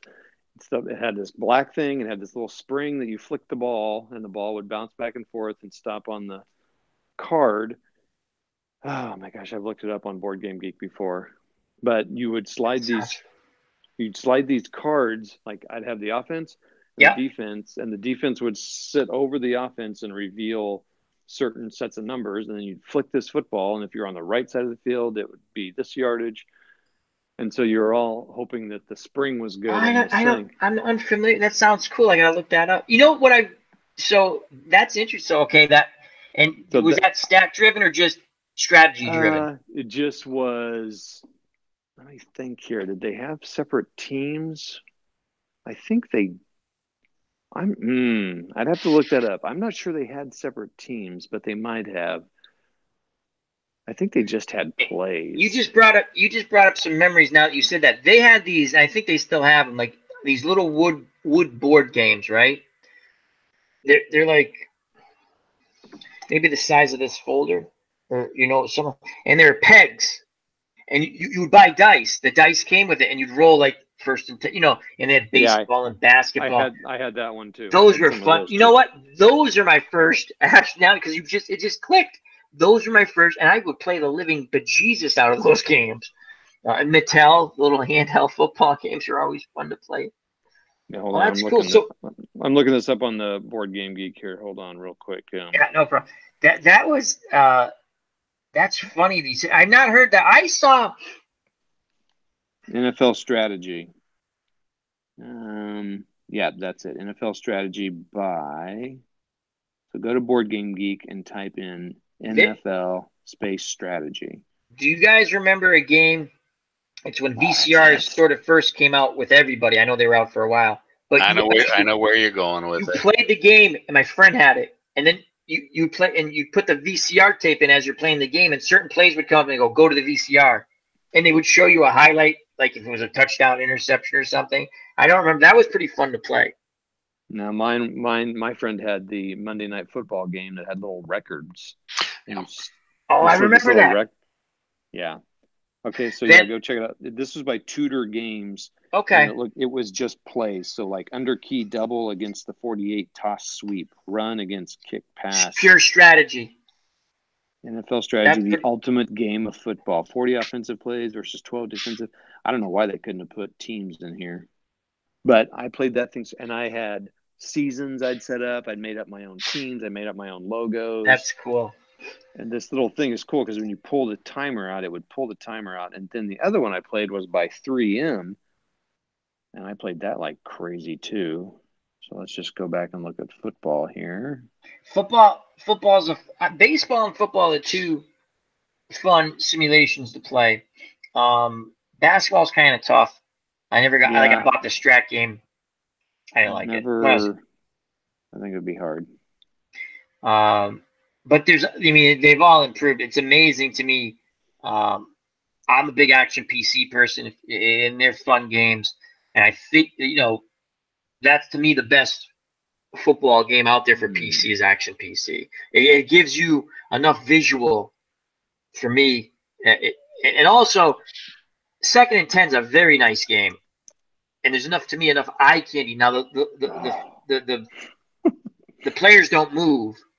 It moves after, but there's so much other stuff on the, everything loads up beautiful. All the old seasons, all the photos load, all the fields load.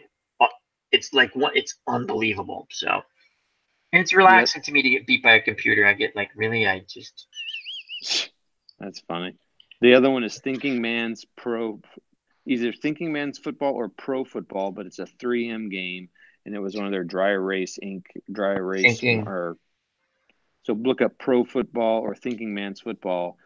And again, I played that like crazy, but no stats.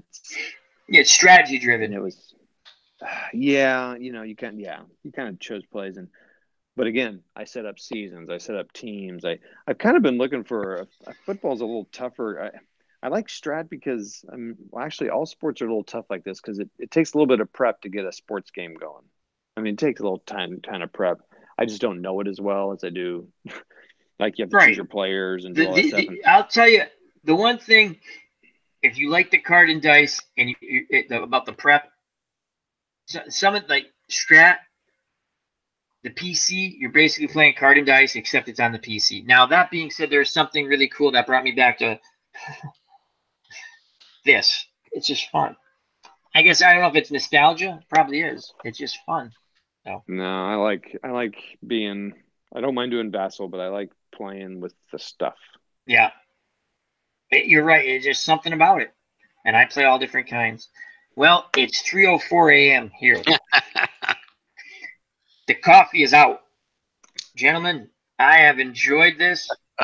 It was a lot of fun. Yep, thanks a lot for anytime. D. Scott Howard said, "Wow, you guys are going." Yeah, D. Scott, we're like the Energizer Bunny, except I'm out of coffee now, and pretty soon Al's gonna go like that. So, but Todd, I'll let you go. What we normally do at the end is just tell us about, if you want, what's going on with your channel. If you want, again, you don't have to, and how you know it's Itinerary Hobbyist. And yep. All right. So itinerant, I know. Itinerant, I know. Itinerant hobbyist. Itinerant. Itinerant hobbyist, aka Todd. It's I've got I do have a blog and all that, but it's basically I do YouTube stuff. But so my 2019 is going to be Year of the Paratrooper. Again, kind of not celebrating, remembering 75 years ago all the stuff that happened in World War II, plus other paratrooper battles. And the other reason is because I'm wanting to promote a fellow wargamer, Lance, who is making a British TV show on paratroopers, and it's called Paratrooper, the drama series. Ooh. I'm not getting anything from it. I just supported it on an Indiegogo, and I want to make sure this TV show gets made. And so every time I do a video or a blog post, or on Facebook, I'm linking to his site, and we can do another Indiegogo here soon. And I think it'd be awesome. It's going to be really like Band of Brothers, but all. I was just going to say, is it a documentary or is it Band of? So it's going to be like Band of Brothers. Cool. Yeah, it'll be fiction. I mean, truth. A mixture of both. Great. Well, I wish that well. That it's important to remember things like that. Yeah, so that's what I'm doing on my channel. I have gaps because of work. Yeah, well, real life pops in. You can't. Yep. So, well, Todd, I hope we have you back on sometime soon. Yeah, thanks for having me. That was cool. I appreciate it. So, and we also do, I don't know, Devin and I will be starting up at some point again our military, where Al asks a lot of Al questions about battles, and why didn't they do this? So that we did the market garden one, which was a lot of fun. And thank you, OG, with that. So OG, thank you, Todd. And again, check out Itinerant. I say it right? Itinerant? Yep. Hobby. I'm horrible with names, so I apologize and stuff. Thank you very much, Todd. OG. Ooh-yah. What's going on, my friend? What? So you got a project? You're not revealing it yet. It's obviously a naval World War II system, because I mentioned that earlier. It's Avalanche Press's Second World War at Sea series. And the pretty cool thing about it is Avalanche Press, the game system's been out for like 18 years, and they've released like 15 box sets and like 10 expansions and some scenario books. Hugely well-supported game system, and that it covers World War II naval operations at both the strategic and tactical level. So one of the game sets I have is Torros. So you can do the entire month-long campaign, a month-long campaign. The actual Corsi battle is only 4 days long, but you could do the entire Japanese attempt to take Port Moresby in the area, and you're moving your fleets around on an operational scale. But then when you send out your airstrikes, or the ships get close enough to shoot at each other, then you go to a different board and you fight everything out on the tactical level. Oh, wow. So there's multiple boards. So you'll have your operational, like we move here, and then there's a combat board. Right. Exactly. That's pretty cool. Exactly. Yeah. So yeah, we're going to be taking a look at that. I want to get recording on that tomorrow. So are you going to, and I know whether it's Todd or Devin, will we see a little more? Now, Todd, the other cool thing I knew I wanted to see, I forget. Todd is a pilot. Wicked cool. He has a kid, you flew a plane. I saw it. I flew a plane, yes. Hardly a pilot, but yes, okay. You flew the plane. I did. I saw it. That was really cool. That's what I wanted. So that was really a lot of fun. Your father-in-law, I think. My stepfather. Mom hooked me up with this guy that's been flying forever, and it was a very fortunate blessing to be able to do it. Okay, we're gonna go a little longer, because Squirrel, remember. When did you? And I'll go quick. What?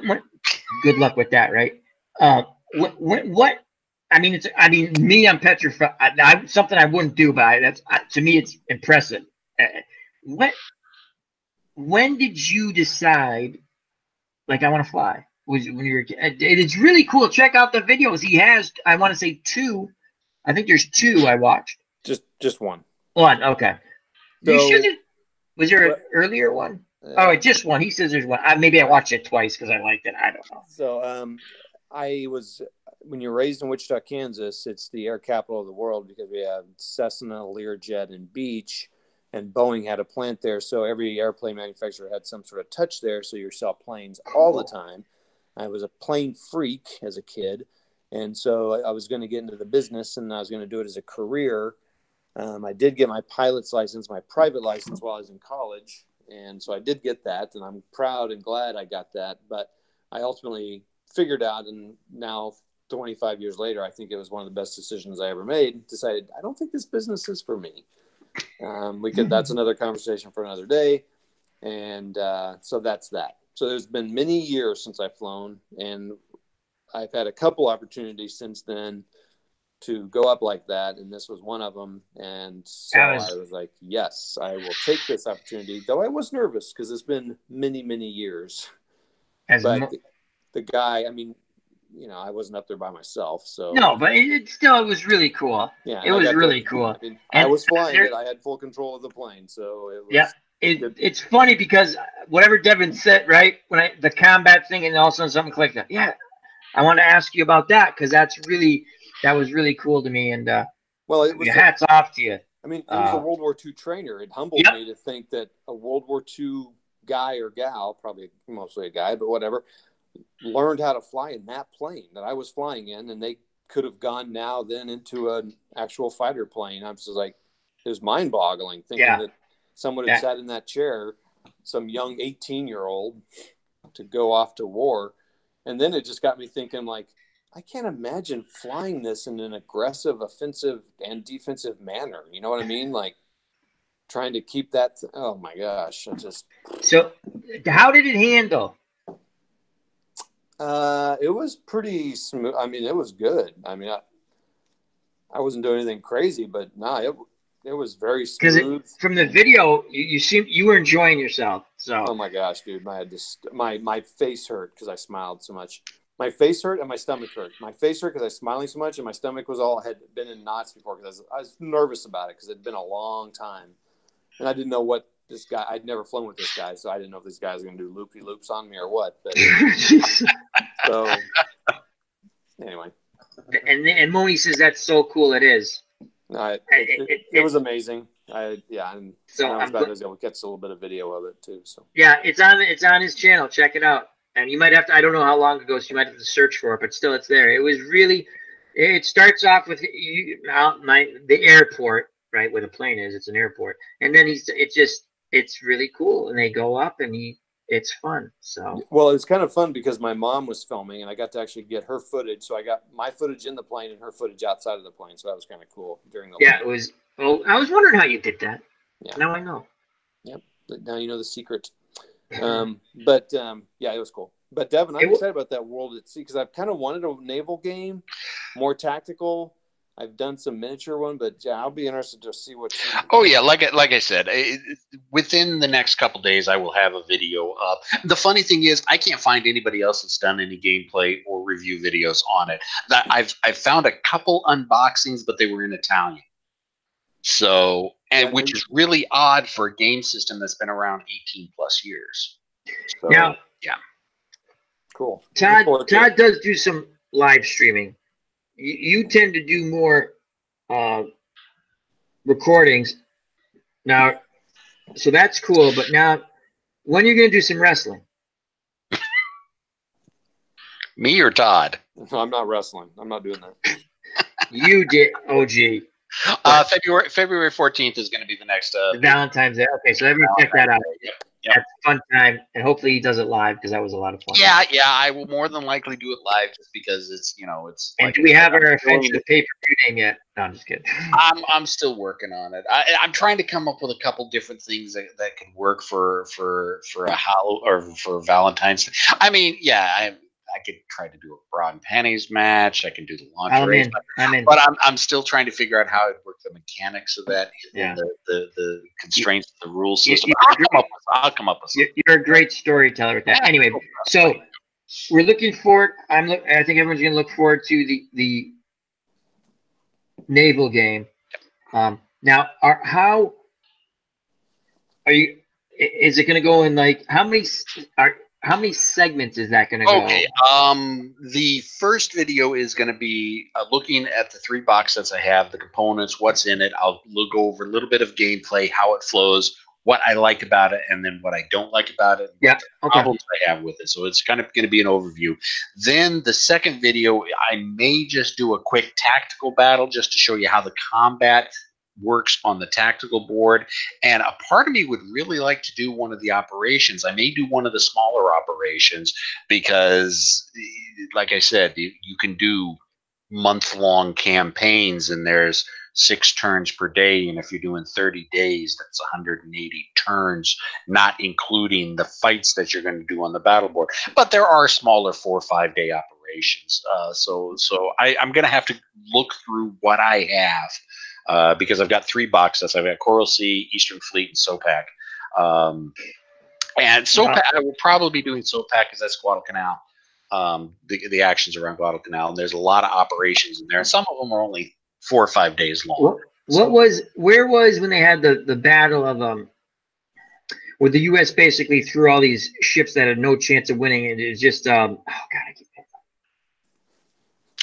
was a slowdown tactic basically. It was something Navy. Oh God, I can't think of it. They had no really chance of winning the battle, and they basically I'm not doing it justice, so I can't. I gotta look. Well, the U.S. didn't lose very many naval. I should say it was like there was no. I'm trying to think. There's no aircraft carriers in this battle. There was no. I have to look it up. Guadalcanal had a lot of actions in Iron Bottom Sound and around Savo Island that were Japanese surface fleets going against each other, not really much in the way of carrier operations. And it's kind of odd because you take a look. World War II, the naval aspect was predominantly dominated by carriers. Yeah, it no longer was the battleship against the battle. It was exactly. Can your carriers find their carriers or find your fleet and knock you out? And I was taking a look at the numbers because I like looking at numbers and figuring out stats and stuff like that. All the ships that America lost in World War II. I'm talking about warships. I'm not talking about merchants. I'm not talking about different ships. Yes. Actual warships. America lost less than 20 ships due to enemy naval gunfire action. We lost no carriers. We lost no fast carriers. We lost 1 escort carrier to naval gunfire action. We lost no battleships to naval gunfire action. I think there was like 3 or 4 cruisers we lost, and a bunch of destroyers. But they're just everything was done by plane. Yeah. So yeah.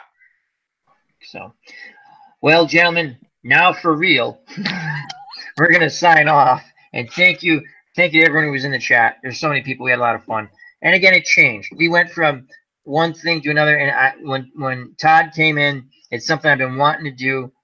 Have itinerant hobbyist on, or itinerant. Yeah, I said that right. And Todd, I wanted him to have on for a while, and we're gonna be doing hopefully a few other things, but more on a separate. Again, when people come on, they can come on at any time, and they talk about whatever we want to talk about. We don't stick to one thing. I would like Todd. Do you do any Game of Thrones stuff or anything like that, or no? I enjoy the series. Yes, Excellent.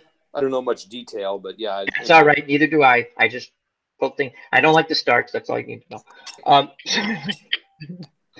But we're going to be doing something like that just for haha's sakes, what our predictions were and stuff like that. So if you'd like to be part of that, and anyone else, it's always a fun time. Thank you, everyone. Also, we will at some point, OG, myself, maybe Todd or anyone, we're gonna get. We did a thing on Market Garden. We're gonna get back to that. I think our next one, Battle of the Bulge, maybe, or we'll talk about that. We were either going to do Battle of the Bulge or Stalingrad, one of the two. Ooh, Stalingrad's good. Yeah. I don't know as much about that, but that's really interesting. Yeah. That's really interesting. So something like that, maybe in the next few weeks, maybe on a Wednesday or Thursday. Maybe we go after like ID does his interview things. So you should get on one of those. Yeah, I think you'll enjoy it with ID. So, ID Gesture. Yeah. Good dude. Yeah, I like ID. All right, everyone. Thank you very much. Coffee's run out. Caffeine's starting to leave me. I'm going to start to drool. You don't want to see snot coming from my nose. Believe me, it's not a pretty sight. So health and happiness for myself, Todd, OG. Till next time, watch out for the curveball in the dirt, the big right hand, and the enemy lurking in the bushes. Watch out, folks. Do what you want.